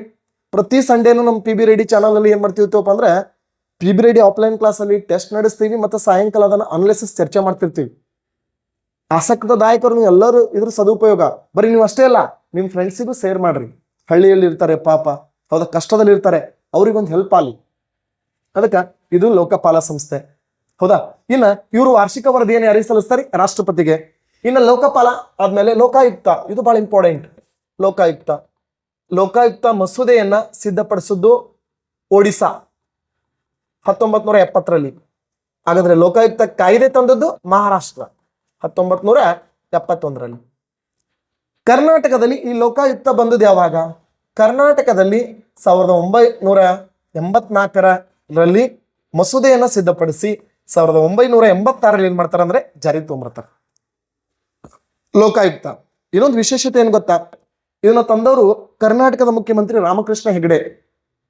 ಕರ್ನಾಟಕದ ಮುಖ್ಯಮಂತ್ರಿ ಯಾರಿ? ರಾಮಕೃಷ್ಣ ಹೆಗಡೆ. ಹಾಗಾದ್ರೆ ಆರಂಭದಲ್ಲಿ ಇದಕ್ಕೆ ಒಬ್ಬರೇ ಮುಖ್ಯಸ್ಥರಿದ್ರು. 1986ರಿಂದ 89ಕ್ಕೆ ಏನಾಗ್ತದೆ? ಇದು ರದ್ದಾಗ್ತದೆ. ಮತ್ತೆ 2007ರಲ್ಲಿ ಯಡಿಯೂರಪ್ಪನವ್ರು ಏನ್ ಮಾಡ್ತಾರೆ? ಮತ್ತೆ ಪುನಃ ಆರಂಭ ಮಾಡ್ತಾರೆ. ಪ್ರೆಸೆಂಟ್ ಅಸ್ತಿತ್ವದಲ್ಲಿ ಅದ. ಇಲ್ಲಿ ಪ್ರೆಸೆಂಟ್ ಕರ್ನಾಟಕದಲ್ಲಿ ಇವ್ರ ಅಧಿಕಾರಾವಧಿ 70 ಅಥವಾ 5 ವರ್ಷ ಅಂತ ಅದ. ಪ್ರೆಸೆಂಟ್ 70 ಅಥವಾ 65 ಅಥವಾ 5 ಅಂತ ನೋಡ್ರಿ. ಹಿಂಗ ಸ್ವಲ್ಪ ನೀವು ಹುಷಾರಿ ಆಗ್ಬೇಕು, ನಮಗೂ ಹುಷಾರಿ ಮಾಡ್ಬೇಕು. 65 ಅಥವಾ 5 ವರ್ಷ ಅಂತ ಹೇಳಿ ಪ್ರೆಸೆಂಟ್ ಕರ್ನಾಟಕದಲ್ಲಿ ಅದ. ಹಾಗಾದ್ರೆ ಪ್ರೆಸೆಂಟ್ ಕರ್ನಾಟಕದಲ್ಲಿ 3 ಜನ ಇದ್ದಾರೆ. 2 ಜನ ಇದ್ದಾರೆ, 3 ಜನ. 1 2 3. ಒಬ್ರು ಮುಖ್ಯ ಲೋಕಾಯುಕ್ತರಿದ್ದಾರೆ, BS ಪಾಟೀಲ್. ಹಾ, ಎಸ್. ಇನ್ನು ಇಬ್ರು ಸದಸ್ಯರಿದ್ದಾರೆ, ಕೆ ಫಣೀಂದ್ರ. ಇನ್ನೊಬ್ರು ಇದ್ದಾರೆ ನೋಡಿ, ಬಿ ವೀರಪ್ಪ. ಎಸ್. ಮತ್ತೆ ಕರ್ನಾಟಕದ ಮೊದಲ ಲೋಕಾಯುಕ್ತ ಯಾರಾದವರಪ್ಪ ಅಂದ್ರೆ ಘೋಷಲ್ ಅಂತ ಇದ್ದಾರೆ ನೋಡಿ. ಘೋಷಲ್. ಹಾ, ಆರ್ ಡಿ ಘೋಷಲ್ ಕರ್ನಾಟಕದ ಮೊದಲ ಲೋಕಾಯುಕ್ತರಾಗಿ ಏನ್ ಮಾಡಿದಾರಪ್ಪ ಅಂದ್ರೆ ಕೆಲಸ ಮಾಡಿದ್ದಾರೆ. ಆರ್ ಡಿ ಘೋಷಲ್, ಅಥವಾ ಕೆಲವೊಂದು ಪುಸ್ತಕದಲ್ಲಿ ಕೌಶಲ್ ಅಂತಾನು ಕೊಟ್ಟಿದ್ದಾರೆ. ಹೌದಾ. ಅದಕ್ಕೆ ಇದು ಎದಕ್ಕೆ ಸಂಬಂಧಪಟ್ಟದಪ್ಪ ಅಂದ್ರೆ ಇದು ರಾಜ್ಯದಲ್ಲಿ ಭ್ರಷ್ಟಾಚಾರ ನಿಯಂತ್ರಿಸುವ ಉನ್ನತ ಸಂಸ್ಥೆ, ಇದು ದೇಶದಲ್ಲಿ ಭ್ರಷ್ಟಾಚಾರ ನಿಯಂತ್ರಿಸುವ ಉನ್ನತ ಸಂಸ್ಥೆ. ಎಸ್, ಇದು ಲೋಕಪಾಲ ಮತ್ತು ಲೋಕಾಯುಕ್ತ ಸಂಬಂಧಪಟ್ಟದ್ದು. ಇನ್ನು ರಾಷ್ಟ್ರೀಯ ಮಾನವ ಹಕ್ಕುಗಳ ಆಯೋಗ ಅಂತೂ ವೆರಿ ವೆರಿ ವೆಲ್. ನಿಮಗೆಲ್ಲ ಅನ್ಸಿರ್ತದೆ, ಏನ್ ಬಿಡಿ ಸರ್ ರಾಷ್ಟ್ರೀಯ ಮಾನವ ಹಕ್ಕುಗಳ ಆಯೋಗ ನೇಮಕ ಅಧಿಕಾರಾವಧಿ ಹಿಂಗ್ ಕೇಳ್ತಾನೇನ್ರಿ? ಆದ್ರ ಕ್ವಶನ್ ಹೆಂಗ್ ಕೇಳಿದಾನ ಗೊತ್ತಾ? ಯಾವುದನ್ನ ಮಾನವ ಹಕ್ಕು ಕಾಯುವ ಕಾವಲು ನಾಯಿ ಅಂತ ಕರೀತಾರಂತ ಕೇಳ್ತಾನೆ. ರಾಷ್ಟ್ರೀಯ ಮಾನವ ಹಕ್ಕುಗಳ ಆಯೋಗವನ್ನ ಮಾನವ ಹಕ್ಕು ಕಾಯುವ ಕಾವಲು ನಾಯಿ ಅಂತ ಕರೀತಾರೆ. ಹಾಗಾದ್ರೆ ಈ ಮಾನವ ಹಕ್ಕುಗಳ ಬಗ್ಗೆ ಪ್ರಶ್ನೆ ಹೆಂಗ್ ಕೇಳ್ಬೋದಪ್ಪ ಅಂದ್ರೆ, ಈ ರಾಷ್ಟ್ರೀಯ ಮಾನವ ಹಕ್ಕುಗಳ ಆಯೋಗ ಸ್ಥಾಪನೆ ಆಗದೆ ಯಾವಾಗ? ರಾಷ್ಟ್ರೀಯ ಮಾನವ ಹಕ್ಕುಗಳ ಆಯೋಗ ಶಾಸನಬದ್ಧ ಸಂಸ್ಥೆಯಾಗಿ 1993ರಲ್ಲಿ ಸ್ಥಾಪನೆ ಆಗ್ತದೆ. ಹಾ, ಎಸ್. ಕಾಯ್ದೆ 92ರ ಕಾಯ್ದೆ ಶಿಫಾರಸು ಅಂದ್ರೆ 93ರಲ್ಲಿ ಸ್ಥಾಪನೆ ಆಗ್ತದೆ. ಸರಿ, ಇಲ್ಲಿ ಇವರಿಗೆ ನೇಮಕ ಮಾಡೋರು ಯಾರಪ್ಪ ಅಂತಂದ್ರೆ, ಎಸ್, ಇದು ಬಹಳ ವಿಶೇಷತೆ. ನೇಮಕ ಮಾಡೋರು ರಾಷ್ಟ್ರಪತಿ. ಈ ರಾಷ್ಟ್ರಪತಿಗೆ ಸಲಹೆ ಕೊಡ್ಲಿಕ್ಕೆ ಒಂದು ಟೀಮ್ ಇರ್ತದೆ. ಆ ಟೀಮ್ ಅಲ್ಲಿ ಯಾರು ಇರ್ತಾರೆ ಅಂತ ಕೇಳ್ತಾನೆ. ಎಸ್, ಈ ಟೀಮ್ ಅಲ್ಲಿ ಯಾರು ಇರ್ತಾರಪ್ಪ ಅಂದ್ರೆ ಪ್ರಧಾನಮಂತ್ರಿ ಇರ್ತಾರೆ, ಪ್ಲಸ್ ಲೋಕಸಭೆ ವಿರೋಧ ಪಕ್ಷದ ನಾಯಕರು ಇರ್ತಾರೆ, ಪ್ಲಸ್ ಲೋಕಸಭೆಯ ಸ್ಪೀಕರ್ ಇರ್ತಾರೆ. ಹೌದಾ, ವಿಶೇಷ. ಅಷ್ಟೇ ಅಲ್ಲದೆ ಮತ್ತೆ ಯಾರು ಇರ್ತಾರಪ್ಪ ಅಂತಂದ್ರೆ ಕ್ಯಾಬಿನೆಟ್ ದರ್ಜೆಯ ಸಚಿವರು ಇರ್ತಾರೆ. ಹೌದಾ, ಮಿನಿಸ್ಟರ್ಸ್ಗಳು ಇರ್ತಾರೆ. ಕ್ಯಾಬಿನೆಟ್ ದರ್ಜೆಯ ಮಿನಿಸ್ಟರ್ಗಳು ಇರ್ತಾರೆ. ಪ್ರಧಾನಮಂತ್ರಿ ಇರ್ತಾರೆ, ಲೋಕಸಭೆ ವಿರೋಧ ಪಕ್ಷದ ನಾಯಕರು ಇರ್ತಾರೆ, ಲೋಕಸಭೆ ಸ್ಪೀಕರ್ ಇರ್ತಾರೆ, ಕ್ಯಾಬಿನೆಟ್ ದರ್ಜೆ ಸಚಿವರು ಇರ್ತಾರೆ. ಬಟ್ ಕ್ವಶನ್ ಇಷ್ಟೇ ಕೇಳಿಬಿಡಲ್ಲ ಸರ್. ಇವರಿಗೆ ಸಜೆಷನ್ ಕೊಡ್ಲಿಕ್ಕ 7 ಜನ ಮೆಂಬರ್ ಅದಾರ, ಅವ್ರ ಬಗ್ಗೆ ಕ್ವಶನ್ ಕೇಳ್ತಾನ. ಇವರಿಗೆ ಸಜೆಷನ್ ಕೊಡ್ಲಕ್ 7 ಜನ ಮೆಂಬರ್ ಅದಾರ, ಆ ಮೆಂಬರ್ ಯಾರು ಅಂತ ಕೇಳ್ತಾನ ಕ್ವಶನ್. ಆ ಮೆಂಬರ್ಗಳು ಯಾರು? ಮುಂಚೆ ಮೆಂಬರ್ಗಳು ಇರ್ಲಿಲ್ಲ. 2023ರ ಕಾಯ್ದೆ ಅನುಸಾರ ಮೆಂಬರ್ಗಳನ್ನ ಹಾಕ್ಯಾರ. ಆ ಮೆಂಬರ್ಗಳು ಯಾರು ಗೊತ್ತಾ? ಆ ಮೆಂಬರ್ಗಳಲ್ಲಿ ರಾಷ್ಟ್ರೀಯ SC ಆಯೋಗದ ಅಧ್ಯಕ್ಷರಿರ್ತಾರೆ, ರಾಷ್ಟ್ರೀಯ ST ಆಯೋಗದ ಅಧ್ಯಕ್ಷರಿರ್ತಾರೆ, ರಾಷ್ಟ್ರೀಯ OBC ಆಯೋಗದ ಅಧ್ಯಕ್ಷರಿರ್ತಾರೆ, ರಾಷ್ಟ್ರೀಯ ಮೈನಾರಿಟಿ ಕಮ್ಯುನಿಟಿ ಅಧ್ಯಕ್ಷರಿರ್ತಾರೆ, ರಾಷ್ಟ್ರೀಯ ಮಹಿಳಾ ಆಯೋಗದ ಅಧ್ಯಕ್ಷರಿರ್ತಾರೆ, ರಾಷ್ಟ್ರೀಯ ವಿಶೇಷಚೇತನರ ಅಧ್ಯಕ್ಷರಿರ್ತಾರೆ. ಹಾ, ಮತ್ತೆ ಈ ವಿಶೇಷಚೇತನರ ಕಾರ್ಯದರ್ಶಿ ಇದಕ್ಕೆ ಮೆಂಬರ್ ಆಗಿರ್ತಾನ. ಇದು ಬಹಳ ಗ್ರೇಟ್ ಪಾಯಿಂಟ್. SC ಆಯೋಗ, ST ಆಯೋಗ, OBC ಆಯೋಗ, ಮೈನಾರಿಟಿ ಆಯೋಗ, ಮತ್ತೆ ವಿಶೇಷಚೇತನರ ಆಯೋಗ, ಮಹಿಳಾ ಆಯೋಗ, ವಿಶೇಷಚೇತನರ ಕಾರ್ಯದರ್ಶಿ ಮೆಂಬರ್ ಆಗಿರ್ತಾನೆ. ಸರ್, ಇದು UPSCಯಲ್ಲಿ ಅತಿ ಹೆಚ್ಚು ಬಾರಿ ರಿವಿಷನ್ ಆಗಿರುವಂತ ಕ್ವಶನ್. ಸರ್, ಇವ್ರ ಅಧಿಕಾರಾವಧಿ ಏನಾಗಿರ್ತದಂದ್ರೆ ಇವ್ರನ್ನ ರಾಷ್ಟ್ರಪತಿಗಳು ನೇಮಕ ಮಾಡ್ತಾರೆ, ಪ್ರಮಾಣ ವಚನ ಬೋಧಿಸ್ತಾರೆ. ಇವ್ರ ಅಧಿಕಾರಾವಧಿ 70 ಅಥವಾ ವೆರಿ ಗುಡ್ 70 ಅಥವಾ 3. ಅರ್ಹತೆ ಏನ್ ಕೇಳ್ತಾನಂದ್ರೆ ಸುಪ್ರೀಂ ಕೋರ್ಟ್ನ ಇತರೆ ನ್ಯಾಯಾಧೀಶರ ಅರ್ಹತೆಯನ್ನು ಹೊಂದಿರಬೇಕು. ಹಾಗಾದ್ರೆ ರಾಷ್ಟ್ರೀಯ ಮಾನವ ಹಕ್ಕುಗಳ ಆಯೋಗದ ಮೊದಲ ಅಧ್ಯಕ್ಷರು ಯಾರು? ಯಾರೇ ಕರೆಕ್ಟ್ ಆನ್ಸರ್ ಹೇಳ್ರಿ. ರಂಗನಾಥ್ ಮಿಶ್ರಾ. ರಂಗನಾಥ್ ಮಿಶ್ರಾ. ಪ್ರೆಸೆಂಟ್ ಯಾರಿದ್ದಾರೆ? ವಿ ರಾಮಸುಬ್ರಮಣಿ. ಅರ್ಥ ಮಾಡ್ಕೋರಿ, ನಾನು ಕೇಳೋದು ಕರೆಂಟ್ ಅಫೇರ್ಸ್ ಬಗ್ಗೆ, ವೆರಿ ಇಂಪಾರ್ಟೆಂಟ್ ಕರೆಂಟ್ ಅಫೇರ್ಸು. ಇದು ರಾಷ್ಟ್ರೀಯ ಮಾನವ ಹಕ್ಕುಗಳ ಆಯೋಗ. ಇದು ಏನಪ್ಪಾ ಕೆಲಸ ಏನಪ್ಪಾ ಅಂದ್ರೆ ಮಾನವರ ಮೇಲೆ ಉಂಟಾಗುವ ದೌರ್ಜನ್ಯ ಕಿರುಕುಳಗಳನ್ನು ತಡೆಗಟ್ಟುವುದು, ಜೈಲುಗಳಿಗೆ ಭೇಟಿ ನೀಡುವುದು, ಒಳ್ಳೆಯ ಸನ್ನಡತೆ ತೋರುವಂತ ಅಪರಾಧಿಗಳನ್ನು ಬಿಡುಗಡೆ ಮಾಡಿಸೋದು, ಮಾನವನಿಗೆ ಮೂಲಭೂತ ಹಕ್ಕುಗಳನ್ನು ಕಲ್ಪಿಸುವುದು, ಮಾನವರ ದೌರ್ಜನ್ಯಗಳನ್ನು ತಡೆಗಟ್ಟುವುದು, ಭಯೋತ್ಪಾದನೆಯನ್ನು ನಿಯಂತ್ರಣ ಮಾಡುವುದು, ಹಿಂಸಾಚಾರವನ್ನು ನಿಯಂತ್ರಣ ಮಾಡುವುದು, ಒಟ್ಟ ಮಾನವ ಅಭಿವೃದ್ಧಿಗಾಗಿ, ಮಾನವ ಸಂಪತ್ತಿನ ಅಭಿವೃದ್ಧಿಗಾಗಿ ಪ್ರಮುಖ ಕಾರ್ಯಕ್ರಮಗಳನ್ನು ಜಾರಿಗೆ ತಗೊಂಡ್ಬರೋದು. ಇನ್ನ ರಾಜ್ಯ ಮಾನವ ಹಕ್ಕುಗಳ ಆಯೋಗ, ರಾಜ್ಯ ಮಾನವ ಹಕ್ಕುಗಳ ಆಯೋಗ ಇದನ್ನು ಸೇಮ್. ಇದು 1993. ದೆನ್ 2005ರಲ್ಲಿ ಕೆಲವೊಂದು ಬದಲಾವಣೆಗಳನ್ನ ಮಾಡ್ತಾರೆ. ಇದಕ್ಕೂ ಕೆಲವೊಂದು ಬದಲಾವಣೆ ಮಾಡ್ತಾರೆ, ಬಟ್ ಸ್ಥಾಪನೆ ಆಗೋದು 1993. ಸರ್ ಇಲ್ಲಿ ನೇಮಕ ಮಾಡೋರು ಯಾರು ಅಂದ್ರೆ ರಾಜ್ಯಪಾಲ. ಸರ್ ಶಿಫಾರಸ್ ಮಾಡೋರು ಮುಖ್ಯಮಂತ್ರಿ ಪ್ಲಸ್ ವಿಧಾನಸಭೆಯ ವಿರೋಧ ಪಕ್ಷದ ನಾಯಕ ಪ್ಲಸ್ ವಿಧಾನಸಭೆಯ ಸ್ಪೀಕರ್ ಪ್ಲಸ್ ಒಬ್ಬ ಸಚಿವ ಅಥವಾ ಹೈಕೋರ್ಟ್ನ ಮುಖ್ಯ ನ್ಯಾಯಾಧೀಶ ಏನಾಗಿರ್ತಾನಪ್ಪ ಅಂದ್ರೆ ಇಲ್ಲಿ ಮೆಂಬರ್ ಆಗಿರ್ತಾನೆ. ಹೌದಾ? ಈ ಪ್ರೆಸೆಂಟ್ ರೂಲ್ಸ್ ಪ್ರಕಾರ ಹೈಕೋರ್ಟ್ನ ಮುಖ್ಯ ನ್ಯಾಯಾಧೀಶ. ಹಾಗಂದ್ರೆ ಸರ್ ಇವ್ರ ಅಧಿಕಾರಾವಧಿ ಎಷ್ಟಾಗಿರ್ತದೆ? 70 ಅಥವಾ 3 ಆಗಿರ್ತದೆ. ಎಸ್, ಇವ್ರು ಹೈಕೋರ್ಟ್ನ ಇತರೆ ನ್ಯಾಯಾಧೀಶರ ಅರ್ಹತೆಯನ್ನು ಹೊಂದಿರಬೇಕು. ನಾನು ವೇತನ ಪದಚ್ಯುತಿ ಅದು ಮಾತಾಡ್ತಾ ಇಲ್ಲ, ಅದು ಈಜಿ, ಅದ್ರ ಬಗ್ಗೆ ನಾನು ಹೇಳ್ತಾ ಇಲ್ಲ. ಹಾಗಾದ್ರೆ ರಾಜ್ಯ ಮಾನವ ಹಕ್ಕುಗಳ ಆಯೋಗದ ಮೊದಲ ಅಧ್ಯಕ್ಷ ಯಾರು? SR ನಾಯಕ್. ಪ್ರೆಸೆಂಟ್ ಯಾರದಾರಿ? ರೀಸೆಂಟ್ ಆಗಿ ಚೇಂಜ್ ಆಗಿದಾರೆ ನೋಡ್ರಿ. ಎಸ್ ಹೇಳ್ರಿ. ದೇಸಾಯಿ. ಯಾ ದೇಸಾಯಿ ಅಪ್ಪ ಅಂದ್ರೆ PN ದೇಸಾಯಿ ನೋಡ್ರಿ. ರೀಸೆಂಟ್ ಆಗಿ ಚೇಂಜ್ ಆಗಿದಾರ, PN ದೇಸಾಯಿ. ಪ್ರೆಸೆಂಟ್ ಯಾರಾಗಿದಾರಪ್ಪ ಅಂದ್ರೆ PN ದೇಸಾಯಿ. ನೆನ್ಪಿಟ್ಕೊಡ್ರಿ ಇದನ್ನ. ಹೆಚ್ಚು ಕಮ್ಮಿ 1 ವಾರ ಆಯ್ತು ಅವ್ರು ಚೇಂಜ್ ಆಗಿ. PN ದೇಸಾಯಿ ಬಂದು 1 ವಾರ ಆಯ್ತು. ಓಕೆನಾ? ಅದಕ್ಕೆ ಇದು ಎದಕ್ಕೆ ಸಂಬಂಧಪಟ್ಟದಪ್ಪ ಅಂದ್ರೆ ರಾಷ್ಟ್ರೀಯ ಮಾನವ ಹಕ್ಕುಗಳ ಆಯೋಗ ಮತ್ತು ರಾಜ್ಯ ಮಾನವ ಹಕ್ಕುಗಳ ಆಯೋಗ. ಹೌದಾ? ಎಸ್, ಕ್ಲಾಸ್ಗಳು ಅರ್ಥ ಆಗ್ತಿದಾವ? ವಿಷಯಗಳು ಅರ್ಥ ಆಗ್ತಿದೇನಾ? ಎಸ್, ಅದಕ್ಕೆ ನಾನು ಹೇಳೋದು ಬೇಡ, ನಾಳೆ ನೀವೇ ಇದ್ರ ಬಗ್ಗೆ ಮತ್ತು ನಿಮ್ಗೆ ಏನಾದ್ರೂ ಕ್ವಶನ್ಸ್ಗಳು ಡೌಟ್ ಇದ್ರು ತಗೊಂಡ್ಬರ್ಬೋದು ನೀವು. ಹೌದಾ? ನಾನು ಹೇಳಿದ್ದೀನಿ 25 ಕ್ವಶನ್. ಹೌದಾ? ಪೊಲೀಸ್ ಟಾರ್ಗೆಟ್ 25 PSI, ಅದರಲ್ಲಿ 10 ಮಾತ್ರ, ಮಿನಿಮಮ್ 10 ಮಾತ್ರ ಎಕ್ಸಾಮ್ ದೃಷ್ಟಿಯಿಂದ ಬರಲೇಬೇಕು. ಹೌದಾ? ಮತ್ತು ಅಮೆಂಟ್ಮೆಂಟು ನಾಳೆ ಅವೆಲ್ಲ ಚರ್ಚೆ ಮಾಡ್ತಾ ಬರ್ತೀನಿ. ಹೌದಾ? ಎಸ್, ಇವತ್ತು ಏನೇನು ಚರ್ಚೆ ಮಾಡಿದೀವಪ್ಪ ಅಂದ್ರೆ ಸಂವಿಧಾನಾತ್ಮಕ ಸಂಸ್ಥೆ ಯಾವುದು ಅಂತ ನೋಡಿದಾಗ ನಾವು ನೋಡಿದೀವಿ. ಎಸ್, ಈಗ ಕೇಂದ್ರ ಮಾಹಿತಿ ಹಕ್ಕು ಆಯೋಗ, ಅದ್ರ ಬಗ್ಗೆ ನಾನು ಮಾತಾಡ್ತೀನಿ. ಹೌದಾ? ಎಸ್, ನೆಕ್ಸ್ಟ್ ಕ್ಲಾಸಲ್ಲಿ ಮಾತಾಡ್ತೀನಿ. ಇಷ್ಟೇನಪ್ಪ ಅಂದ್ರೆ ಇಂಪಾರ್ಟೆಂಟ್ ಆಗಿರುವಂಥದ್ದು. ಹೌದಾ? ಸುಮಾರು 2 ಗಂಟೆಗಳ ಕಾಲ ಏನಾಯ್ತಪ್ಪ ಅಂದ್ರೆ ಇದರ ವಿಶೇಷವಾದಂಥ ವಿಚಾರಗಳು. ಹೌದಾ? ನೀವೇನ್ ಮಾಡ್ಬೋದು, ಹೆಚ್ಚು ಕಮ್ಮಿ ನೀವು ರೆಗ್ಯುಲರ್ ಕ್ಲಾಸಿಗೆ ಇದ್ದವ್ರಿಗೆ ಮತ್ತೆ ಎಕ್ಸ್ಟ್ರಾ ಬಂದವ್ರಿಗೆ ಇದು ಭಾಳ ಯೂಸ್ ಆಗುತ್ತೆ. ಹೌದಾ? ಎಸ್, ಇದಕ್ಕೆ ನಮ್ಮ PB ರೆಡ್ಡಿ ಆಫ್ಲೈನ್ ಮತ್ತು ಆನ್ಲೈನ್ ಕ್ಲಾಸ್ಗಳಿಗೆ ನೀವೇನ್ ಮಾಡ್ಬೋದಪ್ಪ ಅಂದ್ರೆ ಬಹುತೇಕ ಜನ ಸ್ಟೂಡೆಂಟ್ಸ್ಗಳು ಇಲ್ಲ ಸರ್ ನಾವು ಕೋರ್ಸ್ಗಳನ್ನು ತಗೋತೀವಿ, PSI KS ಅಂದ್ರೆ ಈಗಾಗಲೇ ನೋಟಿಫಿಕೇಶನ್ ಆಗುವಂತ ಸಾಧ್ಯತೆಗಳಿದಾವೆ. ಆ ಕಾರಣಕ್ಕಾಗಿ ನೀವೇನ್ ಮಾಡ್ಬೋದು, ನಮ್ಮ PB ರೆಡ್ಡಿ ಆಫ್ಲೈನ್ ಮತ್ತು ಆನ್ಲೈನ್ ತರಗತಿಗಳಲ್ಲಿ ಜಾಯಿನ್ ಆಗ್ಬೋದು. ಹೌದಾ? ನಂಬರ್ಗಳಿಗೆ ಕಾಂಟ್ಯಾಕ್ಟ್ ಮಾಡ್ಬೋದು. ಹೌದಾ? ಒಂದು ರಿಯಾಯಿತಿ ದರದಲ್ಲಿ, ವಿಶೇಷವಾಗಿ ಕಲ್ಯಾಣ ಕರ್ನಾಟಕದವರಿಗೆ ರಿಯಾಯಿತಿಯನ್ನ ಕೊಡಲಾಗಿದೆ. ಹೌದಾ? ಎಸ್, ಧನ್ಯವಾದಗಳು.